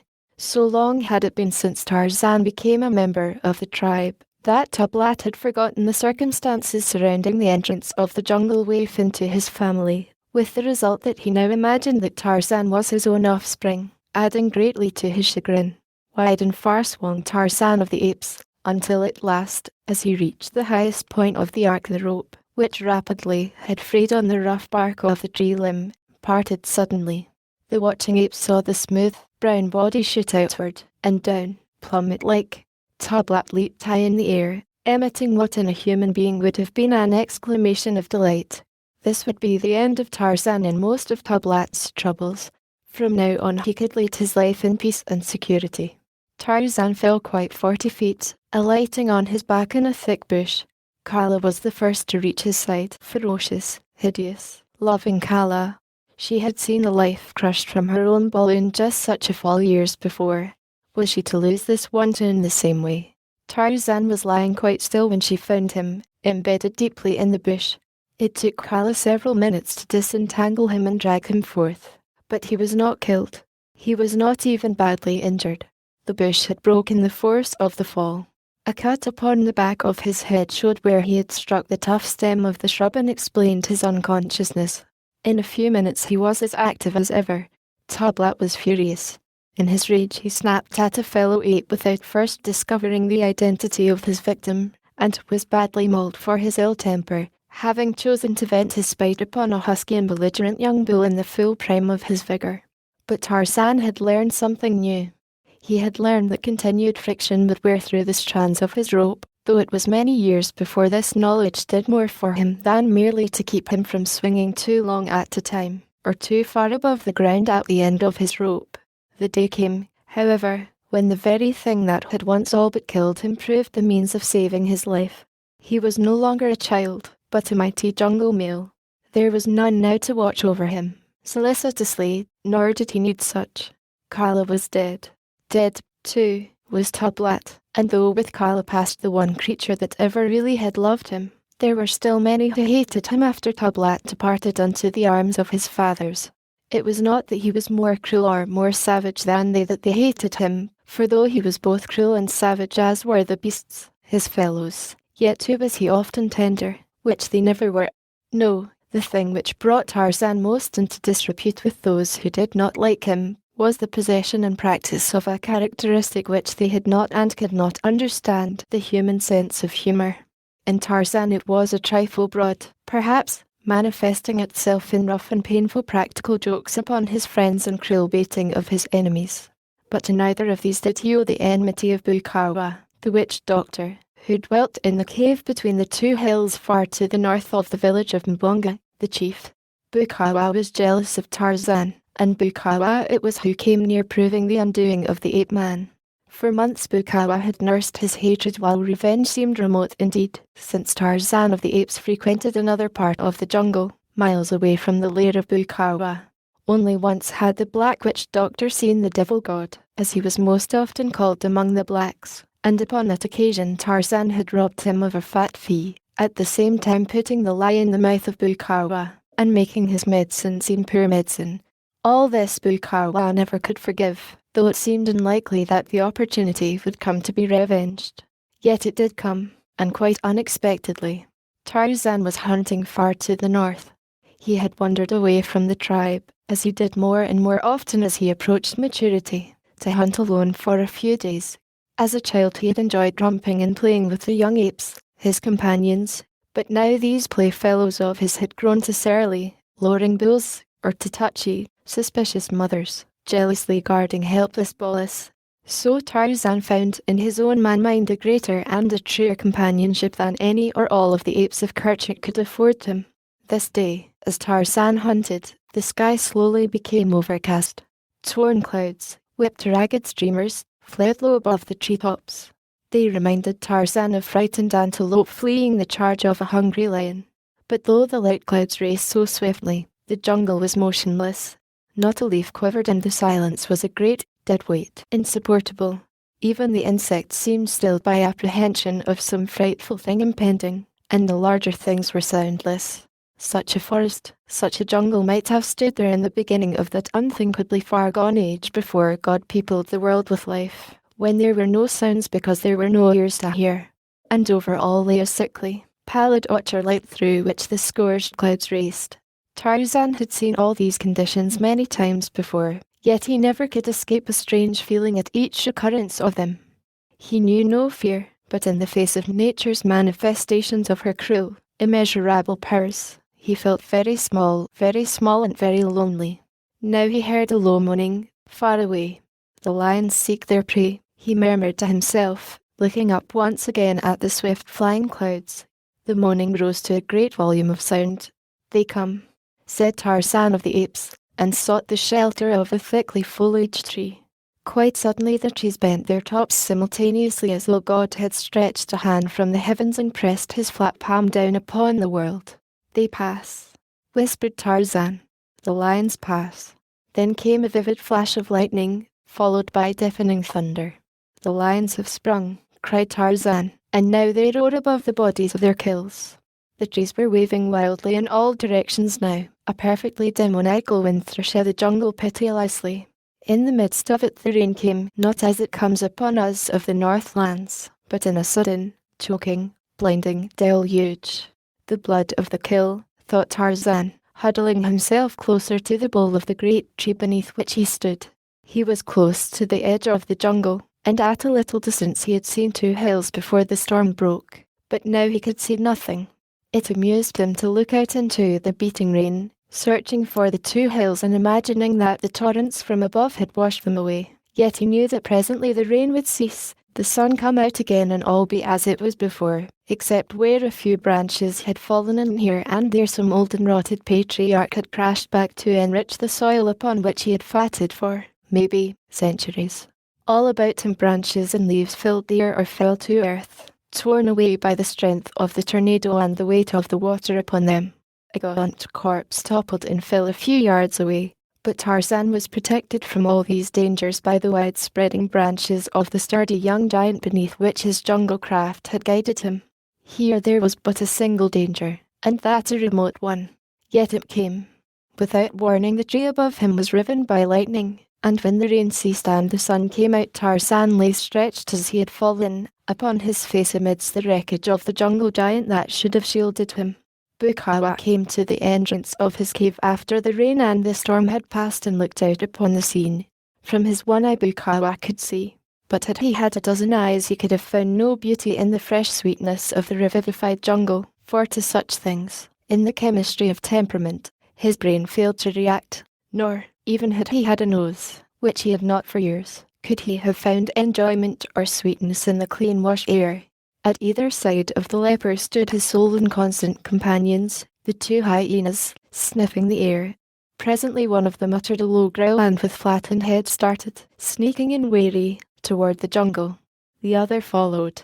Bukawa, his curiosity aroused, trailed after them, in his hand a heavy knobstick. The hyenas halted a few yards from the prostrate Tarzan, sniffing and growling. Then came Bukawa, and at first he could not believe the witness of his own eyes, but when he did and saw that it was indeed the devil god his rage knew no bounds, for he thought him dead and himself cheated of the revenge he had so long dreamed upon. The hyenas approached the ape-man with bared fangs. Bukawa, with an inarticulate scream, rushed upon them, striking cruel and heavy blows with his knobstick, for there might still be life in the apparently lifeless form. The beasts, snapping and snarling, half turned upon their master and their tormentor, but long fear still held them from his putrid throat. They slunk away a few yards and squatted upon their haunches, hatred and baffled hunger gleaming from their savage eyes. Bukawa stooped and placed his ear above the ape-man's heart. It still beat. As well as his slight features could register pleasure, they did so, but it was not a pretty sight. At the ape-man's side lay his long, grass rope. Quickly Bukawa bound the limp arms behind his prisoner's back, then he raised him to one of his shoulders, for, though Bukawa was old and diseased, he was still a strong man. The hyenas fell in behind as the witch doctor set off toward the cave, and through the long black corridors they followed as Bukawa bore his victim into the bowels of the hills. Through subterranean chambers, connected by winding passageways, Bukawa staggered with his load. At a sudden turning of the corridor, daylight flooded them and Bukawa stepped out into a small, circular basin in the hill, apparently the crater of an ancient volcano, one of those which never reach the dignity of a mountain and are little more than lava-rimmed pits close to the earth's surface. Steep walls rimmed the cavity. The only exit was through the passageway by which Bukawa had entered. A few stunted trees grew upon the rocky floor. 100 feet above could be seen the ragged lips of this cold, dead mouth of hell. Bukawa propped Tarzan against a tree and bound him there with his own grass rope, leaving his hands free but securing the knots in such a way that the ape-man could not reach them. The hyenas slunk to and fro, growling. Bukawa hated them and they hated him.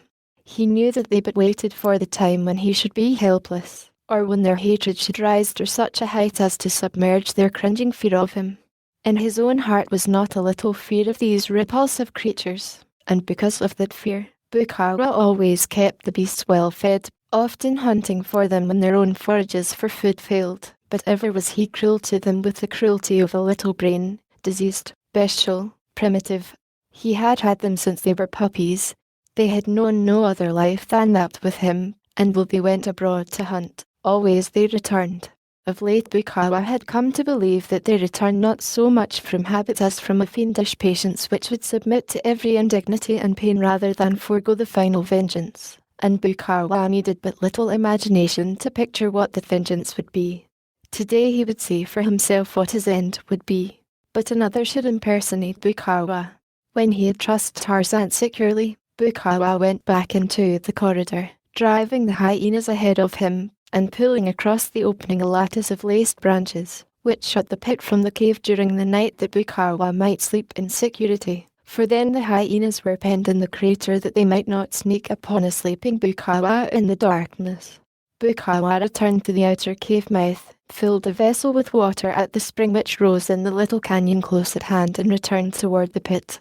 The hyenas stood before the lattice looking hungrily toward Tarzan. They had been fed in this manner before.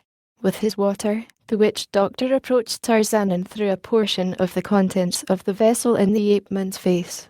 There was fluttering of the eyelids, and at the second application Tarzan opened his eyes and looked about. "Devil God," cried Bukawa, "I am the great witch doctor. My medicine is strong. Yours is weak. If it is not, why do you stay tied here like a goat that is bait for lions?" Tarzan understood nothing the witch doctor said, therefore he did not reply, but only stared straight at Bukawa with cold and level gaze. The hyenas crept up behind him. He heard them growl, but he did not even turn his head. He was a beast with a man's brain. The beast in him refused to show fear in the face of a death which the man-mind already admitted to be inevitable. Bukawa, not yet ready to give his victim to the beasts, rushed upon the hyenas with his knobstick. There was a short scrimmage in which the brutes came off second best, as they always did. Tarzan watched it. He saw and realized the hatred which existed between the two animals and the hideous semblance of a man. With the hyenas subdued, Bukawa returned to the baiting of Tarzan, but finding that the ape-man understood nothing he said, the witch doctor finally desisted. Then he withdrew into the corridor and pulled the latticework barrier across the opening. He went back into the cave and got a sleeping mat, which he brought to the opening, that he might lie down and watch the spectacle of his revenge in comfort. The hyenas were sneaking furtively around the ape-man. Tarzan strained at his bonds for a moment, but soon realized that the rope he had braided to hold Numa, the lion, would hold him quite as successfully. He did not wish to die, but he could look death in the face now as he had many times before without a quaver. As he pulled upon the rope he felt it rub against the small tree about which it was passed. Like a flash of the cinematograph upon the screen, a picture was flashed before his mind's eye from the storehouse of his memory. He saw a lithe, boyish figure swinging high above the ground at the end of a rope. He saw many apes watching from below, and then he saw the rope part and the boy hurtle downward toward the ground. Tarzan smiled. Immediately he commenced to draw the rope rapidly back and forth across the tree trunk. The hyenas, gaining courage, came closer. They sniffed at his legs, but when he struck at them with his free arms they slunk off. He knew that with the growth of hunger they would attack. Coolly, methodically, without haste, Tarzan drew the rope back and forth against the rough trunk of the small tree. In the entrance to the cavern Bukawa fell asleep. He thought it would be some time before the beasts gained sufficient courage or hunger to attack the captive. Their growls and the cries of the victim would awaken him. In the meantime he might as well rest, and he did. Thus the day wore on, for the hyenas were not famished, and the rope with which Tarzan was bound was a stronger one than that of his boyhood, which had parted so quickly to the chafing of the rough tree bark. Yet, all the while hunger was growing upon the beasts and the strands of the grass rope were wearing thinner and thinner. Bukawa slept. It was late afternoon before one of the beasts, irritated by the gnawing of appetite, made a quick, growling dash at the ape-man. The noise awoke Bukawa. He sat up quickly and watched what went on within the crater. He saw the hungry hyena charge the man, leaping for the unprotected throat. He saw Tarzan reach out and seize the growling animal, and then he saw the second beast spring for the devil god's shoulder. There was a mighty heave of the great, smooth-skinned body. Rounded muscles shot into great, tense piles beneath the brown hide. The ape-man surged forward with all his weight and all his great strength. The bonds parted, and the three were rolling upon the floor of the crater, snarling, snapping, and rending. Bukawa leaped to his feet. Could it be that the devil god was to prevail against his servants? Impossible. The creature was unarmed, and he was down with two hyenas on top of him, but Bukawa did not know Tarzan. The ape-man fastened his fingers upon the throat of one of the hyenas and rose to one knee, though the other beast tore at him frantically in an effort to pull him down. With a single hand Tarzan held the one, and with the other hand he reached forth and pulled toward him the second beast. And then Bukawa, seeing the battle going against his forces, rushed forward from the cavern brandishing his knobstick. Tarzan saw him coming, and rising now to both feet, a hyena in each hand, he hurled one of the foaming beasts straight at the witch doctor's head. Down went the two in a snarling, biting heap. Tarzan tossed the second hyena across the crater, while the first gnawed at the rotting face of its master, but this did not suit the ape-man. With a kick he sent the beast howling after its companion, and springing to the side of the prostrate witch doctor, dragged him to his feet. Bukawa, still conscious, saw death, immediate and terrible, in the cold eyes of his captor, so he turned upon Tarzan with teeth and nails. The ape-man shuddered at the proximity of the raw face to his. The hyenas had enough and disappeared through the small aperture leading into the cave. Tarzan had little difficulty in overpowering and binding Bukawa. Then he led him to the very tree to which he had been bound. But in binding Bukawa, Tarzan sought to that escape after the same fashion that he had escaped would be out of the question. Then he left him. As he passed through the winding corridors and the subterranean apartments, Tarzan saw nothing of the hyenas. They will return, he said to himself. In the crater between the towering walls Bukawa, cold with terror, trembled as with ague. They will return, he cried, his voice rising to a fright-filled shriek. And they did. Ate the lion Numa, the lion, crouched behind a thorn bush close beside the drinking pool where the river eddied just below the bend. There was a ford there and on either bank a well-worn trail, broad and far out at the river's brim, where, for countless centuries, the wild things of the jungle and of the plains beyond had come down to drink. The carnivora with bold and fearless majesty, the herbivora timorous, hesitating, fearful. Numa, the lion, was hungry. He was very hungry, and so he was quite silent now. On his way to the drinking place he had moaned often and roared not a little, but as he neared the spot where he would lie in wait for Bara, the deer, or Horta, the boar, or some other of the many luscious-fleshed creatures who came hither to drink, he was silent. It was a grim, a terrible silence, shot through with yellow-green light of ferocious eyes, punctuated with undulating tremors of sinuous tail. It was Paco, the zebra, who came first, and Numa, the lion, could scarce restrain a roar of anger, for of all the plains people, none are more wary than Paco, the zebra. Behind the black-striped stallion came a herd of 30 or 40 of the plump and vicious little horse-like beasts. As he neared the river, the leader paused often, cocking his ears and raising his muzzle to sniff the gentle breeze for the telltale scents pure of the dread flesh-eaters. Numa shifted uneasily, drawing his hindquarters far beneath his tawny body, gathering himself for the sudden charge and the savage assault. His eyes shot hungry fire. His great muscles quivered to the excitement of the moment. Paco came a little nearer, halted, snorted, and wheeled. There was a pattering of scurrying hoofs and the herd was gone. But Numa, the lion, moved not. He was familiar with the ways of Paco, the zebra. He knew that he would return, though many times he might wheel and fly before he summoned the courage to lead his harem and his offspring to the water. There was the chance that Paco might be frightened off entirely. Numa had seen this happen before, and so he became almost rigid lest he be the one to send them galloping, waterless, back to the plain. Again and again came Paco and his family, and again did they turn and flee. But each time they came closer to the river, until at last the plump stallion dipped his velvet muzzle daintily into the water. The others, stepping warily, approached their leader. Numa selected a sleek, fat filly and his flaming eyes burned greedily as they feasted upon her, for Numa, the lion, loves scarce anything better than the meat of Paco, perhaps because Paco is, of all the grass-eaters, the most difficult to catch. Slowly the lion rose, and as he rose, a twig snapped beneath one of his great, padded paws.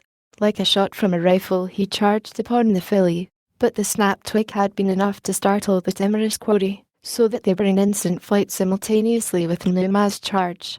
The stallion was last, and with a prodigious leap, the lion catapulted through the air to seize him. But the snapping twig had robbed Numa of his dinner, though his mighty talons raked the zebra's glossy rump, leaving 4 crimson bars across the beautiful coat. It was an angry Numa that quitted the river and prowled, fierce, dangerous, and hungry, into the jungle. Far from particular now was his appetite. Even Dango, the hyena, would have seemed a tidbit to that ravenous maw. And in this temper it was that the lion came upon the tribe of Kerchuk, the great ape. One does not look for Numa, the lion, this late in the morning.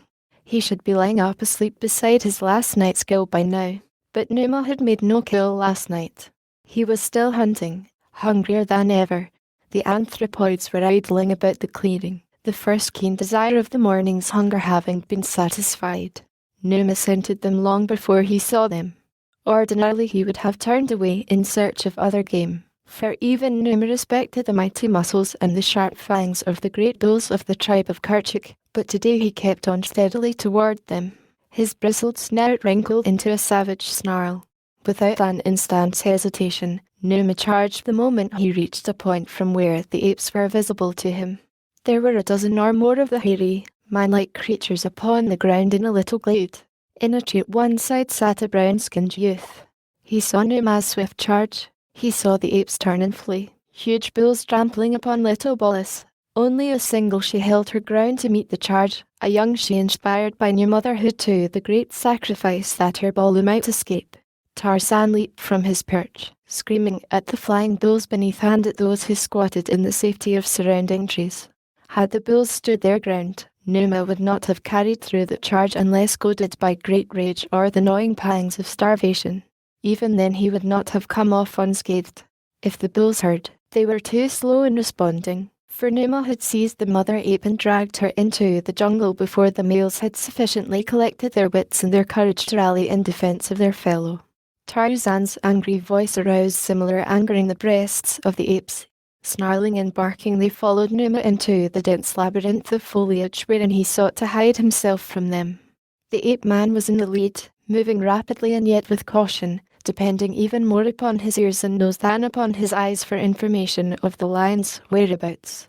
This poor was easy to follow, for the dragged body of the victim left a plain trail, blood-spattered and scentful. Even such dull creatures as you or I might easily have followed it. To Tarzan and the apes of Kerchak it was as obvious as a cement sidewalk. Tarzan knew that they were nearing the great cat even before he heard an angry growl of warning just ahead. Calling to the apes to follow his example, he swung into a tree, and a moment later Numa was surrounded by a ring of growling beasts, well out of reach of his fangs and talons but within plain sight of him. The carnivore crouched with his forequarters upon the sheep. Tarzan could see that the latter was already dead, but something within him made it seem quite necessary to rescue the useless body from the clutches of the enemy and to punish him. He shrieked taunts and insults at Numa, and tearing dead branches from the tree in which he danced, hurled them at the lion. The apes followed his example. Numa roared out in rage and vexation. He was hungry, but under such conditions he could not feed. The apes, if they had been left to themselves, would doubtless soon have left the lion to peaceful enjoyment of his feast, for was not the she dead? They could not restore her to life by throwing sticks at Numa, and they might even now be feeding in quiet themselves. But Tarzan was of a different mind. Numa must be punished and driven away. He must be taught that even though he killed a Mangani, he would not be permitted to feed upon his kill. The man-mind looked into the future, while the apes perceived only the immediate present. They would be content to escape today the menace of Numa, while Tarzan saw the necessity, and the means as well, of safeguarding the days to come.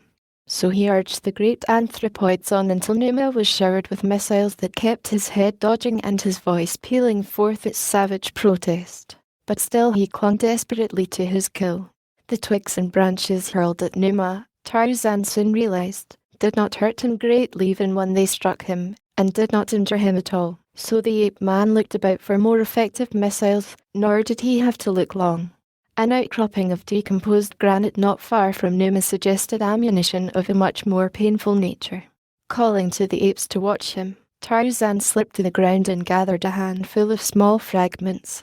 He knew that when once they had seen him carry out his idea, they would be much quicker to follow his lead than to obey his instructions, were he to command them to procure pieces of rock and hurl them at Numa, for Tarzan was not then king of the apes of the tribe of Kerchak. That came in later years. Now he was but a youth, though one who already had wrested for himself a place in the councils of the savage beasts among whom a strange fate had cast him. The sullen those of the older generation still hated him as beasts hate those of whom they are suspicious, whose scent characteristic is the scent characteristic of an alien order and, therefore, of an enemy order. The younger bulls, those who had grown up through childhood as his playmates, were as accustomed to Tarzan's scent as to that of any other member of the tribe. They felt no greater suspicion of him than of any other bull of their acquaintance, yet they did not love him, for they loved none outside the mating season, and the animosities aroused by other bulls during that season lasted well over until the next. They were a morose and peevish band at best, though here and there were those among them in whom germinated the primal seeds of humanity. Reversions to type, these, doubtless, reversions to the ancient progenitor who took the first step out of apehood toward humanness, when he walked more often upon his hind feet and discovered other things for idle hands to do. So now Tarzan led where he could not yet command. He had long since discovered the apish propensity for mimicry and learned to make use of it. Having filled his arms with fragments of rotted granite, he clambered again into a tree, and it pleased him to see that the apes had followed his example. During the brief respite while they were gathering their ammunition, Numa had settled himself to feed, but scarce had he ranged himself and his kill when a sharp piece of rock hurled by the practiced hand of the ape-man struck him upon the cheek. His sudden roar of pain and rage was smothered by a volley from the apes, who had seen Tarzan's act. Numa shook his massive head and glared upward at his tormentors. For a half-hour they pursued him with rocks and broken branches, and though he dragged his kill into densest thickets, yet they always found a way to reach him with their missiles, giving him no opportunity to feed, and driving him on and on. The hairless ape thing with the man scent was worst of all, for he had even the temerity to advance upon the ground till within a few yards of the Lord of the Jungle, that he might with greater accuracy and force hurl the sharp bits of granite and the heavy sticks at him. Time and again did Numa charge sudden, vicious charges, but the lithe, active tormentor always managed to elude him, and with such insolent ease that the lion forgot even his great hunger in the consuming passion of his rage, leaving his meat for considerable spaces of time in vain efforts to catch his enemy. The apes and Tarzan pursued the great beast to a natural clearing, where Numa evidently determined to make a last stand, taking up his position in the center of the open space, which was far enough from any tree to render him practically immune from the rather erratic throwing of the apes, though Tarzan still found him with most persistent and aggravating frequency. This, however, did not suit the ape-man, since Numa now suffered an occasional missile with no more than a snarl, while he settled himself to partake of his delayed feast. Tarzan scratched his head, pondering some more effective method of offence, for he had determined to prevent Numa from profiting in any way through his attack upon the tribe. The man-mind reasoned against the future, while the shaggy apes thought only of their present hatred of this ancestral enemy. Tarzan guessed that should Numa find it an easy thing to snatch a meal from the tribe of Kerchuk, it would be but a short time before their existence would be one living nightmare of hideous watchfulness and dread. Numa must be taught that the killing of an ape brought immediate punishment and no rewards. It would take but a few lessons to ensure the former safety of the tribe. This must be some old lion whose failing strength and agility had forced him to any prey that he could catch, but even a single lion, undisputed, could exterminate the tribe, or at least make its existence so precarious and so terrifying that life would no longer be a pleasant condition. Let him hunt among the Gomangani, thought Tarzan. He will find them easier prey. I will teach ferocious Numa that he may not hunt the Mangani. But how to wrest the body of his victim from the feeding lion was the first question to be solved. At last Tarzan hit upon a plan. To anyone but Tarzan of the apes it might have seemed rather a risky plan, and perhaps it did even to him. But Tarzan rather liked things that contained a considerable element of danger. At any rate, I rather doubt that I would have chosen a similar plan for foiling an angry and a hungry lion. Tarzan required assistance in the scheme he had hit upon, and his assistant must be equally as brave and almost as active as he. The ape-man's eyes fell upon Tog, the playmate of his childhood, the rival and his first love, and now, of all the bulls of the tribe, the only one that might be thought to hold in his savage brain any such feeling towards Tarzan as we describe among ourselves as friendship. At least, Tarzan knew, Tog was courageous, and he was young and agile and wonderfully muscled. "Tog!" cried the ape-man. The great ape looked up from a dead limb he was attempting to tear from a lightning-blasted tree. "Go close to Numa and worry him," said Tarzan. "Worry him until he charges. Lead him away from the body of Mamka. Keep him away as long as you can." Tog nodded. He was across the clearing from Tarzan. Wresting the limb at last from the tree, he dropped to the ground and advanced toward Numa, growling and barking out his insults. The worried lion looked up and rose to his feet. His tail went stiffly erect and Tog turned in flight, for he knew that warning signal of the charge.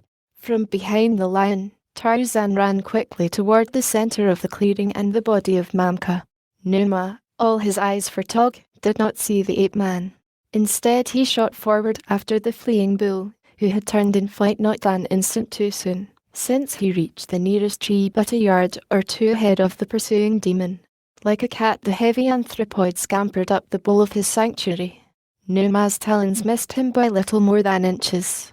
For a moment the lion paused beneath the tree, glaring up at the ape and roaring until the earth trembled. Then he turned back again toward his kill, and as he did so, his tail shot once more to rigid erectness and he charged back even more ferociously than he had come. For what he saw was the naked man-thing running toward the farther trees with the bloody carcass of his prey across a giant's shoulder.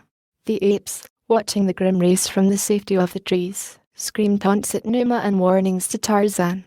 The high sun, hot and brilliant, fell like a spotlight upon the actors in the little clearing, portraying them in glaring relief to the audience in the leafy shadows of the surrounding trees. The light brown body of the naked youth, all but hidden by the shaggy carcass of the killed ape, the red blood streaking his smooth hide, his muscles rolling, velvety. Beneath, behind him the black-maned lion, head flattened, tail extended, racing, a jungle thoroughbred, across the sunlit clearing. Ah, but this was life. With death at his heels, Tarzan thrilled with the joy of such living as this. But would he reach the trees ahead of the rampant death so close behind? Gunto swung from a limb in a tree before him. Gunto was screaming warnings and advice. "Catch me!" cried Tarzan, and with his heavy burden leaped straight for the big bull hanging there by his hind feet in one forepaw. And Gunto caught them. The big ape man and the dead weight of the slain sheep caught them with one great, hairy paw and whirled them upward until Tarzan's fingers closed upon a nearby branch. Beneath, Numa leaped, but Gunto, heavy and awkward as he may have appeared, was as quick as Manu, the monkey, so that the lion's talons but barely grazed him, scratching a bloody streak beneath one hairy arm. Tarzan carried Mamka's corpse to a high crotch, where even Sheeta, the panther, could not get it. Numa paced angrily back and forth beneath the tree, roaring frightfully. He had been robbed of his kill and his revenge also. He was very savage indeed, but his despoilers were well out of his reach, and after hurling a few taunts and missiles at him they swung away through the trees, fiercely reviling him. Tarzan thought much upon the little adventure of that day. He foresaw what might happen should the great carnivora of the jungle turn their serious attention upon the tribe of Kerchuk, the great ape, but equally he thought upon the wild scramble of the apes for safety when Numa first charged among them. There is little humour in the jungle that is not grim and awful. The beasts have little or no conception of humour, but the young Englishman saw humour in many things which presented no humorous angle to his associates.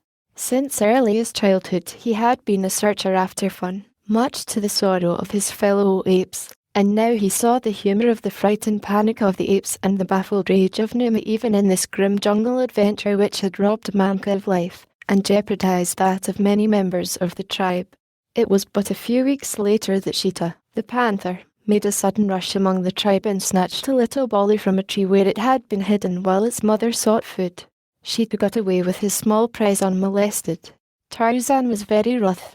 He spoke to the bulls of the ease with which Numa and Sheeta, in a single moon, had slain 2 members of the tribe. "They will take us all for food," he cried.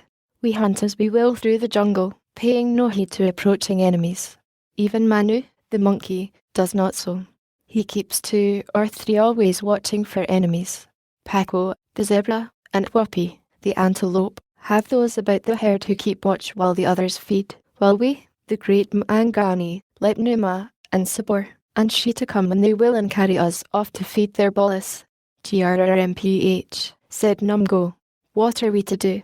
asked Tog. "We, too, should have 2 or 3 always watching for the approach of Numa, and Sabor, and Sheeta," replied Tarzan. "No others need we fear, except Hista, the snake, and if we watch for the others we will see Hista if he comes, though gliding ever so silently." And so it was that the great apes of the tribe of Kerchuk posted sentries thereafter, who watched upon 3 sides while the tribe hunted, scattered less than had been their wont. But Tarzan went abroad alone, for Tarzan was a man-thing and sought amusement and adventure in such humour as the grim and terrible jungle offers to those who know it and do not fear it, a weird humour shot with blazing eyes and dappled with the crimson of life-blood. While others sought only food and love, Tarzan of the Apes sought food and joy. One day he hovered above the palisaded village of Mbonga, the chief, the jet cannibal of the jungle primeval. He saw, as he had seen many times before, the witch doctor, Rabakega, decked out in the head and hide of Gorgo, the buffalo. It amused Tarzan to see a Go-Mangani parading as Gorgo, but it suggested nothing in particular to him until he chanced to see stretched against the side of Mbonga's the skin of a lion with the head still on. Then a broad grin widened the handsome face of the savage beast youth. Back into the jungle he went until chance, agility, strength, and cunning backed by his marvelous powers of perception, gave him an easy meal. If Tarzan felt that the world owed him a living, he also realized that it was for him to collect it, nor was there ever a better collector than this son of an English lord, who knew even less of the ways of his forebears than he did of the forebears themselves, which was nothing. It was quite dark when Tarzan returned to the village of Mbonga and took his now polished perch in the tree which overhangs the palisade upon one side of the walled enclosure. As there was nothing in particular to feast upon in the village, there was little life in the single street, for only an orgy of flesh and native beer could draw out the people of Mbonga. Tonight they sat gossiping about their cooking fires, the older members of the tribe, or, if they were young, paired off in the shadows cast by the palm-thatched huts. Tarzan dropped lightly into the village, and sneaking stealthily in the concealment of the denser shadows, approached the hut of the chief, Mbonga. Here he found that which he sought. There were warriors all about him, but they did not know that the feared devil god slunk noiselessly so near them, nor did they see him possess himself of that which he coveted and depart from their village as noiselessly as he had come. Later that night, as Tarzan curled himself for sleep, he lay for a long time looking up at the burning planets and the twinkling stars and at Goro the moon, and he smiled. He recalled how ludicrous the great does had appeared in their mad scramble for safety that day when Numa had charged among them and seized Mamka, and yet he knew them to be fierce and courageous. It was the sudden shock of surprise that always sent them into a panic, but of this Tarzan was not as yet fully aware. That was something he was to learn in the near future. He fell asleep with a broad grin upon his face. Manu, the monkey, awoke him in the morning by dropping discarded bean pods upon his upturned face from a branch a short distance above him. Tarzan looked up and smiled. He had been awakened thus before many times. He and Manu were fairly good friends, their friendship operating upon a reciprocal basis. Sometimes Manu would come running early in the morning to awaken Tarzan and tell him that Bara, the deer, was feeding close at hand, or that Horta, the boar, was asleep in a mud hole hard by, and in return Tarzan broke open the shells of the harder nuts and fruits for Manu, or frightened away Hista, the snake, and Sheeta, the panther. The sun had been up for some time, and the tribe had already wandered off in search of food. Manu indicated the direction they had taken with a wave of his hand and a few piping notes of his squeaky little voice. "Come, Manu," said Tarzan, "and you will see that which shall make you dance for joy and squeal your wrinkled little head off. Come, follow Tarzan of the Apes." With it he set off in the direction Manu had indicated, and above him, chattering, scolding and squealing, skipped Manu, the monkey. Across Tarzan's shoulders was the thing he had stolen from the village of Mbonga, the chief, the evening before. The tribe was feeding in the forest beside the clearing where Gunto, and Tog, and Tarzan had so harassed Numa and finally taken away from him the fruit of his skill. Some of them were in the clearing itself. In peace and content they fed, for were there not 3 sentries, each watching upon a different side of the herd? Tarzan had taught them this, and though he had been away for several days hunting alone, as he often did, or visiting at the cabin by the sea, they had not as yet forgotten his admonitions, and if they continued for a short time longer to post sentries, it would become a habit of their tribal life and thus be perpetuated indefinitely. But Tarzan, who knew them better than they knew themselves, was confident that they had ceased to place the watchers about them the moment that he had left them, and now he planned not only to have a little fun at their expense but to teach them a lesson in preparedness, which, by the way, is even a more vital issue in the jungle than in civilized places. That you and I exist today must be due to the preparedness of some shaggy anthropoid of the Oligocene. Of course, the apes of Kerchak were always prepared, after their own way. Tarzan had merely suggested a new and additional safeguard. Gunto was posted today to the north of the clearing. He squatted in the fork of a tree from where he might view the jungle for quite a distance about him. It was he who first discovered the enemy. A rustling in the undergrowth attracted his attention, and a moment later he had a partial view of a shaggy mane and tawny yellow back. Just a glimpse it was through the matted foliage beneath him, but it brought from Gunta's leathern lungs a shrill "Kriga," which is the ape for beware, or danger. Instantly the tribe took up the cry until "Krigas" rang through the jungle about the clearing as apes swung quickly to places of safety among the lower branches of the trees, and the great does hastened in the direction of Gunto. And then into the clearing strode Numa, the lion, majestic and mighty, and from a deep chest issued the moan and the cough and the rumbling roar that set deaf hairs to bristling from shaggy craniums down the length of mighty spines. Inside the clearing, Numa paused, and on the instant there fell upon him from the trees nearby a shower of broken rock and dead limbs torn from age-old trees. 12 times he was hit, and then the apes ran down and gathered other rocks, pelting him unmercifully. Numa turned to flee, but his way was barred by a fusillade of sharp-cornered missiles, and then, upon the edge of the clearing, Great Tog met him with a huge fragment of rock as large as a man's head, and then went the lord of the jungle beneath the stunning blow. With shrieks and roars and loud barkings, the great apes of the tribe of Kerchak rushed upon the fallen lion. Sticks and stones and yellow fangs menaced the still form. In another moment, before he could regain consciousness, Numa would be battered and torn until only a bloody mass of broken bones and matted hair remained of what had once been the most dreaded of jungle creatures. But even as the sticks and stones were raised above him and the great fangs bared to tear him, there descended like a plummet from the trees above a diminutive figure with long, white whiskers and a wrinkled face. Square upon the body of Numa it alighted, and there it danced and screamed and shrieked out its challenge against the bulls of Kerchak. For an instant they paused, paralyzed by the wonder of the thing. It was Manu, the monkey, Manu, the little coward, and here he was daring the ferocity of the great Mangani, hopping about upon the carcass of Numa, the lion, and crying out that they must not strike it again. And when the bulls paused, Manu reached down and seized the tawny ear. With all his little might he tugged upon the heavy head until slowly it turned back, revealing the tousled, black head and clean-cut profile of Tarzan of the apes.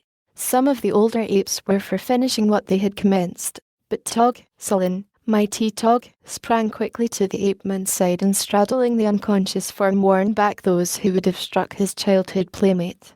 And Tika, his mate, came too, taking her place with bared fangs at Tog's side. Others followed their example, until at last Tarzan was surrounded by a ring of hairy champions who would permit no enemy to approach him. It was a surprised and chastened Tarzan who opened his eyes to consciousness a few minutes later. He looked about him at the surrounding apes and slowly there returned to him a realization of what had occurred. Gradually a broad grin illuminated his features. His bruises were many and they hurt, but the good that had come from his adventure was worth all that it had cost. He had learned, for instance, that the apes of Kerchak had heeded his teaching, and he had learned that he had good friends among the sullen beasts whom he had thought without sentiment. He had discovered that Manu, the monkey, even little, cowardly Manu, had risked his life in his defense. It made Tarzan very glad to know these things, but at the other lesson he had been taught he reddened. He had always been a joker, the only joker in the grim and terrible company, but now as he lay there half dead from his hurts, he almost swore a solemn oath forever to forego practical joking, almost, but not quite. 9 The nightmare T.H.E. Blacks left the village of Mbonga, the chief, were feasting. Well above them in a large tree sat Tarzan of the apes, grim, terrible, empty, and envious. Hunting had proved poor that day, for there are lean days as well as fat ones for even the greatest of the jungle hunters. Oftentimes Tarzan went empty for more than a full sun, and he had passed through entire moons during which he had been but barely able to stave off starvation. But such times were infrequent. There once had been a period of sickness among the grass-eaters which had left the plains almost bare of game for several years. And again the great cats had increased so rapidly and so overrun the country that their prey, which was also Tarzan's, had been frightened off for a considerable time. But for the most part Tarzan had fed well always. Today, though, he had gone empty, one misfortune following another as rapidly as he raised new quarry, so that now, as he sat perched in the tree above the feasting blacks, he experienced all the pangs of famine, and his hatred for his lifelong enemies waxed strong in his breast. It was tantalizing, indeed, to sit there hungry while these Gomangani filled themselves so full of food that their stomachs seemed almost upon the point of bursting, and with elephant steaks at that. It was true that Tarzan and Tantor were the best of friends, and that Tarzan never yet had tasted of the flesh of the elephant. But the Gomangani evidently had slain one, and as they were eating of the flesh of their kill, Tarzan was assailed by no doubts as to the ethics of his doing likewise, should he have the opportunity. Had he known that the elephant had died of sickness several days before the blacks discovered the carcass, he might not have been so keen to partake of the feast, for Tarzan of the apes was no carrion eater. Hunger, however, may blunt the most Epicurean taste, and Tarzan was not exactly an epicure. What he was at this moment was a very hungry wild beast whom caution was holding in leash, for the great cooking pot in the centre of the village was surrounded by black warriors, through whom not even Tarzan of the apes might hope to pass unharmed. It would be necessary, therefore, for the watcher to remain there hungry until the blacks had gorged themselves to stupor, and then, if they had left any scraps, to make the best meal he could from such. But to the impatient Tarzan it seemed that the greedy Gomangani would rather burst than leave the feast before the last morsel had been devoured.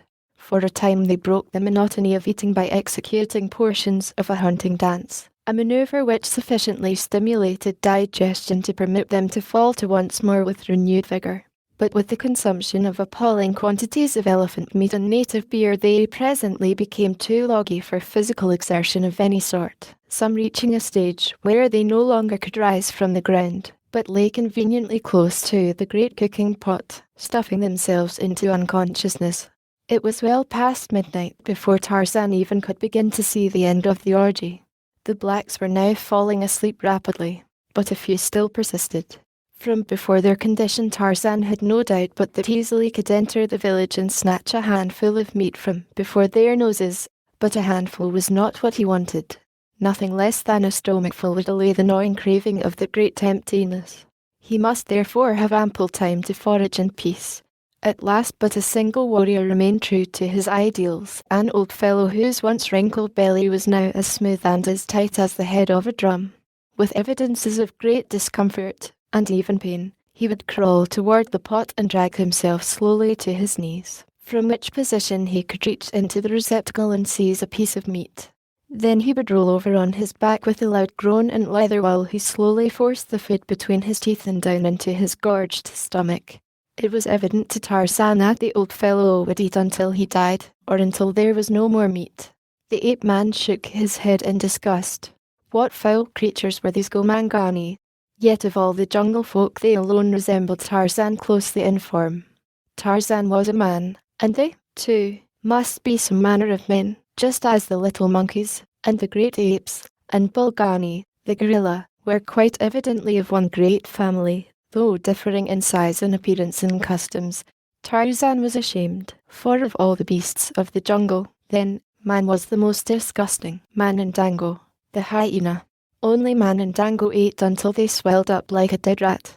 Tarzan had seen Dango eat his way into the carcass of a dead elephant and then continue to eat so much that he had been unable to get out of the hole through which he had entered. Now he could readily believe that Man, given the opportunity, would do the same. Man, too, was the most unlovely of creatures, with his skinny legs and his big stomach, his foul teeth, and his thick, red lips. Man was disgusting. Tarzan's gaze was riveted upon the hideous old warrior wallowing in filth beneath him. There, the thing was struggling to its knees to reach for another morsel of flesh. It groaned aloud in pain and yet it persisted in eating, ever eating. Tarzan could endure it no longer, neither his hunger nor his disgust. Silently he slipped to the ground with the bole of the great tree between himself and the feaster. The man was still kneeling, bent almost double in agony, before the cooking pot. His back was toward the ape-man. Swiftly and noiselessly Tarzan approached him. There was no sound as steel fingers closed about the black throat. The struggle was short, for the man was old and already half stupefied from the effects of the gorging and the beer. Tarzan dropped the inert mass and scooped several large pieces of meat from the cooking pot, enough to satisfy even his great hunger. Then he raised the body of the feaster and shoved it into the vessel. When the other blacks awoke they would have something to think about. Tarzan grinned.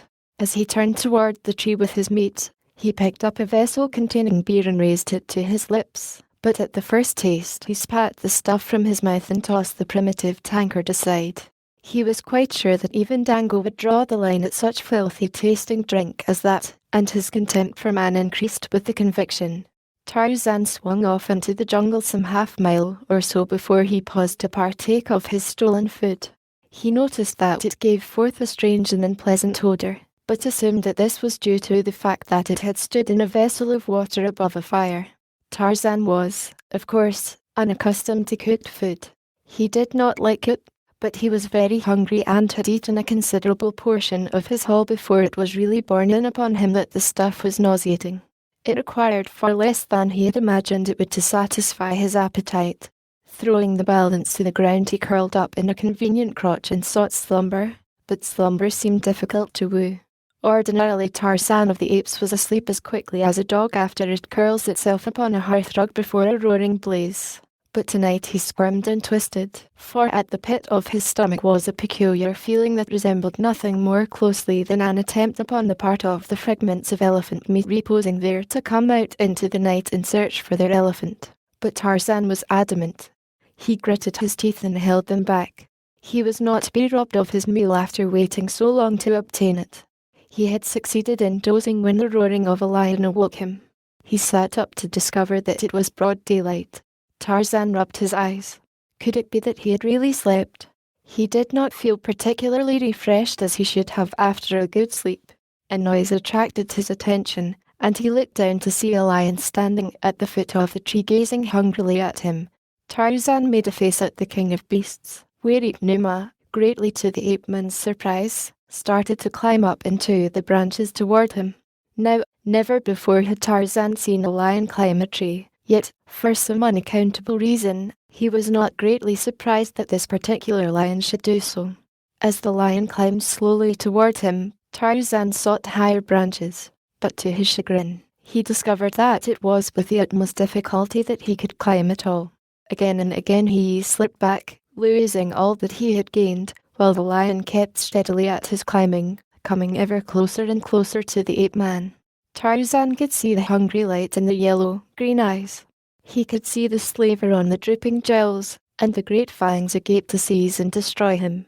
Clawing desperately, the ape-man at last succeeded in gaining a little upon his pursuer. He reached the more slender branches far aloft where he well knew no lion could follow. Yet on and on came devil-faced Numa. It was incredible, but it was true. Yet what most amazed Tarzan was that though he realized the incredibility of it all, he at the same time accepted it as a matter of course. First, that a lion should climb at all, and second, that he should enter the upper terraces where even Cheetah, the panther, dared not venture. To the very top of a tall tree the ape-man clawed his awkward way, and after him came Numa, the lion, moaning dismally. At last Tarzan stood balanced upon the very utmost pinnacle of a swaying branch, high above the forest. He could go no farther. Below him the lion came steadily upward, and Tarzan of the Apes realized that at last the end had come. He could not do battle upon a tiny branch with Numa, the lion, especially with such a Numa, to which swaying branches 200 feet above the ground provided as substantial footing as the ground itself. Nearer and nearer came the lion. Another moment and he could reach up with one great paw and drag the ape-man downward to those awful jaws. A whirring noise above his head caused Tarzan to glance apprehensively upward. A great bird was circling close above him.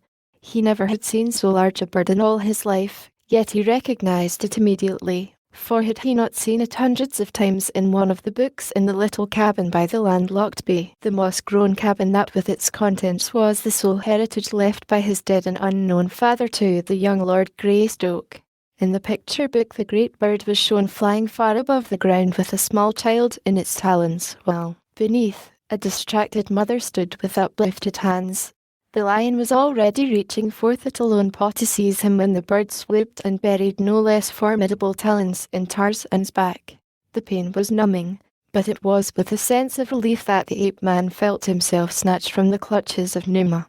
With a great whirring of wings the bird rose rapidly until the forest lay far below. It made Tarzan sick and dizzy to look down upon it from so great a height, so he closed his eyes tight and held his breath. Higher and higher climbed the huge bird. Tarzan opened his eyes. The jungle was so far away that he could see only a dim, green blur below him, but just above and quite close was the sun. Tarzan reached out his hands and warmed them, for they were very cold. Then a sudden madness seized him. Where was the bird taking him? Was he to submit thus passively to a feathered creature however enormous?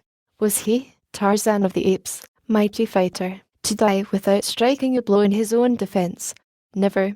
He snatched the hunting blade from his G-string and thrusting upward drove it once, twice, thrice into the breast above him. The mighty wings fluttered a few more times, spasmodically. The talons relaxed their hold, and Tarzan of the Apes fell hurtling downward toward the distant jungle. It seemed to the ape-man that he fell for many minutes before he crashed through the leafy verdure of the treetops. The smaller branches broke his fall, so that he came to rest for an instant upon the very branch upon which he had sought slumber the previous night. For an instant he toppled there in a frantic attempt to regain his equilibrium, but at last he rolled off, yet, clutching wildly, he succeeded in grasping the branch and hanging on. Once more he opened his eyes, which he had closed during the fall. Again it was night. With all his old agility he clambered back to the crotch from which he had toppled. Below him a lion roared, and, looking downward, Tarzan could see the yellow, green eyes shining in the moonlight as they bored hungrily upward through the darkness of the jungle night toward him. The ape-man gasped for breath. Cold sweat stood out from every pore. There was a great sickness at the pit of Tarzan's stomach. Tarzan of the Apes had dreamed his first dream. For a long time he sat watching for Numa to climb into the tree after him, and listening for the sound of the great wings from above, for to Tarzan of the Apes his dream was a reality. He could not believe what he had seen, and yet, having seen even these incredible things, he could not disbelieve the evidence of his own perceptions. Never in all his life had Tarzan's senses deceived him badly, and so, naturally, he had great faith in them. Each perception which ever had been transmitted to Tarzan's brain had been, with varying accuracy, a true perception. He could not conceive of the possibility of apparently having passed through such a weird adventure in which there was no grain of truth. That a stomach, disordered by decayed elephant flesh, a lion roaring in the jungle, a picture book, and sleep could have so truly portrayed all the clear-cut details of what he had seemingly experienced was quite beyond his knowledge. Yet he knew that Numa could not climb a tree. He knew that there existed in the jungle no such bird as he had seen, and he knew, too, that he could not have fallen a tiny fraction of the distance he had hurtled downward, and lived. To say the least, he was a very puzzled Tarzan as he tried to compose himself once more for slumber, a very puzzled and a very nauseated Tarzan.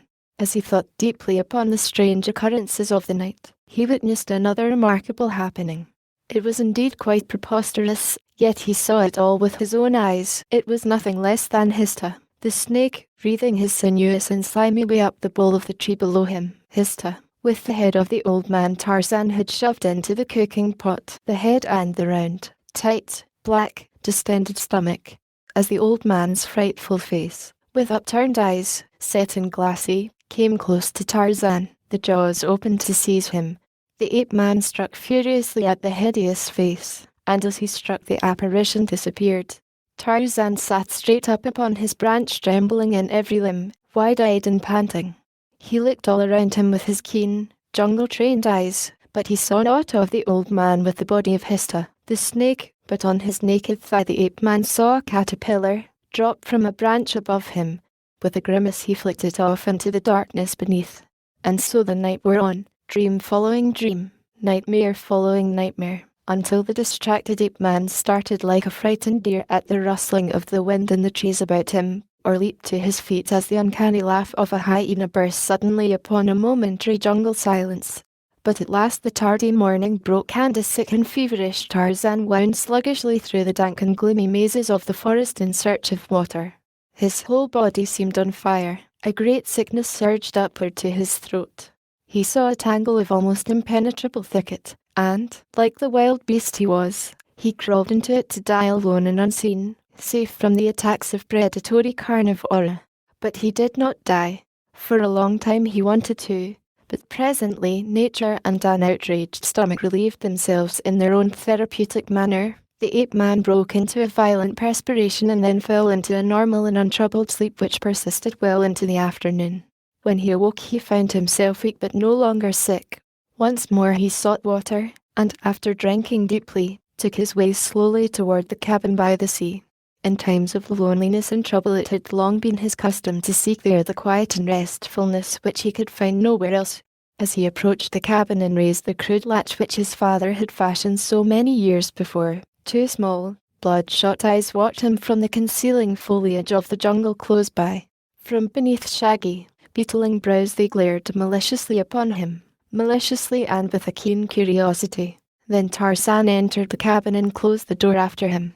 Here, with all the world shut out from him, he could dream without fear of interruption. He could curl up and look at the pictures in the strange things which were books. He could puzzle out the printed word he had learned to read without knowledge of the spoken language it represented. He could live in a wonderful world of which he had no knowledge beyond the covers of his beloved books. Numa and Sabor might prowl about close to him. The elements might rage in all their fury, but here at least, Tarzan might be entirely off his guard in a delightful relaxation which gave him all his faculties for the uninterrupted pursuit of this greatest of all his pleasures. Today he turned to the picture of the huge bird which bore off the little Tarmangani in its talons. Tarzan puckered his brows as he examined the coloured print. Yes, this was the very bird that had carried him off the day before. For to Tarzan the dream had been so great a reality that he still thought another day and a night had passed since he had lain down in the tree to sleep. But the more he thought upon the matter, the less positive he was as to the verity of the seeming adventure through which he had passed. Yet where the real had ceased and the unreal commenced he was quite unable to determine. Had he really then been to the village of the blacks at all? Had he killed the old Gomangani? Had he eaten of the elephant meat? Had he been sick? Tarzan scratched his tousled black head and wondered. It was all very strange, yet he knew that he never had seen Numa climb a tree, or hiss with the head and belly of an old black man whom Tarzan already had slain. Finally, with a sigh he gave up trying to fathom the unfathomable, yet in his heart of hearts he knew that something had come into his life that he never before had experienced, another life which existed when he slept and the consciousness of which was carried over into his waking hours. Then he commenced to wonder if some of these strange creatures which he met in his sleep might not slay him, for at such times Tarzan of the Apes seemed to be a different Tarzan, sluggish, helpless and timid, wishing to flee his enemies as fled Bara, the deer, most fearful of creatures.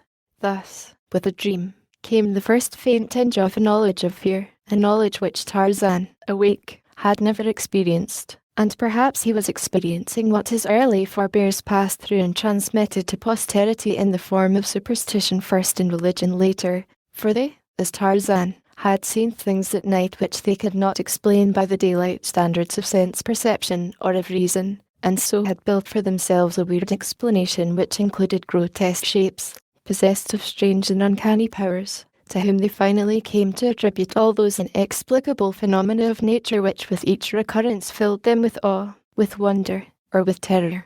And as Tarzan concentrated his mind on the little bugs upon the printed page before him, the active recollection of the strange adventures presently merged into the text of that which he was reading, a story of Bolgani, the gorilla, in captivity. There was a more or less lifelike illustration of Bolgani in colours and in a cage, with many remarkable-looking Tarmangani standing against a rail and peering curiously at the snarling brute. Tarzan wondered not a little, as he always did, at the odd and seemingly useless array of coloured plumage which covered the bodies of the Tarmangani. It always caused him to grin a trifle when he looked at these strange creatures. He wondered if they so covered their bodies from shame of their hairlessness or because they thought the odd things they wore added any to the beauty of their appearance. Particularly was Tarzan amused by the grotesque headdresses of the pictured people. He wondered how some of the shis succeeded in balancing theirs in an upright position, and he came as near to laughing aloud as he ever had, as he contemplated the funny little round things upon the heads of his. Slowly the ape-man picked out the meaning of the various combinations of letters on the printed page, and as he read, the little bugs, for as such he always thought of the letters, commenced to run about in a most confusing manner, blurring his vision and befuddling his thoughts. Twice he brushed the back of a hand smartly across his eyes, but only for a moment could he bring the bugs back to coherent and intelligible form. He had slept ill the night before and now he was exhausted from loss of sleep, from sickness, and from the slight fever he had had, so that it became more and more difficult to fix his attention, or to keep his eyes open. Tarzan realized that he was falling asleep, and just as the realization was borne in upon him and he had decided to relinquish himself to an inclination which had assumed almost the proportions of a physical pain, he was aroused by the opening of the cabin door. Turning quickly toward the interruption, Tarzan was amazed, for a moment, to see bulking large in the doorway the huge and hairy form of Bolgani, the gorilla.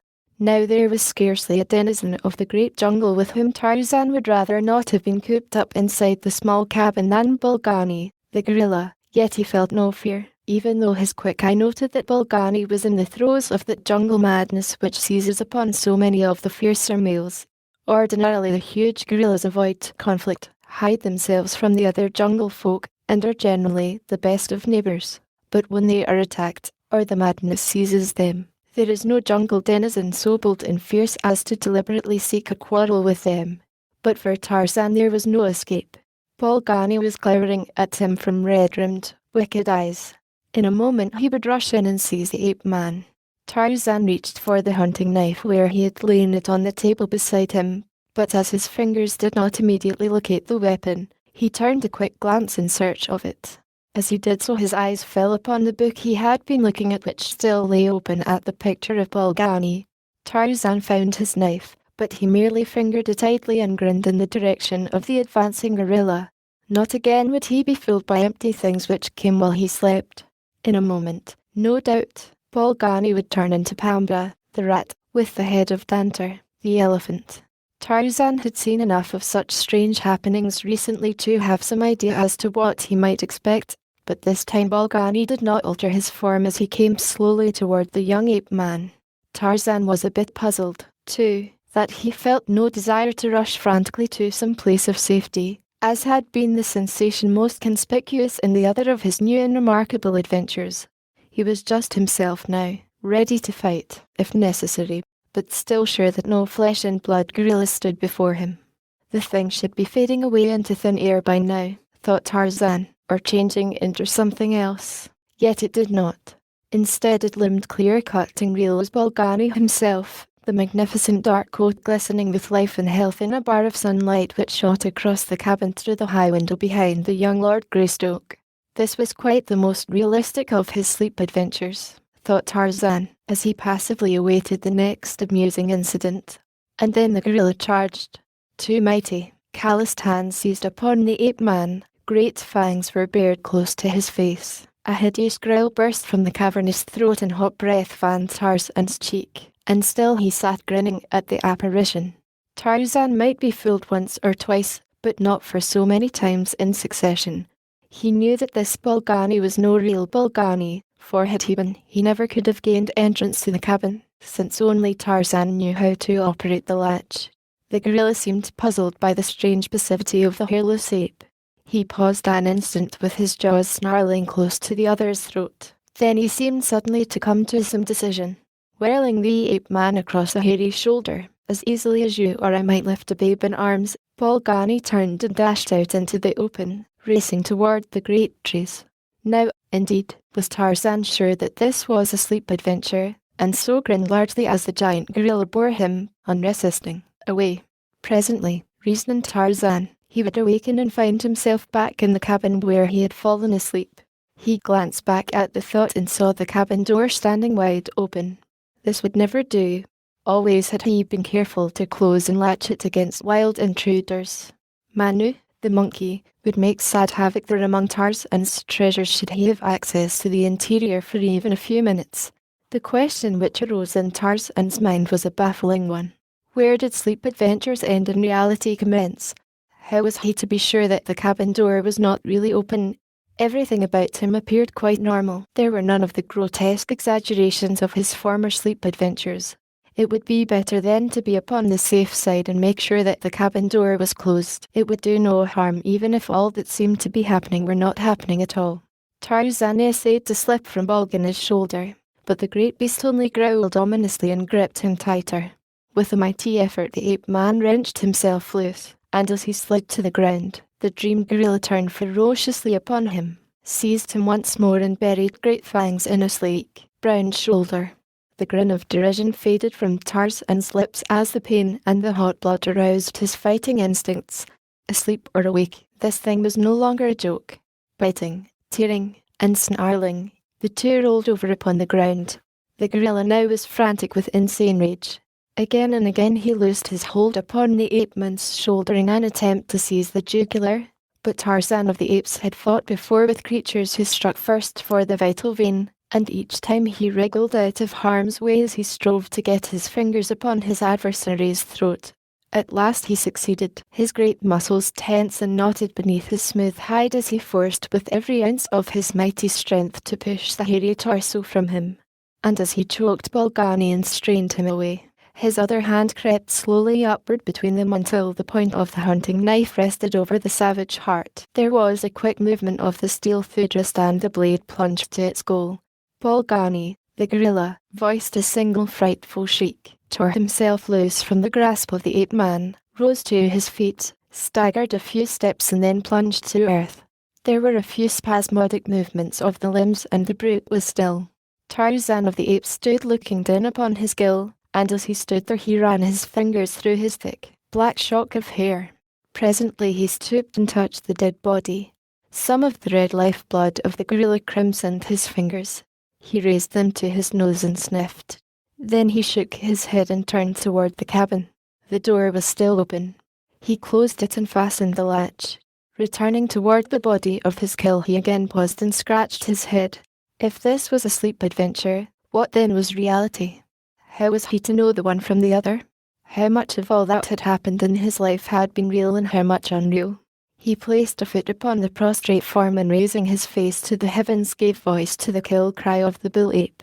Far in the distance a lion answered. It was very real and, yet, he did not know. Puzzled, he turned away into the jungle. No, he did not know what was real and what was not, but there was one thing that he did know. Never again would he eat of the flesh of Tantor, the elephant. 10. The battle for Tikati Day was perfect. A cool breeze tempered the heat of the equatorial sun. Peace had reigned within the tribe for weeks and no alien enemy had trespassed upon its preserves from without. To the ape mind all this was sufficient evidence that the future would be identical with the immediate past, that utopia would persist. The sentinels, now from habit become a fixed tribal custom, either relaxed their vigilance or entirely deserted their posts, as the whim seized them. The tribe was far scattered in search of food. Thus may peace and prosperity undermine the safety of the most primitive community even as it does that of the most cultured. Even the individuals became less watchful and alert, so that one might have thought Numa and Sabor and Sheeta entirely deleted from the scheme of things. The Shiz and the Bullish roamed unguarded through the sullen jungle, while the greedy males foraged far afield, and thus it was that Tika and Gazin, her Bolu, hunted upon the extreme southern edge of the tribe with no great male near them. Still farther south there moved through the forest a sinister figure, a huge bull ape, maddened by solitude and defeat. A week before he had contended for the kingship of a tribe far distant, and now battered, and still sore, he roamed the wilderness an outcast. Later he might return to his own tribe and submit to the will of the hairy brute he had attempted to dethrone. But for the time being he dared not do so, since he had sought not only the crown but the wives, as well, of his lord and master. It would require an entire moon at least to bring forgetfulness to him he had wronged, and so Tug wandered a strange jungle, grim, terrible, hate-filled. It was in this mental state that Tug came unexpectedly upon a young she feeding alone in the jungle, a stranger she, lithe and strong and beautiful beyond compare. Tug caught his breath and slunk quickly to one side of the trail where the dense foliage of the tropical underbrush concealed him from Tika while permitting him to feast his eyes upon her loveliness. But not alone were they concerned with Tika. They roved the surrounding jungle in search of the bulls and cows and bolus of her tribe, though principally for the bulls. When one covets a she of an alien tribe one must take into consideration the great, fierce, hairy guardians who seldom wander far from their wards and who will fight a stranger to the death in protection of the mate or offspring of a fellow, precisely as they would fight for their own. Tug could see no sign of any ape other than the strange she and a young Bolu playing nearby. His wicked, bloodshot eyes have closed as they rested upon the charms of the former. As for the Bolu, one snap of those great jaws upon the back of its little neck would prevent it from raising any unnecessary alarm. Tug was a fine, big male, resembling in many ways Tika's mate, Tog. Each was in his prime, and each was wonderfully muscled, perfectly fanged and as horrifyingly ferocious as the most exacting in particular she could wish. Had Tug been of her own tribe, Tika might as readily have yielded to him as to Tog when her mating time arrived. But now she was Tog's and no other male could claim her without first defeating Tog in personal combat. And even then Tika retained some rights in the matter. If she did not favour a correspondent, she could enter the lists with her rightful mate and do her part toward discouraging his advances, a part, too, which would prove no mean assistance to her lord and master, for Tika, even though her fangs were smaller than a male's, could use them to excellent effect. Just now Tika was occupied in a fascinating search for beetles, to the exclusion of all else. She did not realize how far she and Gazan had become separated from the balance of the tribe, nor were her defensive senses upon the alert as they should have been. Months of immunity from danger under the protecting watchfulness of the sentries, which Tarzan had taught the tribe to post, had lulled them all into a sense of peaceful security based on the fallacy which has wrecked many enlightened communities in the past and will continue to wreck others in the future, that because they have not been attacked they never will be. Tuk, having satisfied himself that only the she and her Bolly were in the immediate vicinity, crept stealthily forward. Tika's back was toward him when he finally rushed upon her, but her senses were at last awakened to the presence of danger and she wheeled to face the strange bull just before he reached her. Tuk halted a few paces from her. His anger had fled before the seductive feminine charms of the stranger.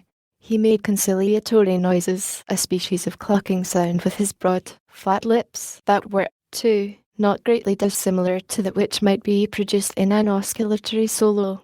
But Tika only bared her fangs and growled.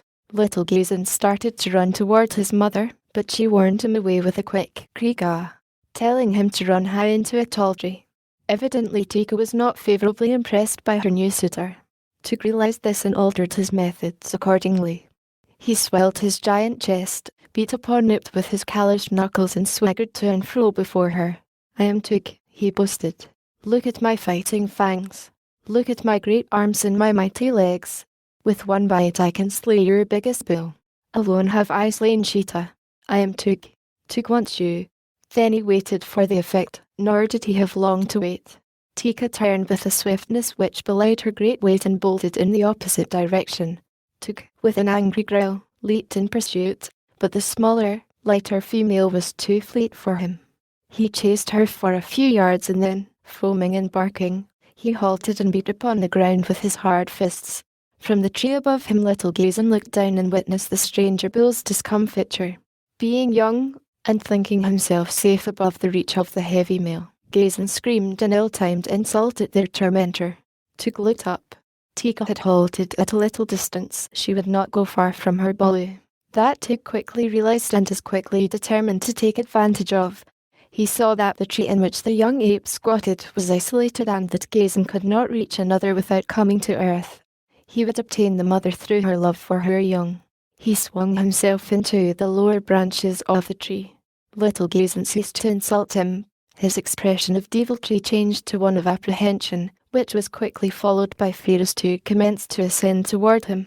Tika screamed to Gazan to climb higher, and the little fellow scampered upward among the tiny branches which would not support the weight of the great bull, but nevertheless Tuk kept on climbing. Tika was not fearful.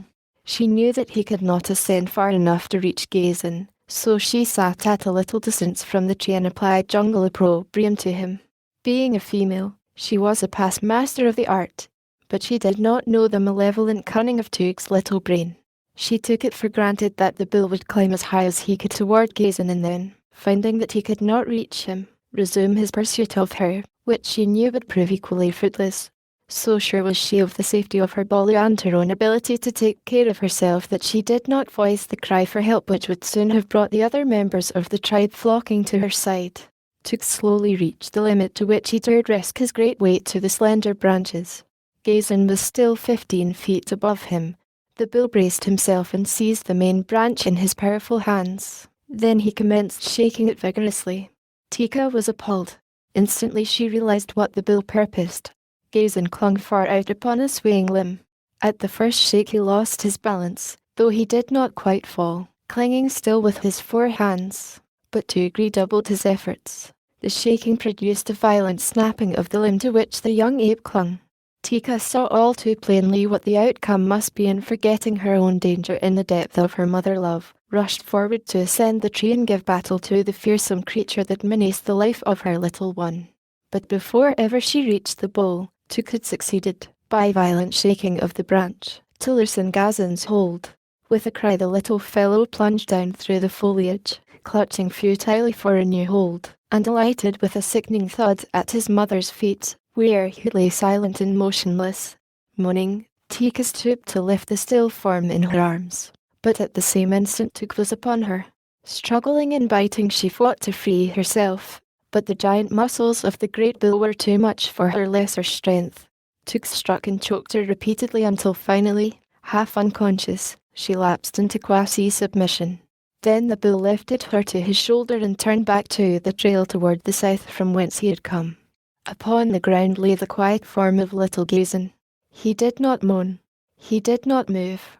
The sun rose slowly toward meridian. A mangy thing, lifting its nose to scent the jungle breeze, crept through the underbrush. It was Dango, the hyena. Presently its ugly muzzle broke through some nearby foliage and its cruel eyes fastened upon Gazin. Early that morning, Tarzan of the Apes had gone to the cabin by the sea, where he passed many an hour at such times as the tribe was ranging in the vicinity. On the floor lay the skeleton of a man. All that remained of the former Lord Greystoke lay as it had fallen some 20 years before, when Kerchuk, the great ape, had thrown it, lifeless, there. Long since had the termites and the small rodents picked clean the sturdy English bones. For years Tarzan had seen it lying there, giving it no more attention than he gave the countless thousand bones that strewed his jungle haunts. On the bed another, smaller, skeleton reposed, and the youth ignored it as he ignored the other.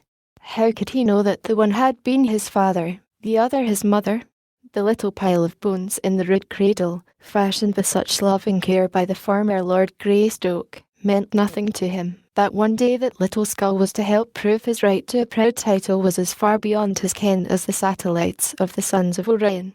To Tarzan they were bones, just bones.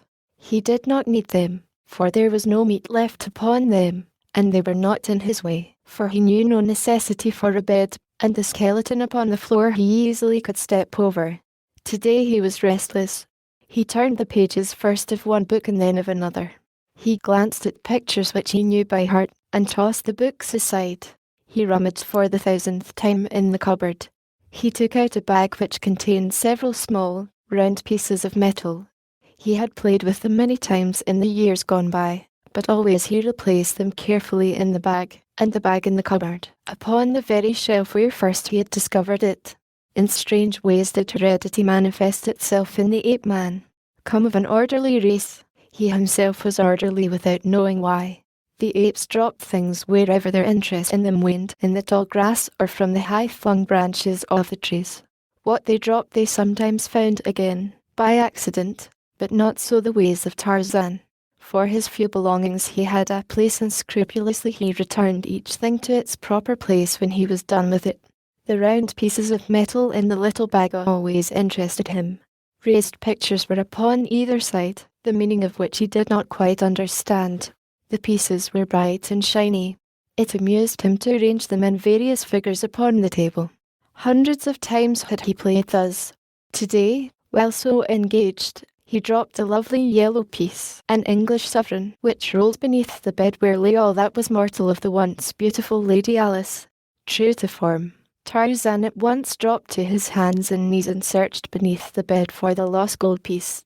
Strange as it might appear, he had never before looked beneath the bed. He found the gold piece, and something else he found, too, a small wooden box with a loose cover. Bringing them both out, he returned the sovereign to its bag and the bag to its shelf within the cupboard. Then he investigated the box. It contained a quantity of cylindrical bits of metal, cone-shaped at one end and flat at the other, with a projecting rim. They were all quite green and dull, coated with years of verdigris. Tarzan removed a handful of them from the box and examined them. He rubbed one upon another and discovered that the green came off, leaving a shiny surface for 2/3 of their length and a dull grey over the cone-shaped end. Finding a bit of wood, he rubbed one of the cylinders rapidly and was rewarded by a lustrous sheen which pleased him. At his side hung a pocket pouch taken from the body of one of the numerous black warriors he had slain. Into this pouch he put a handful of the new playthings, thinking to polish them at his leisure. Then he replaced the box beneath the bed, and finding nothing more to amuse him, left the cabin and started back in the direction of the tribe. Shortly before he reached them he heard a great commotion ahead of him, the loud screams of Shizimbolus, the savage, angry barking and growling of the great bulls. Instantly he increased his speed, for the krigas that came to his ears warned him that something was amiss with his fellows. While Tarzan had been occupied with his own devices in the cabin of his dead sire, Tog, Tikka's mighty mate, had been hunting a mile to the north of the tribe. At last, his belly filled, he had turned lazily back toward the clearing where he had last seen the tribe and presently commenced passing its members scattered alone or in twos or threes. Nowhere did he see Tikka or Gazan, and soon he began inquiring of the other apes where they might be, but none had seen them recently. Now the lower orders are not highly imaginative. They do not, as you and I, paint vivid mental pictures of things which might have occurred, and so Tog did not now apprehend that any misfortune had overtaken his mate and their offspring. He merely knew that he wished to find Tikka that he might lie down in the shade and have her scratch his back while his breakfast digested. But though he called to her and searched for her and asked each whom he met, he could find no trace of Tikka, nor of Gazan either. He was beginning to become peeved and had about made up his mind to chastise Tikka for wandering so far afield when he wanted her. He was moving south along a game trail, his callous soles and knuckles giving forth no sound, when he came upon Dango at the opposite side of a small clearing. The eater of carrion did not see Tog, for all his eyes were for something which lay in the grass beneath a tree, something upon which he was sneaking with the cautious stealth of his breed. Tog, always cautious himself, as it behooves one to be who fares up and down the jungle and desires to survive, swung noiselessly into a tree, where he could have a better view of the clearing. He did not fear Dango, but he wanted to see what it was that Dango stalked. In a way, possibly, he was actuated as much by curiosity as by caution, and when Tog reached a place in the branches from which he could have an unobstructed view of the clearing, he saw Dango already sniffing at something directly beneath him, something which Tog instantly recognized as the lifeless form of his little Gazan. With a cry so frightful, so bestial, that it momentarily paralyzed the startled Dango, the great ape launched his mighty bulk upon the surprised hyena. With a cry and a snarl, Dango, crushed to earth, turned to tear at his assailant, but as effectively might a sparrow turn upon a hawk. Tog's great, gnarled fingers closed upon the hyena's throat and back. His jaws snapped once on the mangy neck, crushing the vertebrae, and then he hurled the dead body contemptuously aside. Again he raised his voice in the call of the bull ape to its mate, but there was no reply. Then he leaned down to sniff at the body of Gazan. In the breast of this savage, hideous beast there beat a heart which was moved, however slightly, by the same emotions of paternal love which affect us. Even had we no actual evidence of this, we must know it still, since only thus might be explained the survival of the human race, in which the jealousy and selfishness of the bulls would, in the earliest stages of the race, have wiped out the young as rapidly as they were brought into the world, had not God implanted in the savage bosom that paternal love which evidences itself most strongly in the protective instinct of the male. In Tog the protective instinct was not alone highly developed, but affection for his offspring as well, for Tog was an unusually intelligent specimen of these great, man-like apes which the natives of the Gobi speak of in whispers, but which no white man ever had seen, or, if seeing, lived to tell of until Tarzan of the Apes came among them. And so Tog felt sorrow as any other father might feel sorrow at the loss of a little child. To you little Gazan might have seemed a hideous and repulsive creature, but to Tog and Tikka he was as beautiful and as cute as is your little Mary or Johnny or Elizabeth and to you, and he was their firstborn, their only Baloo, and he, three things which might make a young ape the apple of any fond father's eye. For a moment Tog sniffed at the quiet little form. With his muzzle and his tongue he smoothed and caressed the rumpled coat. From his savage lips broke a low moan. But quickly upon the heels of sorrow came the overmastering desire for revenge. Leaping to his feet he screamed out a volley of krigas, punctuated from time to time by the blood-freezing cry of an angry, challenging bull or aged mad bull with a bloodlust strong upon him. Answering his cries came the cries of the tribe as they swung through the trees toward him. It was these that Tarzan heard on his return from his cabin, and in reply to them he raised his own voice and hurried forward with increased speed until he fairly flew through the middle terraces of the forest. When at last he came upon the tribe he saw their members gathered about Tog and something which lay quietly upon the ground. Dropping among them, Tarzan approached the center of the group. Tog was still roaring out his challenges, But when he saw Tarzan, he ceased and stooping picked up Gazan in his arms and held him out for Tarzan to see. Of all the bulls of the tribe, Tog held affection for Tarzan only. Tarzan he trusted and looked up to as one wiser and more cunning. To Tarzan he came now, to the playmate of his boy days, the companion of innumerable battles of his maturity. When Tarzan saw the still form in Tog's arms, a low growl broke from his lips, for he too loved Tika's little Bolu. "Who did it?" he asked. "Where is Tika?" "I do not know," replied Tog. "I found him lying here with Dango about to feed upon him. But it was not Dango that did it. There are no fang marks upon him." Tarzan came closer and placed an ear against Gazan's breast. "He is not dead," he said. "Maybe he will not die." He pressed through the crowd of apes and circled once about them, examining the ground step by step. Suddenly he stopped and placing his nose close to the earth sniffed. Then he sprang to his feet, giving a peculiar cry. Tog and the others pressed forward, for the sound told them that the hunter had found the spoor of his quarry. "A stranger bull has been here," said Tarzan. "It was he that hurt Gazan. He has carried off Tika." Tog and the other bulls commenced to roar and threaten, but they did nothing. Had the stranger bull been within sight, they would have torn him to pieces, but it did not occur to them to follow him. "If the three bulls had been watching around the tribe, this would not have happened," said Tarzan. "Such things will happen as long as you do not keep the three bulls watching for an enemy. The jungle is full of enemies, and yet you let your shiz and your bolus feed where they will, alone and unprotected. Tarzan goes now. He goes to find Tika and bring her back to the tribe." The idea appealed to the other bulls. "We will all go," they cried. "No," said Tarzan, "you will not all go. We cannot take shiz and bolus when we go out to hunt and fight. You must remain to guard them or you will lose them all." They scratched their heads. The wisdom of his advice was dawning upon them, but at first they had been carried away by the new idea, the idea of following up an enemy offender to wrest his prize from him and punish him. The community instinct was ingrained in their characters through ages of custom. They did not know why they had not thought to pursue and punish the offender. They could not know that it was because they had as yet not reached a mental plane which would permit them to work as individuals. In times of stress, the community instinct sent them huddling into a compact herd where the great bulls, by the weight of their combined strength and ferocity, could best protect them from an enemy. The idea of separating to do battle with a foe had not yet occurred to them. It was too foreign to custom, too inimical to community interests. But to Tarzan it was the first and most natural thought. His senses told him that there was but a single bull connected with the attack upon Tika and Gazan. A single enemy did not require the entire tribe for his punishment. Two swift bulls could quickly overhaul him and rescue Tika. In the past no one ever had thought to go forth in search of the shiz that were occasionally stolen from the tribe.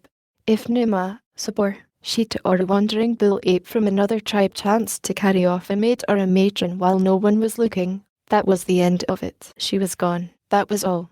The bereaved husband, if the victim chanced to have been mated, growled around for a day or two and then, if he were strong enough, took another mate within the tribe, and if not, wandered far into the jungle on the chance of stealing one from another community. In the past, Tarzan of the Apes had condoned this practice for the reason that he had had no interest in those who had been stolen, but Tika had been his first love and Tika's Bolu held a place in his heart such as a Bolu of his own would have held. Just once before had Tarzan wished to follow in revenge. That had been years before when Kulonga, the son of Mbonga, the chief, had slain Kala. Then, single-handed, Tarzan had pursued and avenged. Now, though to a lesser degree, he was moved by the same passion. He turned toward Tog. "Leave Gazan with Mumga," he said.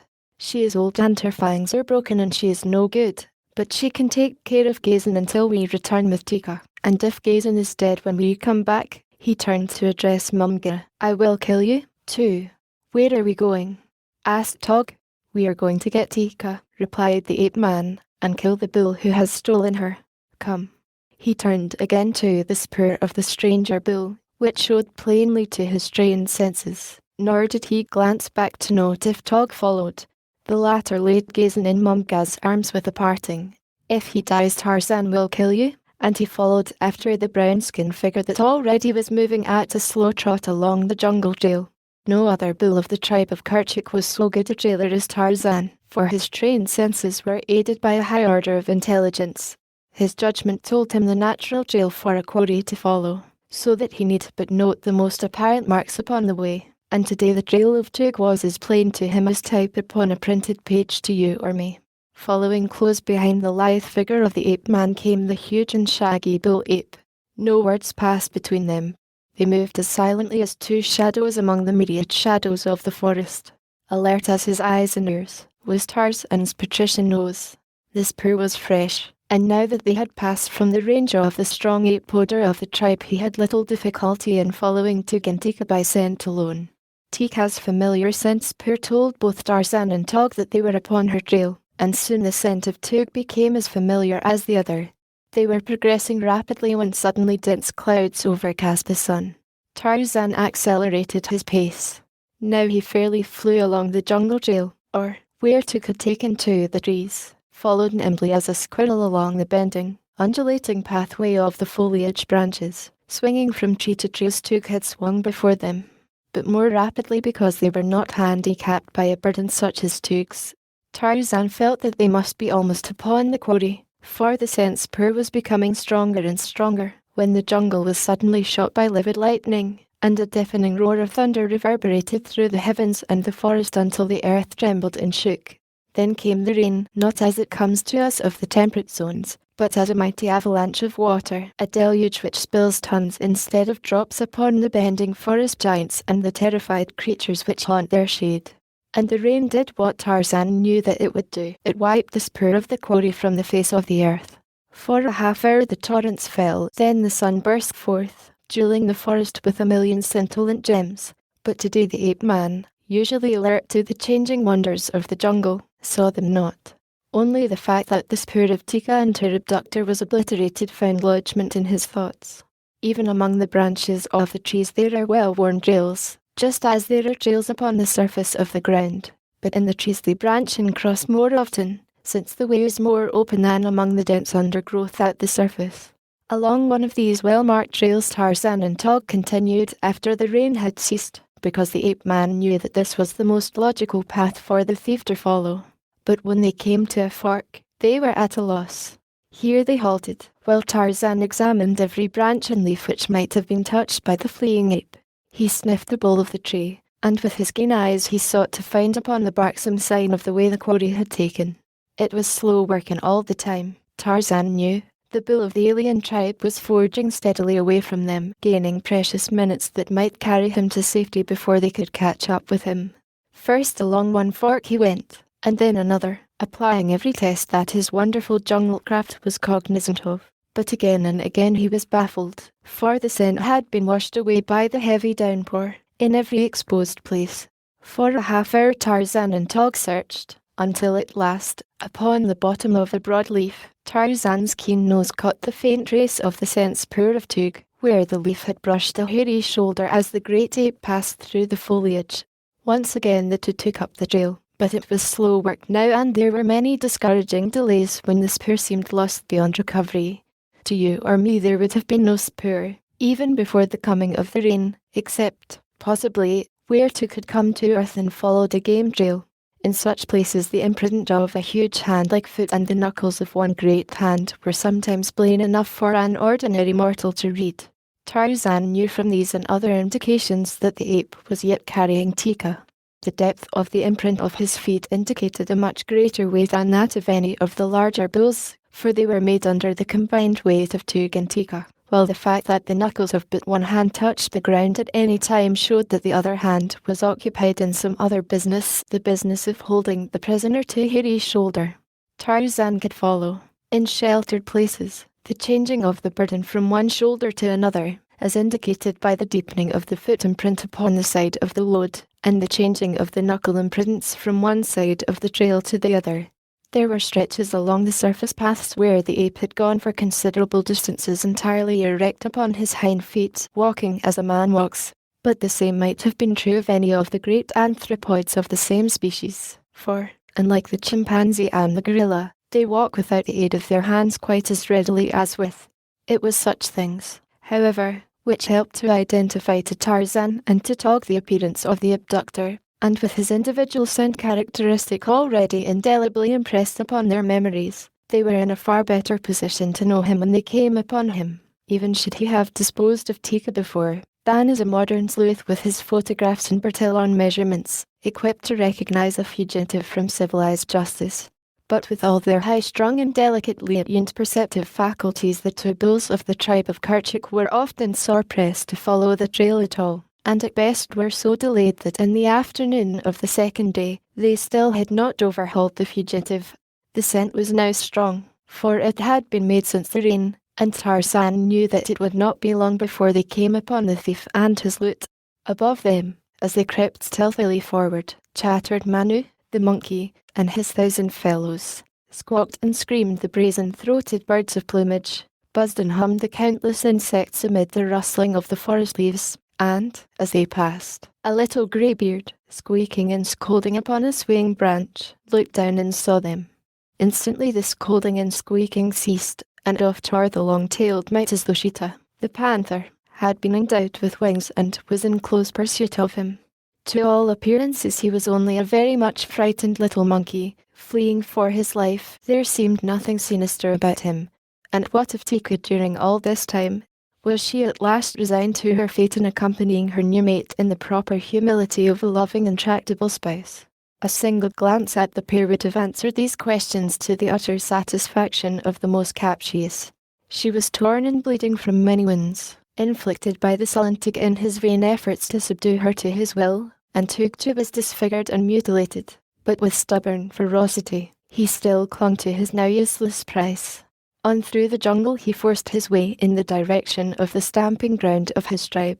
He hoped that his king would have forgotten his treason, but if not, he was still resigned to his fate. Any fate would be better than suffering longer the sole companionship of this frightful she. And then, too, he wished to exhibit his captive to his fellows. Maybe he could wish her on the king. It is possible that such a thought urged him on.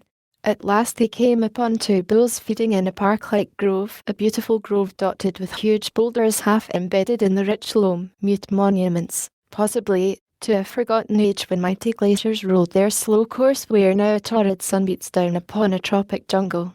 The two bulls looked up, bearing long fighting fangs, as Tug appeared in the distance. The latter recognized the two as friends. "It is Tug," he growled. "Tug has come back with a new she." The apes waited his nearer approach. Tika turned a snarling, funged face toward them. She was not pretty to look upon, yet through the blood and hatred upon her countenance they realized that she was beautiful, and they envied Tika. Alas, they did not know Tika. As they squatted looking at one another, there raced through the trees toward them a long-tailed little monkey with grey whiskers. He was a very excited little monkey when he came to a halt upon the limb of a tree directly overhead. "Two strange bulls come," he cried. "One is a Mangani, the other a hideous ape without hair upon his body. They follow the spoor of Tug. I saw them." The four apes turned their eyes backward along the trail Tug had just come. Then they looked at one another for a minute. "Come," said the larger of Tug's two friends, "we will wait for the strangers in the thick bushes beyond the clearing." He turned and waddled away across the open place, the others following him. The little monkey danced about, all excitement. His chief diversion in life was to bring about bloody encounters between the larger denizens of the forest, that he might sit in the safety of the trees and witness the spectacles. He was a glutton for gore, was this little, whiskered, grey monkey, so long as it was the gore of others. A typical fight fan was the greybeard. The apes hid themselves in the shrubbery beside the trail along which the two stranger bulls would pass. Tika trembled with excitement. She had heard the words of Manu, and she knew that the hairless ape must be Tarzan, while the other was, doubtless, Tog. Never, in her wildest hopes, had she expected succor of this sort. Her one thought had been to escape and find her way back to the tribe of Kerchak, but even this had appeared to her practically impossible, so closely did Tug watch her. As Tog and Tarzan reached the grove where Tug had come upon his friends, the ape scent became so strong that both knew the quarry was but a short distance ahead, and so they went even more cautiously, for they wished to come upon the thief from behind if they could and charge him before he was aware of their presence. That the little grey-whiskered monkey had forestalled them they did not know, nor that 3 pairs of savage eyes were already watching their every move and waiting for them to come within reach of itching paws and slavering jowls. On they came across the grove, and as they entered the path leading into the dense jungle beyond, a sudden "Kriega" shrilled out close before them. Kriega, in the familiar voice of Tika. The small brains of Took and his companions had not been able to foresee that Tika might betray them, and now that she had, they went wild with rage. Took struck the she a mighty blow that felled her, and then the 3 rushed forth to do battle with Tarzan and Tog. The little monkey danced upon his perch and screamed with delight. And indeed he might well be delighted, for it was a lovely fight. There were no preliminaries, no formalities, no introductions. The 5 bulls merely charged and clenched. They rolled in the narrow trail and into the thick verdure beside it. They bit and clawed and scratched and struck, and all the while they kept up the most frightful chorus of growlings and barkings and roarings. In 5 minutes they were torn and bleeding, and the little greybeard leaped high, shrilling his primitive bravos. But always his attitude was thumbs down. He wanted to see something killed. He did not care whether it were friend or foe. It was blood he wanted, blood and death.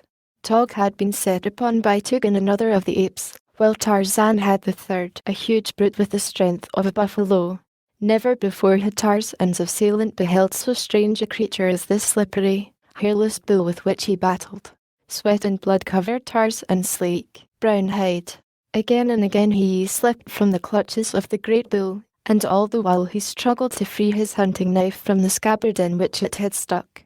At length he succeeded. A brown hand shot out and clutched a hairy throat. Another flew upward clutching the sharp blade.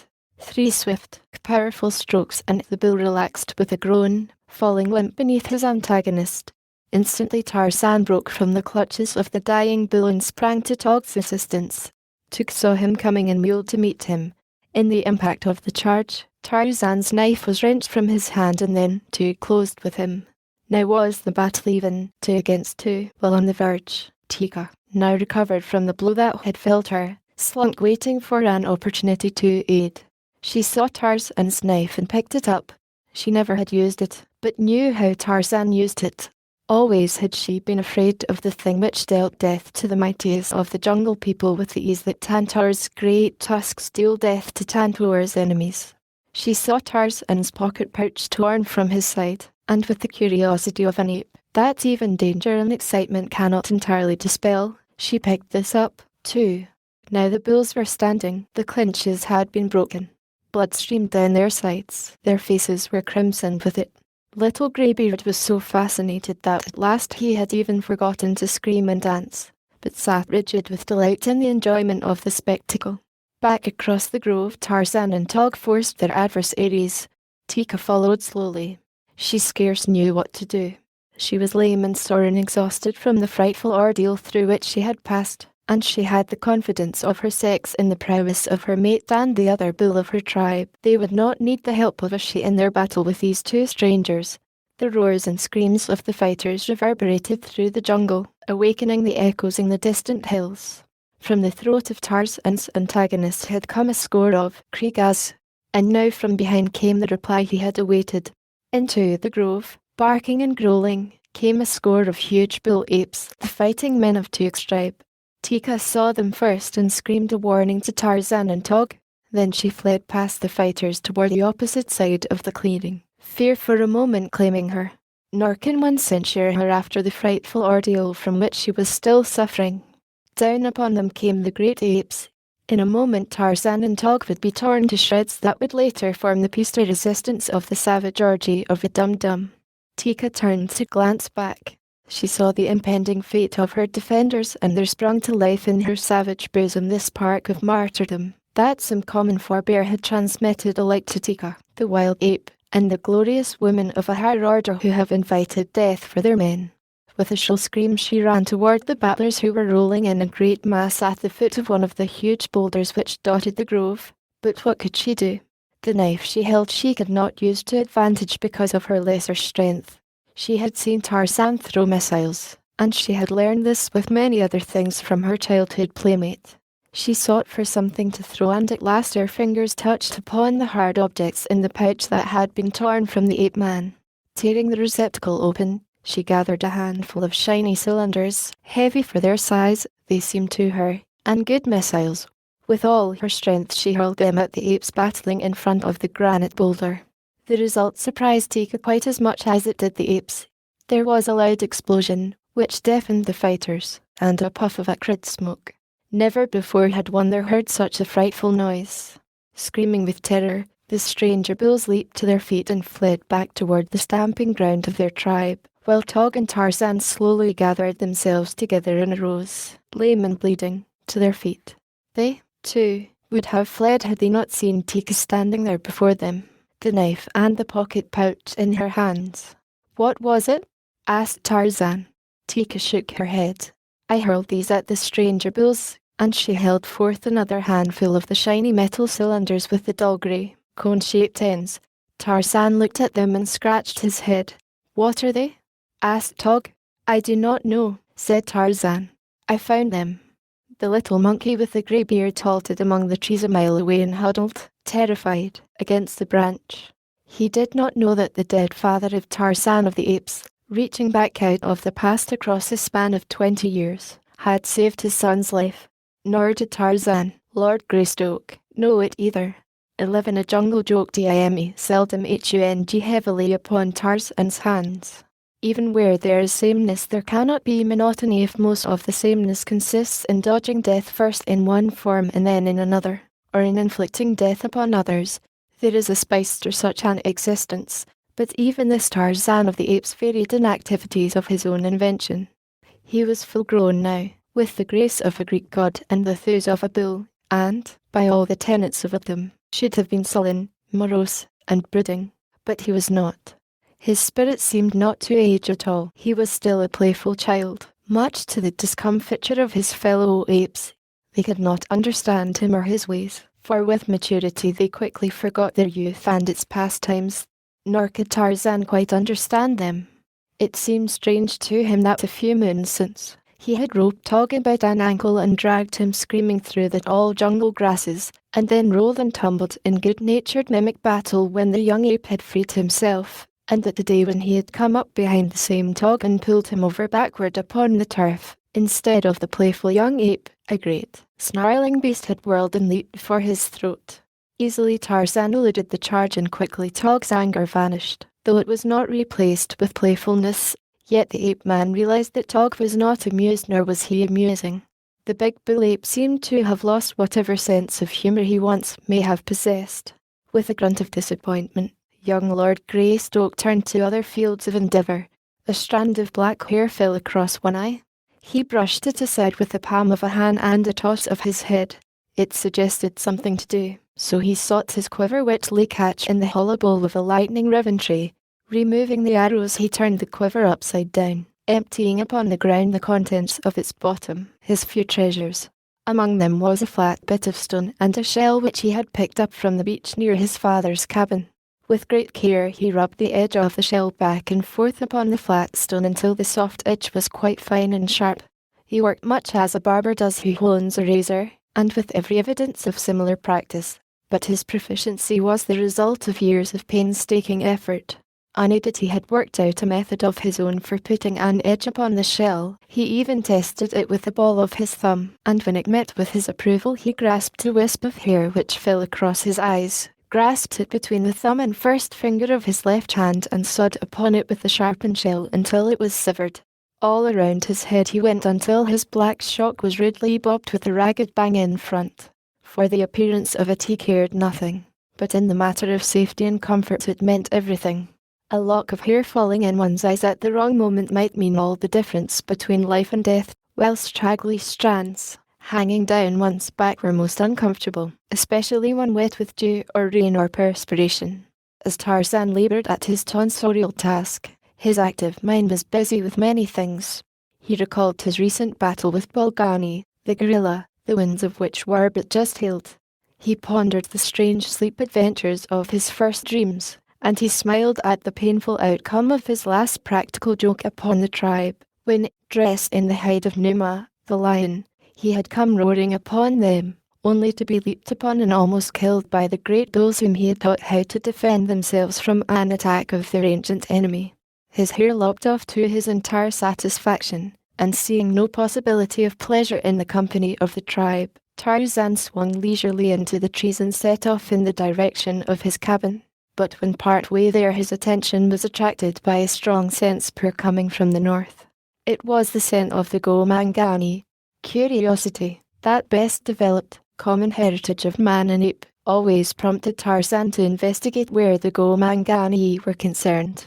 There was that about them which aroused his imagination. Possibly it was because of the diversity of their activities and interests. The apes lived to eat and sleep and propagate. The same was true of all the other denizens of the jungle, save the Go-Mangani. These black fellows danced and sang, scratched around in the earth from which they had cleared the trees and underbrush. They watched things grow, and when they had ripened, they cut them down and put them in straw-thatched huts. They made bows and spears and arrows, poison, cooking pots, things of metal to wear around their arms and legs. If it hadn't been for their black faces, their hideously disfigured features, and the fact that one of them had slain Kala, Tarzan might have wished to be one of them.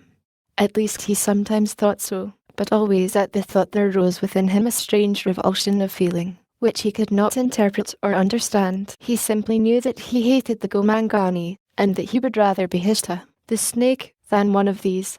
But their ways were interesting, and Tarzan never tired of spying upon them, and from them he learned much more than he realized, though always his principal thought was of some new way in which he could render their lives miserable. The baiting of the blacks was Tarzan's chief divertisement. Tarzan realized now that the blacks were very near and that there were many of them, so he went silently and with great caution. Noiselessly he moved through the lush grasses of the open spaces, and where the forest was dense, swung from one swaying branch to another, or leaped lightly over tangled masses of fallen trees where there was no way through the lower terraces, and the ground was choked and impassable. And so presently he came within sight of the black warriors of Mbonga, the chief. They were engaged in a pursuit with which Tarzan was more or less familiar, having watched them at it upon other occasions. They were placing and baiting a trap for Numa, the lion. In a cage upon wheels they were tying a kid, so fastening it that when Numa seized the unfortunate creature, the door of the cage would drop behind him, making him a prisoner. These things the blacks had learned in their old home, before they escaped through the untracked jungle to their new village. Formerly they had dwelt in the Belgian Congo until the cruelties of their heartless oppressors had driven them to seek the safety of unexplored solitudes beyond the boundaries of Leopold's domain. In their old life they often had trapped animals for the agents of European dealers, and had learned from them certain tricks, such as this one, which permitted them to capture even Numa without injuring him, and to transport him in safety and with comparative ease to their village. No longer was there a white market for their savage wares, but there was still a sufficient incentive for the taking of Numa alive. First was the necessity for ridding the jungle of man-eaters, and it was only after depredations by these grim and terrible scourges that a lion hunt was organized. Secondarily was the excuse for an orgy of celebration was the hunt successful, and the fact that such feats were rendered doubly pleasurable by the presence of a live creature that might be put to death by torture. Tarzan had witnessed these cruel rites in the past. Being himself more savage than the savage warriors of the Go-Mangani, he was not so shocked by the cruelty of them as he should have been, yet they did shock him. He could not understand the strange feeling of revulsion which possessed him at such times. He had no love for Numa, the lion, yet he bristled with rage when the blacks inflicted upon his enemy such indignities and cruelties as only the mind of the one creature moulded in the image of God can conceive. Upon 2 occasions he had freed Numa from the trap before the blacks had returned to discover the success or failure of their venture.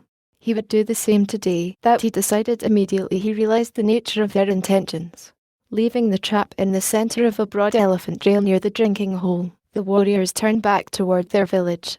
On the morrow they would come again. Tarzan looked after them. Upon his lips an unconscious sneer, the heritage of Ungzet caste. He saw them file along the broad trail, beneath the overhanging verdure of leafy branch and looped and festooned creepers, brushing ebon shoulders against gorgeous blooms which inscrutable nature has seen fit to lavish most profusely farthest from the eye of man.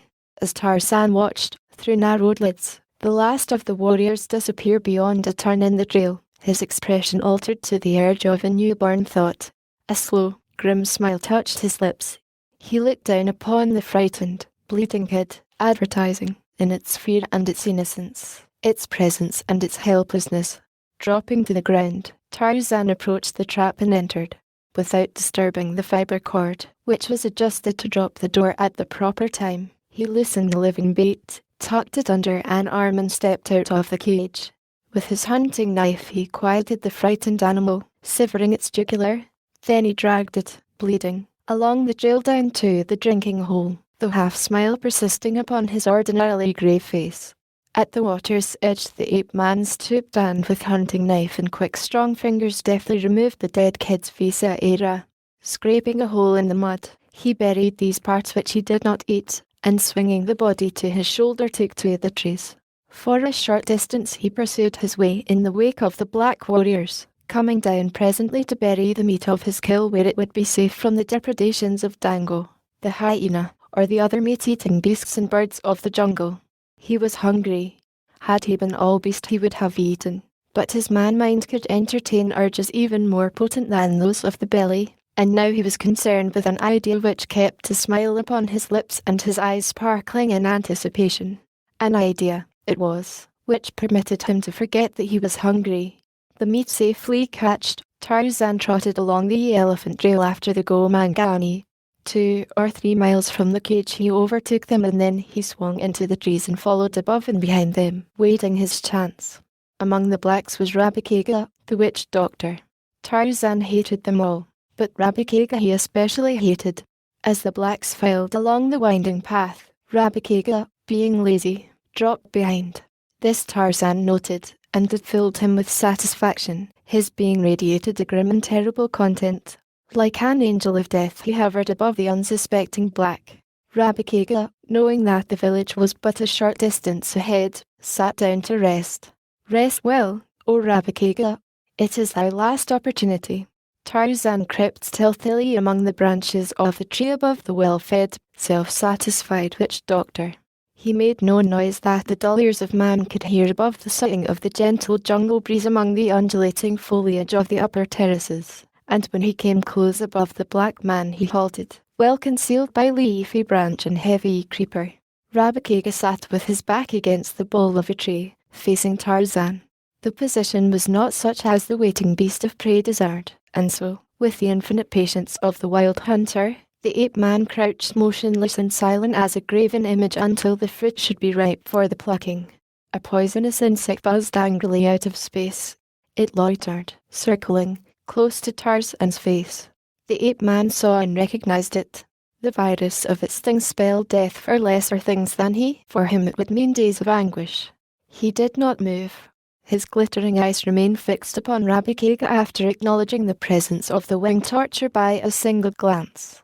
He heard and followed the movements of the insect with his keen ears, and then he felt it alight upon his forehead.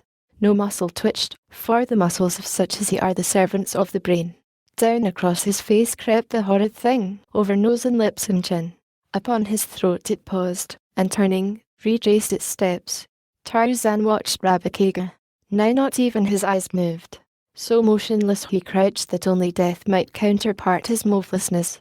The insect crawled upward over the nut-brown cheek and stopped with its antennae brushing the lashes of his lower lid. Yura would have started back, closing her eyes and striking at the thing. But you and I are the slaves, not the masters of our nerves. Had the thing crawled upon the eyeball of the ape-man, it is believable that he could yet have remained wide-eyed and rigid, but it did not. For a moment it loitered there close to the lower lid, then it rose and buzzed away.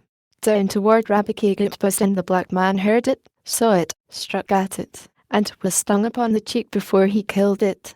Then he rose with a howl of pain and anger, and as he turned up the trail toward the village of Mbonga, the chief, his broad, black back was exposed to the silent thing waiting above him, and as Rabikaga turned, a lithe figure shot outward and downward from the tree above upon his broad shoulders. The impact of the springing creature carried Rabikaga to the ground. He felt strong jaws close upon his neck, and when he tried to scream, steel fingers throttled his throat. The powerful black warrior struggled to free himself, but he was as a child in the grip of his adversary. Presently Tarzan released his grip upon the other's throat, but each time that Rabakega essayed a scream, the cruel fingers choked him painfully. At last the warrior desisted. Then Tarzan half rose and kneeled upon his victim's back, and when Rabakega struggled to arise, the ape-man pushed his face down into the dirt of the trail. With a bit of the rope that had secured the kid, Tarzan made Rabakega's wrists secure behind his back. Then he rose and jerked his prisoner to his feet, faced him back along the trail and pushed him on ahead. Not until he came to his feet did Rabakega obtain a square look at his assailant. When he saw that it was the white devil god, his heart sank within him and his knees trembled. But as he walked along the trail ahead of his captor and was neither injured nor molested, his spirits slowly rose, so that he took heart again. Possibly the devil god did not intend to kill him after all. Had he not had Little Debo in his power for days without harming him, and had he not spared Momaya, Tiba's mother, when he easily might have slain her? And then they came upon the cage which Rabakega, with the other black warriors of the village of Mbonga, the chief, had placed and baited for Numa. Rabakega saw that the bait was gone, though there was no lion within the cage, nor was the door dropped. He saw and he was filled with wonder not unmixed with apprehension. It entered his dull brain that in some way this combination of circumstances had a connection with his presence there as the prisoner of the white devil god. Nor was he wrong. Tarzan pushed him roughly into the cage, and in another moment Rabakega understood. Cold sweat broke from every pore of his body. He trembled as with ague, for the ape-man was binding him securely in the very spot the kid had previously occupied.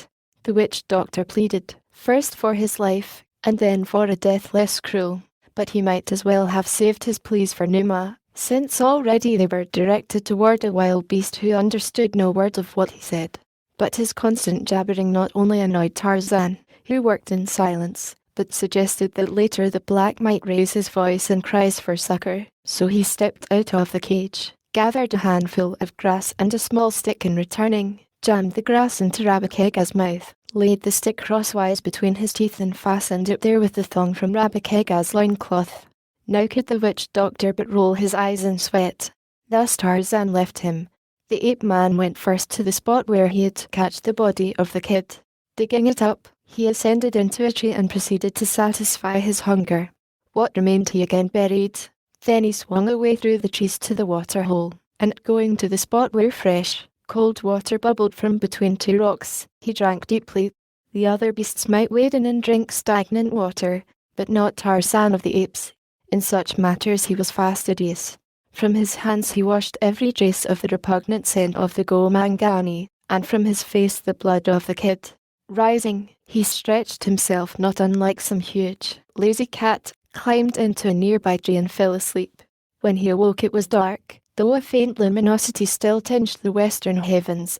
The lion moaned and coughed as it strode through the jungle toward water. It was approaching the drinking hole. Tarzan grinned sleepily, changed his position and fell asleep again. When the blacks of Mbonga, the chief, reached their village they discovered that Rabakega was not among them. When several hours had lapsed they decided that something had happened to him, and it was the hope of the majority of the tribe that whatever had happened to him might prove fatal. They did not love the witch doctor. Love and fear seldom were playmates, but a warrior is a warrior, and so Mbonga organized a searching party. That his own grief was not unassuagable might have been gathered from the fact that he remained at home and went to sleep. The young warriors whom he sent out remained steadfast to their purpose for fully half an hour, when, unfortunately for Rabakega, upon so slight a thing may the fate of a man rest, a honeybird attracted the attention of the searchers and led them off for the delicious door it previously had marked down for betrayal, and Rabakega's doom was sealed.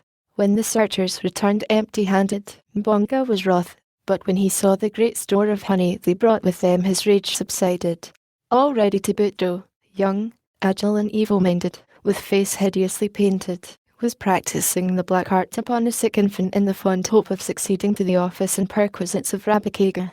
Tonight the women of the old witch doctor would mourn in hell.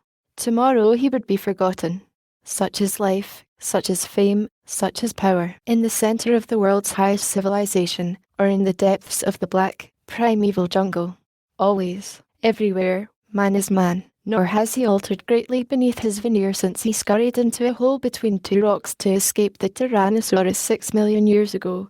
The morning following the disappearance of Rabakega, the warriors set out with Mbonga, the chief, to examine the trap they had set for Numa. Long before they reached the cage, they heard the roaring of a great lion and guessed that they had made a successful bag, so it was with shouts of joy that they approached the spot where they should find their captive. Yes, there he was, a great, magnificent specimen, a huge, black-maned lion. The warriors were frantic with delight. They leaped into the air and uttered savage cries, hoarse victory cries, and then they came closer, and the cries died upon their lips, and their eyes went wide so that the whites showed all around their irises, and their pendulous lower lips drooped with their drooping jaws.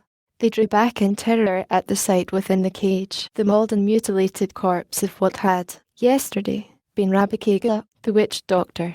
The captured lion had been too angry and frightened to feed upon the body of his gill, but he had vented upon it much of his rage, until it was a frightful thing to behold. From his perch in a nearby tree, Tarzan of the Apes, Lord Greystoke, looked down upon the black warriors and grinned. Once again his self-pride in his ability as a practical joker asserted itself.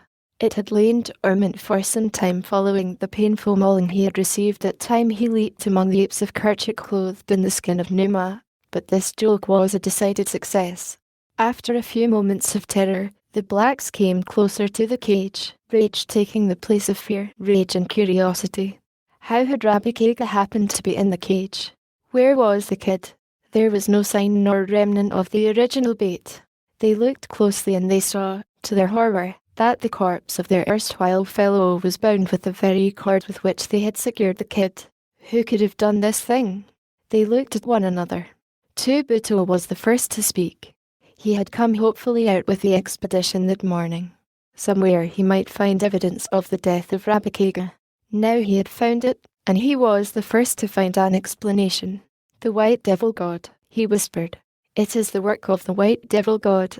No one contradicted Tubuto, for, indeed, who else could it have been but the great, hairless ape they also feared? And so their hatred of Tarzan increased again with an increased fear of him.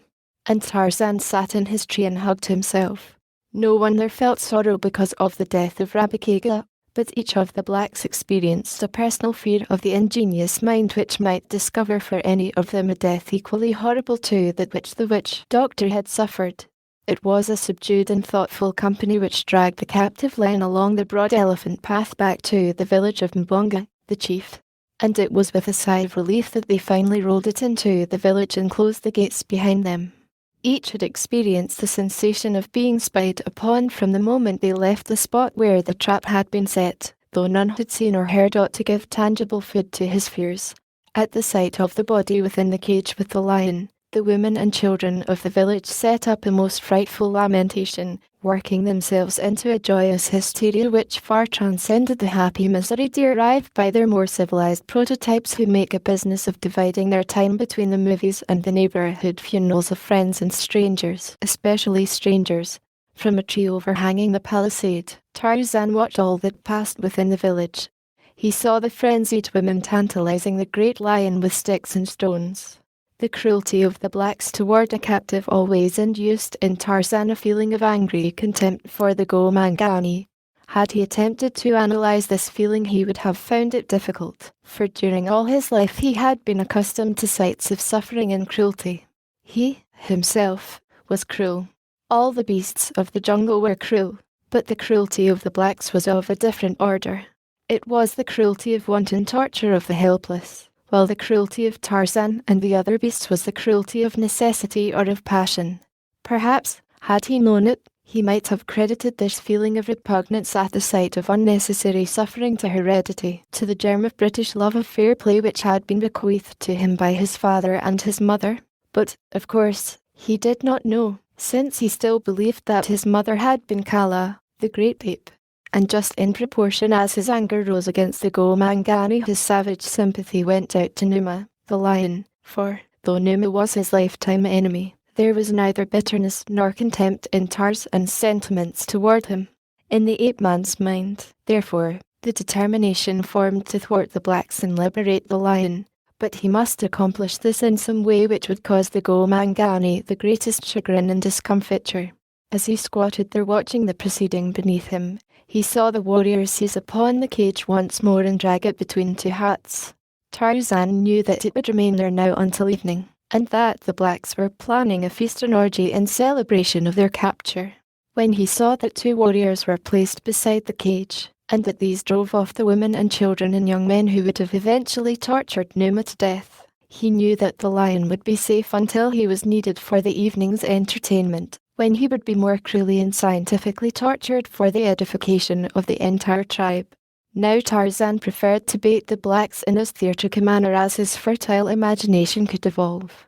He had some half-formed conception of their superstitious fears and of their especial dread of night, and so he decided to wait until darkness fell and the blacks partially worked to hysteria by their dancing and religious rites before he took any steps toward the freeing of Numa.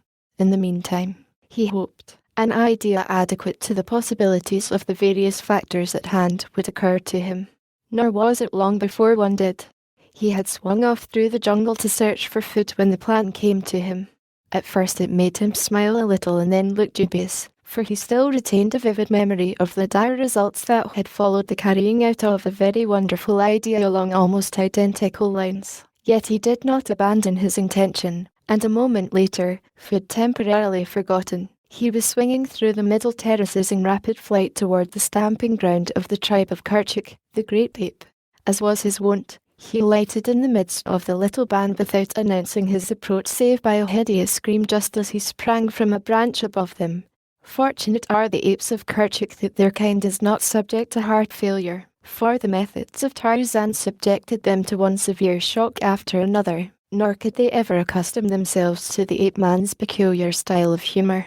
Now, when they saw it was they merely snarled and grumbled angrily for a moment and then resumed their feeding or their napping which he had interrupted, and he, having had his little joke, made his way to the hollow tree where he kept his treasures hid from the inquisitive eyes and fingers of his fellows and the mischievous little Manus. Here he withdrew a closely rolled hide, the hide of Numa with the head on, a clever bit of primitive curing and mounting, which had once been the property of the witch doctor, Rabikaga, until Tarzan had stolen it from the village. With this he made his way back through the jungle toward the village of the blacks, stopping to hunt and feed upon the way, and, in the afternoon, even napping for an hour, so that it was already dusk when he entered the great tree which overhung the palisade and gave him a view of the entire village. He saw that Numa was still alive and that the guards were even dozing beside the cage. The lion is no great novelty to a black man in the lion country, and the first keen edge of their desire to worry the brood having worn off, the villagers paid little or no attention to the great cat, preferring now to await the grand event of the night. Nor was it long after dark before the festivities commenced. To the beating of tom-toms, a lone warrior, crouched half-doubled, leaped into the firelight in the centre of a great circle of other warriors, behind whom stood or squatted the women and the children. The dancer was painted and armed for the hunt, and his movements and gestures suggested the search for the spoor of game. Bending low, sometimes resting for a moment on one knee, he searched the ground for signs of the quarry. Again he paused, statuesque, listening. The warrior was young and lithe and graceful. He was full-muscled and arrow-straight.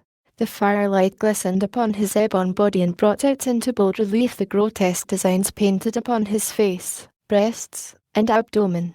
Presently he bent low to the earth, then leaped high in air. Every line of face and body showed that he had struck the scent. Immediately he leaped toward the circle of warriors about him, telling them of his find and summoning them to the hunt. It was all in pantomime, but so truly done that even Tarzan could follow it all to the least detail. He saw the other warriors grasp their hunting spears and leap to their feet to join in the graceful, stealthy, stalking dance. It was very interesting, but Tarzan realized that if he was to carry his design to a successful conclusion he must act quickly. He had seen these dances before and knew that after this talk would come the game at bay and then the kill, during which Numa would be surrounded by warriors, and unapproachable. With the lion's skin under one arm, the ape-man dropped to the ground in the dense shadows beneath the tree and then circled behind the huts until he came out directly in the rear of the cage, in which Numa paced nervously to and fro. The cage was now unguarded, the two warriors having left it to take their places among the other dancers. Behind the cage, Tarzan adjusted the lion's skin about him, just as he had upon the memorable occasion when the apes of Kerchuk, failing to pierce his disguise, had all but slain him. Then, on hands and knees, he crept forward, emerged from between the two huts and stood a few paces back of the dusky audience, whose whole attention was centered upon the dancers before them. Tarzan saw that the blacks had now worked themselves to a proper pitch of nervous excitement to be ripe for the lion. In a moment the ring of spectators would break at a point nearest the caged lion, and the victim would be rolled into the center of the circle. It was for this moment that Tarzan waited. At last it came. A signal was given by Mbonga, the chief, at which the women and children immediately in front of Tarzan rose and moved to one side, leaving a broad path opening toward the caged lion. At the same instant Tarzan gave voice to the low, coughing roar of an angry lion and slunk slowly forward through the open lane toward the frenzied dancers. A woman saw him first and screamed. Instantly there was a panic in the immediate vicinity of the ape-man. The strong light from the fire fell full upon the lion head, and the blacks leaped to the conclusion, as Tarzan had known they would, that their captive had escaped his cage. With another roar, Tarzan moved forward. The dancing warriors paused but an instant. They had been hunting a lion securely housed within a strong cage, and now that he was at liberty among them, an entirely different aspect was placed upon the matter. Their nerves were not immune to this emergency. The women and children already had fled to the questionable safety of the nearest huts, and the warriors were not long in following their example, so that presently Tarzan was left in sole possession of the village street. But not for long. Nor did he wish to be left thus long alone. It would not comport with his scheme. Presently a head peered forth from a nearby hut, and then another and another until a score or more of warriors were looking out upon him, waiting for his next move, waiting for the lion to charge or to attempt to escape from the village. Their spears were ready in their hands against either a charge or a bolt for freedom, and then the lion rose erect upon its hind legs. The tawny skin dropped from it, and there stood revealed before them in the firelight the straight young figure of the white devil god. For an instant the blacks were too astonished to act. They feared this apparition fully as much as they did Numa, yet they would gladly have slain the thing could they quickly enough have gathered together their wits. But fear and superstition and a natural mental density held them paralyzed while the ape-man stooped and gathered up the lion skin. They saw him turn then and walk back into the shadows at the far end of the village. Not until then did they gain courage to pursue him, and when they had come in force, with brandished spears and loud war cries, the quarry was gone. Not an instant did Tarzan pause in the tree. Throwing the skin over a branch, he leaped again into the village upon the opposite side of the great bowl, and diving into the shadow of a hut, ran quickly to where lay the caged lion. Springing to the top of the cage, he pulled upon the cord which raised the door, and a moment later a great lion in the prime of his strength and vigour leaped out into the village. The warriors, returning from a futile search for Tarzan, saw him step into the firelight. Ah, there was the devil god again, up to his old trick. Did he think he could twice fool the men of Mbonga, the chief, the same way in so short a time? They would show him. For long they had waited for such an opportunity to rid themselves forever of this fearsome jungle demon. As one they rushed forward with raised spears. The women and the children came from the huts to witness the slaying of the devil god. The lion turned blazing eyes upon them and then swung about toward the advancing warriors. With shouts of savage joy and triumph they came toward him, menacing him with their spears. The devil god was theirs. And then, with a frightful roar, Numa, the lion, charged. The men of Mbonga, the chief, met Numa with ready spears and screams of fury. In a solid mass of muscled ebony they waited the coming of the devil god, yet beneath their brave exteriors lurked a haunting fear that all might not be quite well with them, that this strange creature could yet prove invulnerable to their weapons and inflict upon them full punishment for their effrontery. The charging lion was all too lifelike. They saw that in the brief instant of the charge, but beneath the tawny hide they knew was hid the soft flesh of the white man, and how could that withstand the assault of many war spears? In their forefront stood a huge young warrior in the full arrogance of his might and his youth. Afraid? Not he. He laughed as Numa bore down upon him. He laughed and couched his spear, setting the point for the broad breast. And then the lion was upon him. A great paw swept away the heavy war spear, splintering it as the hand of man might splinter a dry twig. Down went the black, his skull crushed by another blow. And then the lion was in the midst of the warriors, clawing and tearing to right and left. Not for long did they stand their ground, but a dozen men were mauled before the others made good their escape from those frightful talons and gleaming fangs. In terror the villagers fled hither and thither. No hut seemed a sufficiently secure asylum with Numa ranging within the palisade. From one to another fled the frightened blacks, while in the centre of the village Numa stood glaring and growling above his gills. At last a tribesman flung wide the gates of the village and sought safety amid the branches of the forest trees beyond. Like sheep his fellows followed him, until the lion and his dead remained alone in the village. From the nearer trees the men of Mbonga saw the lion lower his great head and seize one of his victims by the shoulder, and then with slow and stately tread moved down the village street past the open gates and on into the jungle. They saw and shuddered, and from another tree Tarzan of the Apes saw and smiled. A full hour elapsed after the lion had disappeared with his feast before the blacks ventured down from the trees and returned to their village. Wide eyes rolled from side to side, and naked flesh contracted more to the chill of fear than to the chill of the jungle night. "It was he all the time," murmured one. "It was the devil god. He changed himself from a lion to a man, and back again into a lion," whispered another. "And he dragged Muiza into the forest and is eating him," said a third, shuddering. "We are no longer safe here," wailed a fourth. "Let us take our belongings and search for another village site far from the haunts of the wicked devil god." But with morning came renewed courage, so that the experiences of the preceding evening had little other effect than to increase their fear of Tarzan and strengthen their belief in his supernatural origin. And thus waxed the fame and the power of the ape-man in the mysterious haunts of the savage jungle where he ranged, mightiest of beasts because of the man-mind which directed his giant muscles and his flawless courage. 12 Tarzan rescues the moon. The moon shone down out of the cloudless sky, a huge, swollen moon that seemed so close to earth that one might wonder that she did not brush the crooning treetops. It was night, and Tarzan was abroad in the jungle. Tarzan, the ape-man, mighty fighter, mighty hunter. Why he swung through the dark shadows of the somber forest he could not have told you. It was not that he was hungry, he had fed full this day, and in a safe cache were the remains of his gill, ready against the coming of a new appetite. Perhaps it was the very joy of living that urged him from his arboreal couch to pit his muscles and his senses against the jungle night. And then, too, Tarzan always was goaded by an intense desire to know. The jungle which is presided over by Kudu, the sun, is a very different jungle from that of Goro, the moon. The diurnal jungle has its own aspect, its own lights and shades, its own birds, its own blooms, its own beasts. Its noises are the noises of the day.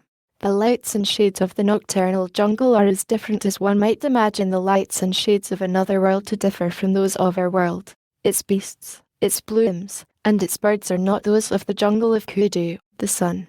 Because of these differences, Tarzan loved to investigate the jungle by night. Not only was the life another life, but it was richer in numbers and in romance. It was richer in dangers, too, and to Tarzan of the Apes danger was the spice of life. And the noises of the jungle night, the roar of the lion, the scream of the leopard, the hideous laughter of Dango, the hyena, were music to the ears of the ape-man. The soft padding of unseen feet, the rustling of leaves and grasses to the passage of fierce beasts, the sheen of opal skies flaming through the dark, the million sounds which proclaimed a teeming life that one might hear and scent, though seldom see, constituted the appeal of the nocturnal jungle to Tarzan. Tonight he had swung a wide circle, toward the east first and then toward the south, and now he was rounding back again into the north. His eyes, his ears and his keen nostrils were ever on the alert. Mingled with the sounds he knew, there were strange sounds, weird sounds which he never heard until after Kudu had sought his lair below the far edge of the big water, sounds which belonged to Goro, the moon, and to the mysterious period of Goro's supremacy. These sounds often caused Tarzan profound speculation. They baffled him because he thought that he knew his jungle so well that there could be nothing within it unfamiliar to him. Sometimes he thought that his colours and forms appeared to differ by night from their familiar daylight aspects, so sounds altered with the passage of Kudu and the coming of Goro, and these thoughts roused within his brain a vague conjecture that perhaps Goro and could influence these changes. And what more natural that eventually he came to attribute to the sun and the moon personalities as real as his own.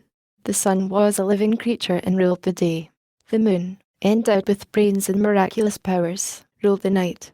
Thus functioned the untrained man mind groping through the dark night of ignorance for an explanation of the things he could not touch or smell or hear and of the great, unknown powers of nature which he could not see. As Tarzan swung north again upon his wide circle, the scent of the Go-Mangani came to his nostrils, mixed with the acrid odor of wood smoke. The ape-man moved quickly in the direction from which the scent was borne down to him upon the gentle night wind. Presently the ruddy sheen of a great fire filtered through the foliage to him ahead, and when Tarzan came to a halt in the trees near it, he saw a party of half a dozen black warriors huddled close to the blaze. It was evidently a hunting party from the village of Mbonga, the chief, caught out in the jungle after dark. In a rude circle about them they had constructed a thorn boma which, with the aid of the fire, they apparently hoped would discourage the advances of the larger carnivora. That hope was not conviction was evidenced by the very palpable terror in which they crouched, wide-eyed and trembling, for already Numa and Sabor were moaning through the jungle toward them. There were other creatures, too, in the shadows beyond the firelight. Tarzan could see their yellow eyes flaming there. The blacks saw them and shivered. Then one arose and grasping a burning branch from the fire hurled it at the eyes, which immediately disappeared. The blacks sat down again. Tarzan watched and saw that it was several minutes before the eyes began to reappear in twos and fours. Then came Numa, the lion, and Sabor, his mate. The other eyes scattered to right and left before the menacing growls of the great cats, and then the huge orbs of the man-eaters flamed alone out of the darkness. Some of the blacks threw themselves upon their faces and moaned, but he who before had hurled the burning branch now hurled another straight at the faces of the hungry lions, and they, too, disappeared as had the lesser lights before them. Tarzan was much interested. He saw a new reason for the nightly fires maintained by the blacks, a reason in addition to those connected with warmth and light and cooking. The beasts of the jungle feared fire, and so fire was, in a measure, a protection from them. Tarzan himself knew a certain awe of fire. Once he had, in investigating an abandoned fire in the village of the blacks, picked up a live coal. Since then he had maintained a respectful distance from such fires as he had seen. One experience had sufficed. For a few minutes after the black hurled the firebrand no eyes appeared, though Tarzan could hear the soft padding of feet all about him. Then flashed once more the twin fire spots that marked the return of the Lord of the Jungle, and a moment later, upon a slightly lower level, there appeared those of Sabor, his mate. For some time they remained fixed and unwavering, a constellation of fierce stars in the jungle night. Then the male lion advanced slowly toward the boma, where all but a single black still crouched in trembling terror. When this lone guardian saw that Numa was again approaching, he threw another firebrand, and, as before, Numa retreated, and with him Sabor, the lioness. But not so far, this time, nor for so long. Almost instantly they turned and began circling the boma, their eyes turning constantly toward the firelight, while low, throaty growls evidenced their increasing displeasure. Beyond the lions glowed the flaming eyes of the lesser satellites, until the black jungle was shot all around the black men's camp with little spots of fire. Again and again the black warrior hurled his puny brands at the two big cats, but Tarzan noticed that Numa paid little or no attention to them after the first few retreats. The ape-man knew by Numa's voice that the lion was hungry and surmised that he had made up his mind to feed upon a Go-Mangani, but would he dare a closer approach to the dreaded flames? Even as the thought was passing in Tarzan's mind, Numa stopped his restless pacing and faced the boma. For a moment he stood motionless, except for the quick, nervous up-curving of his tail. Then he walked deliberately forward, while Sabor moved restlessly to and fro where he had left her. The black man called to his comrades that the lion was coming, but they were too far gone and feared to do more than huddle closer together and moan more loudly than before. Seizing a blazing branch, the man cast it straight into the face of the lion. There was an angry roar, followed by a swift charge. With a single bound, the savage beast cleared the boma wall as, with almost equal agility, the warrior cleared it upon the opposite side and, chancing the dangers lurking in the darkness, bolted for the nearest tree. Numa was out of the boma almost as soon as he was inside it, but as he went back over the low thorn wall, he took a screaming negro with him. Dragging his victim along the ground, he walked back towards Abort, the lioness, who joined him, and the two continued into the blackness, their savage growls mingling with the piercing shrieks of the doomed and terrified man. At a little distance from the blaze, the lions halted. There ensued a short succession of unusually vicious growls and roars, during which the cries and moans of the black man ceased forever. Presently Numa reappeared in the firelight.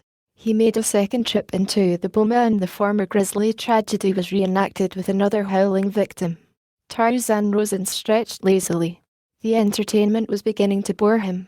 He yawned and turned upon his way toward the clearing where the tribe would be sleeping in the encircling trees. Yet even when he had found his familiar crotch and curled himself for slumber, he felt no desire to sleep. For a long time he lay awake thinking and dreaming.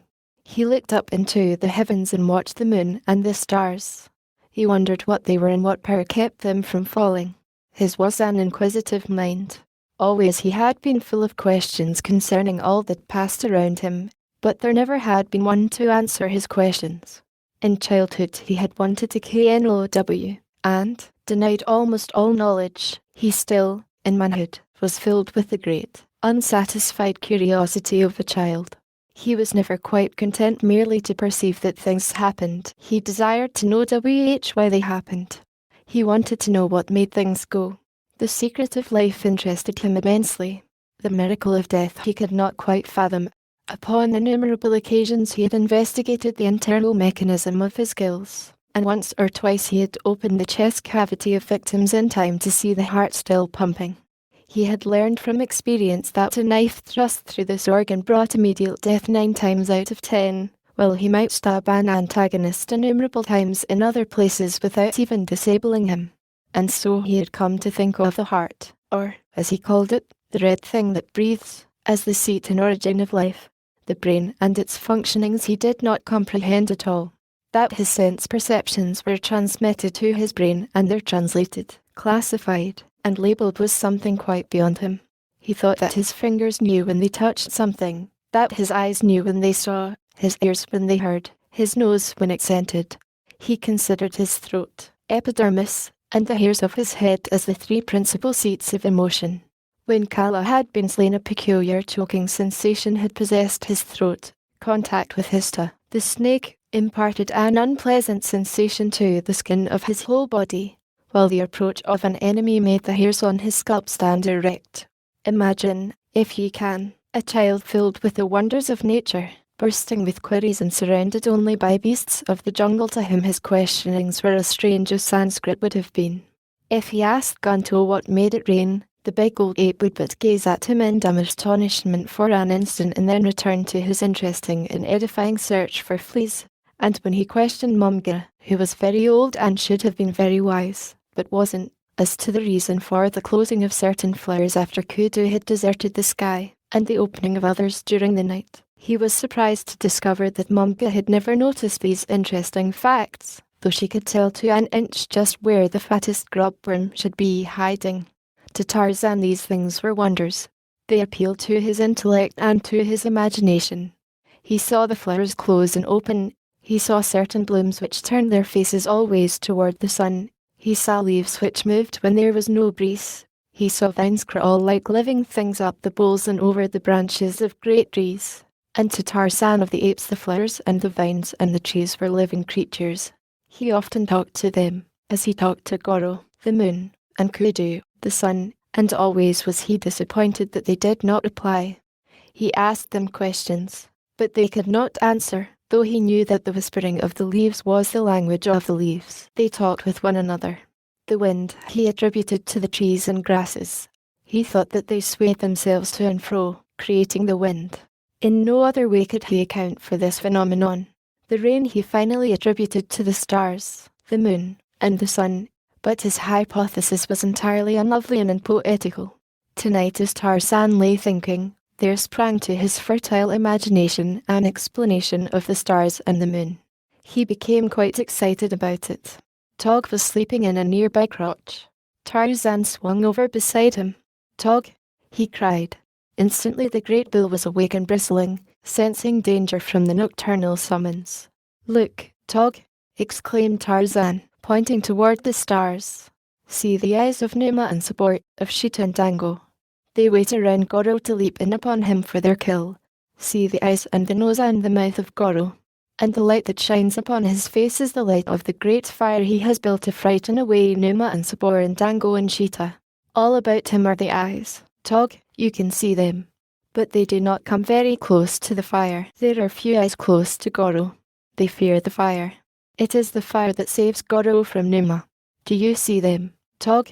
Some night Numa will be very hungry and very angry. Then he will leap over the thorn bushes which encircle Goro, and we will have no more light after Kudu seeks his lair. The night will be black with the blackness that comes when Goro is lazy and sleeps late into the night, or when he wanders through the skies by day, forgetting the jungle and its people."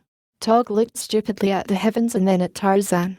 A meteor fell, blazing a flaming way through the sky. "Look!" cried Tarzan. "Goro has thrown a burning branch at Numa." Tog grumbled. "Numa is down below," he said. "Numa does not hunt above the trees."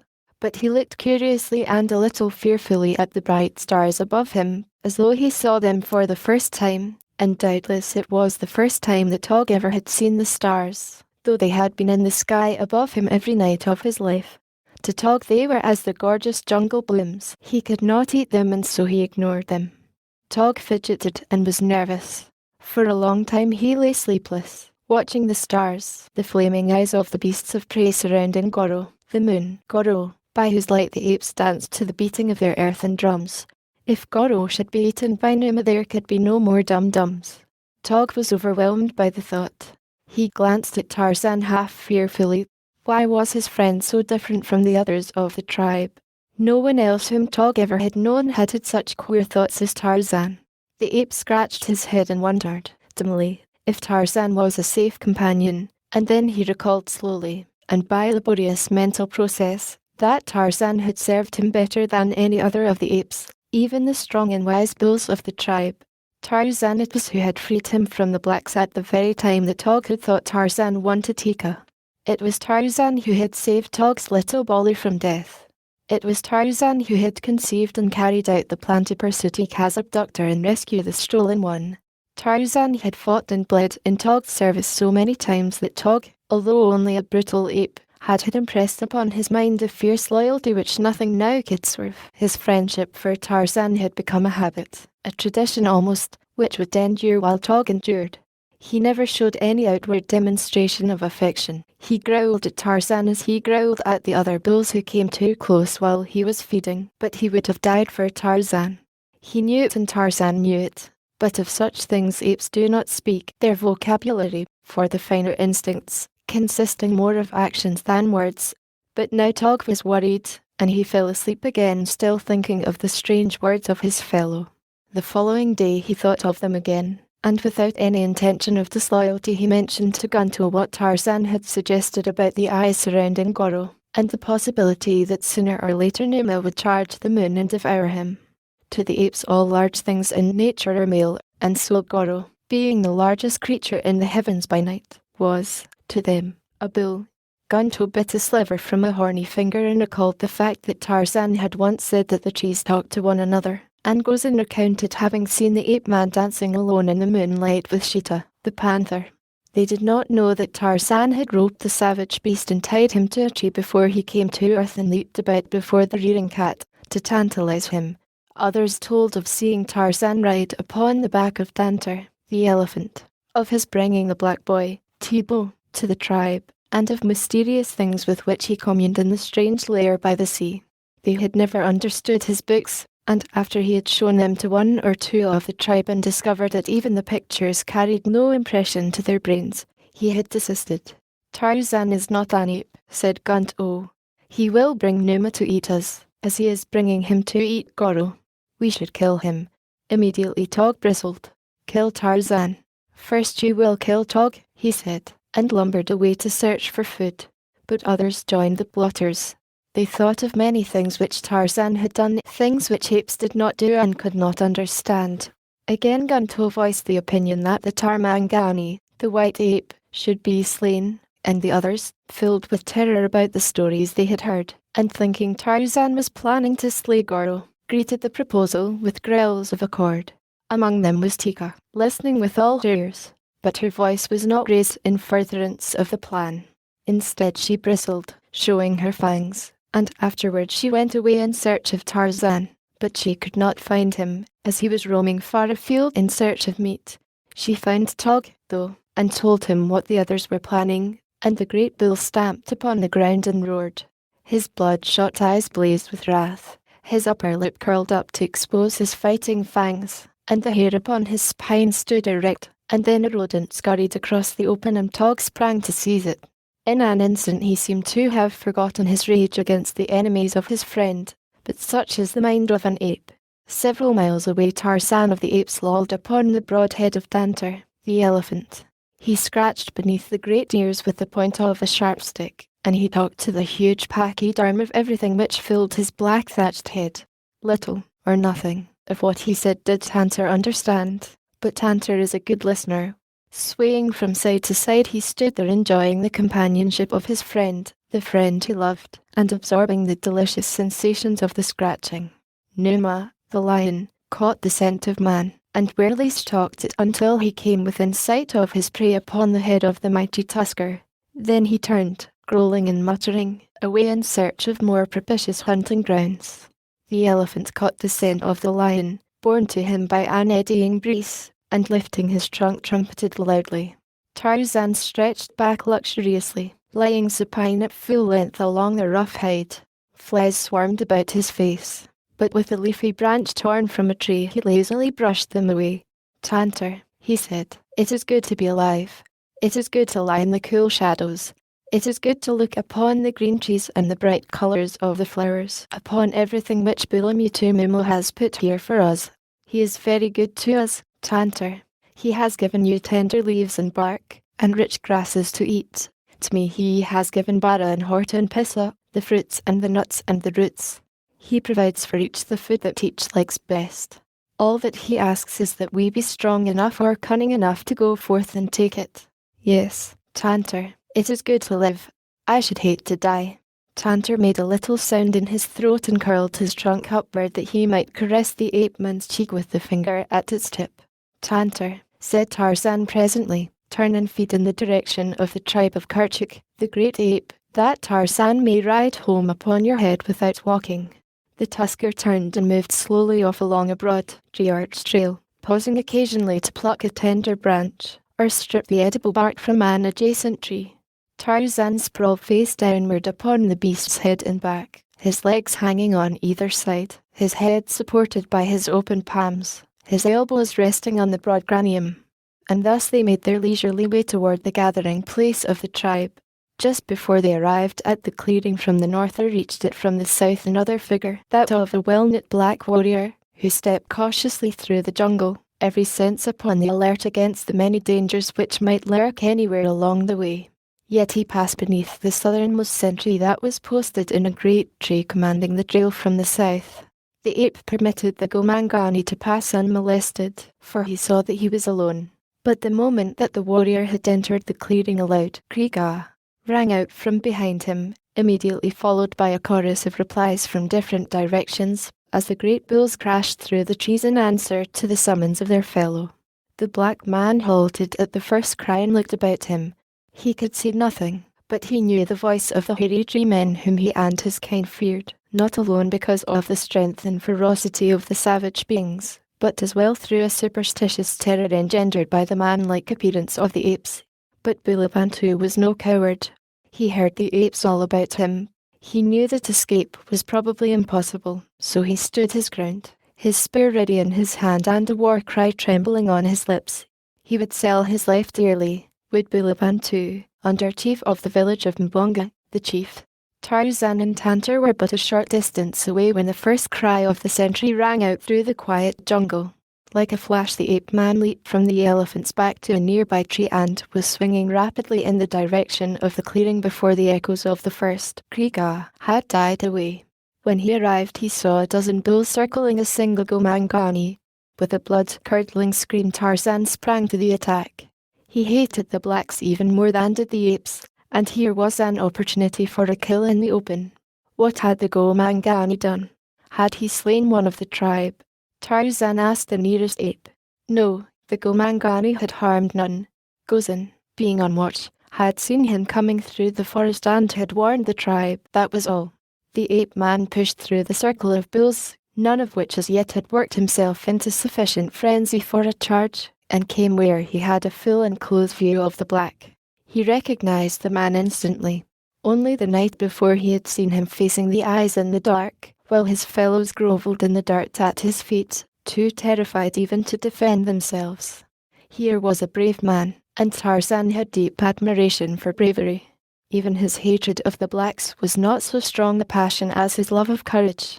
He would have joyed in battling with a black warrior at almost any time, but this one he did not wish to kill. He felt, vaguely, that the man had earned his life by his brave defense of it on the preceding night, nor did he fancy the odds that were pitted against the lone warrior.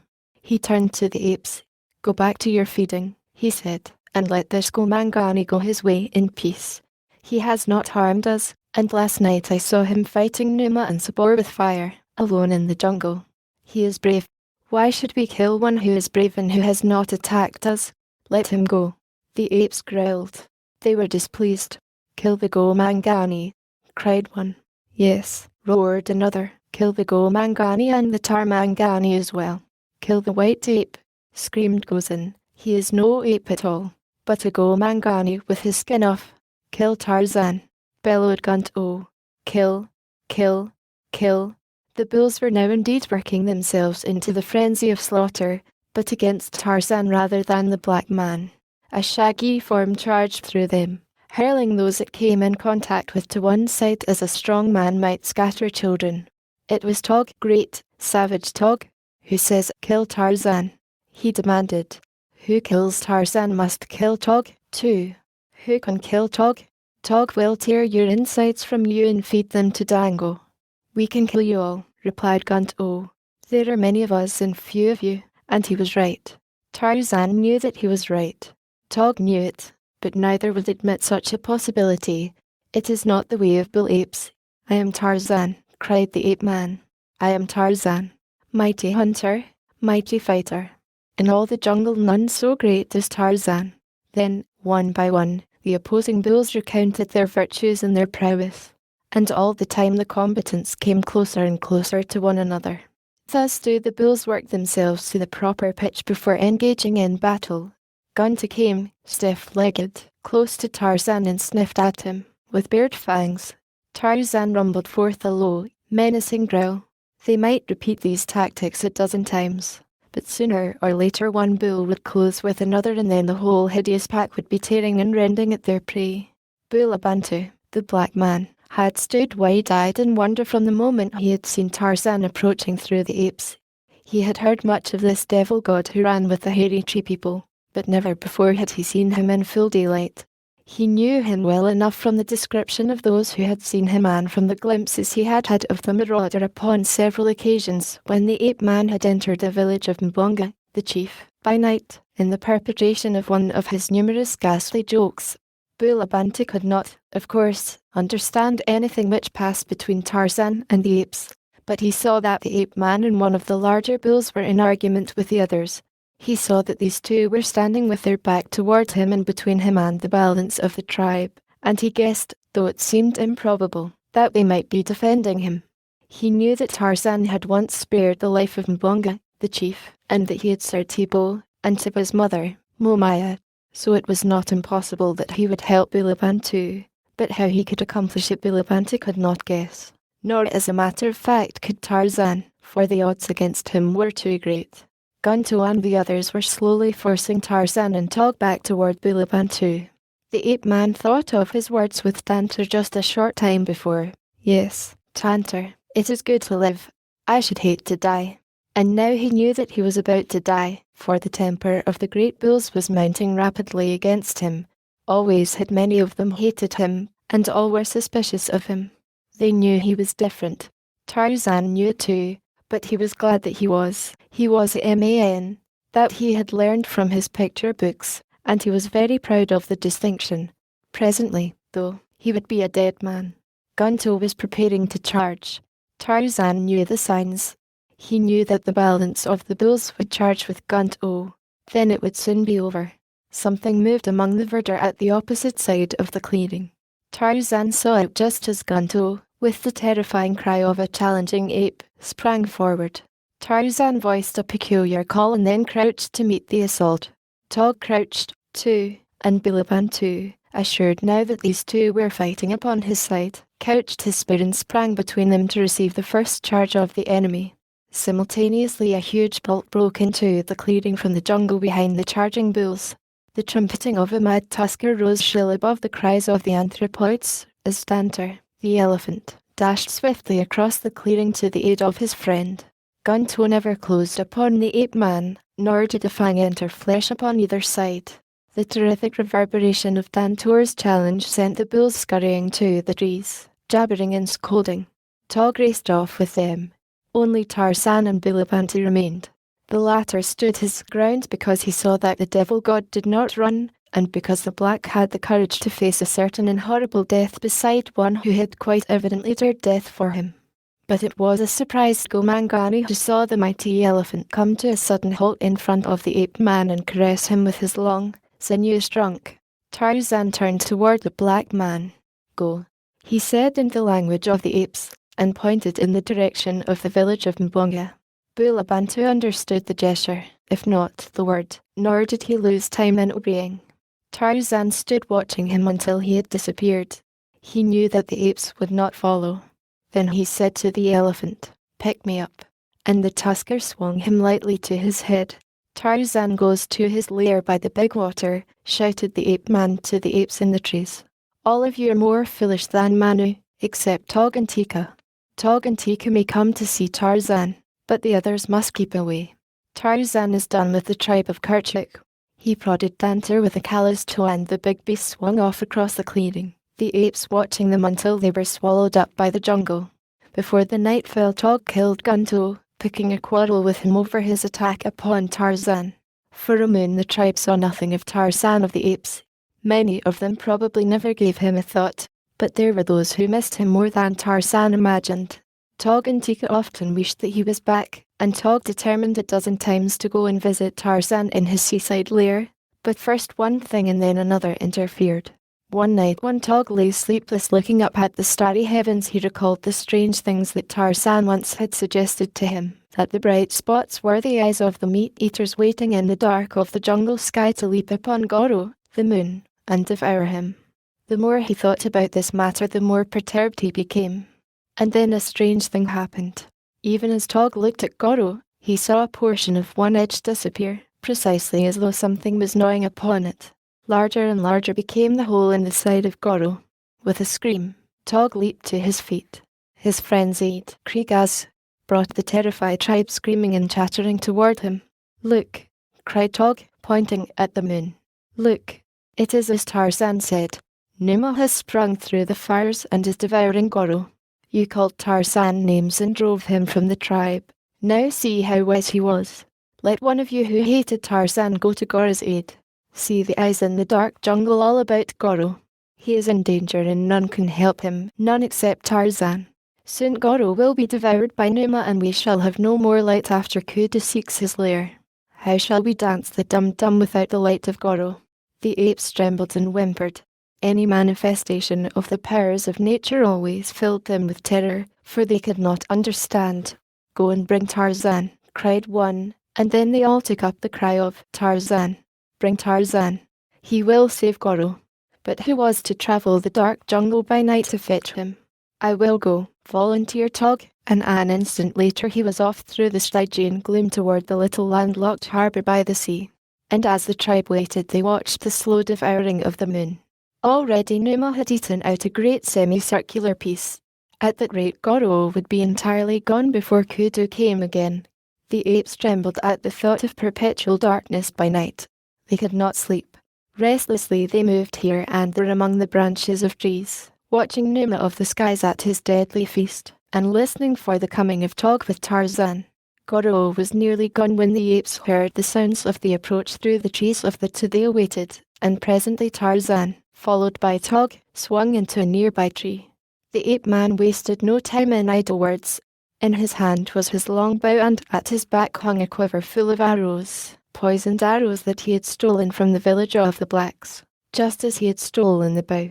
Up into a great tree he clambered, higher and higher until he stood swaying upon a small limb which bent low beneath his weight.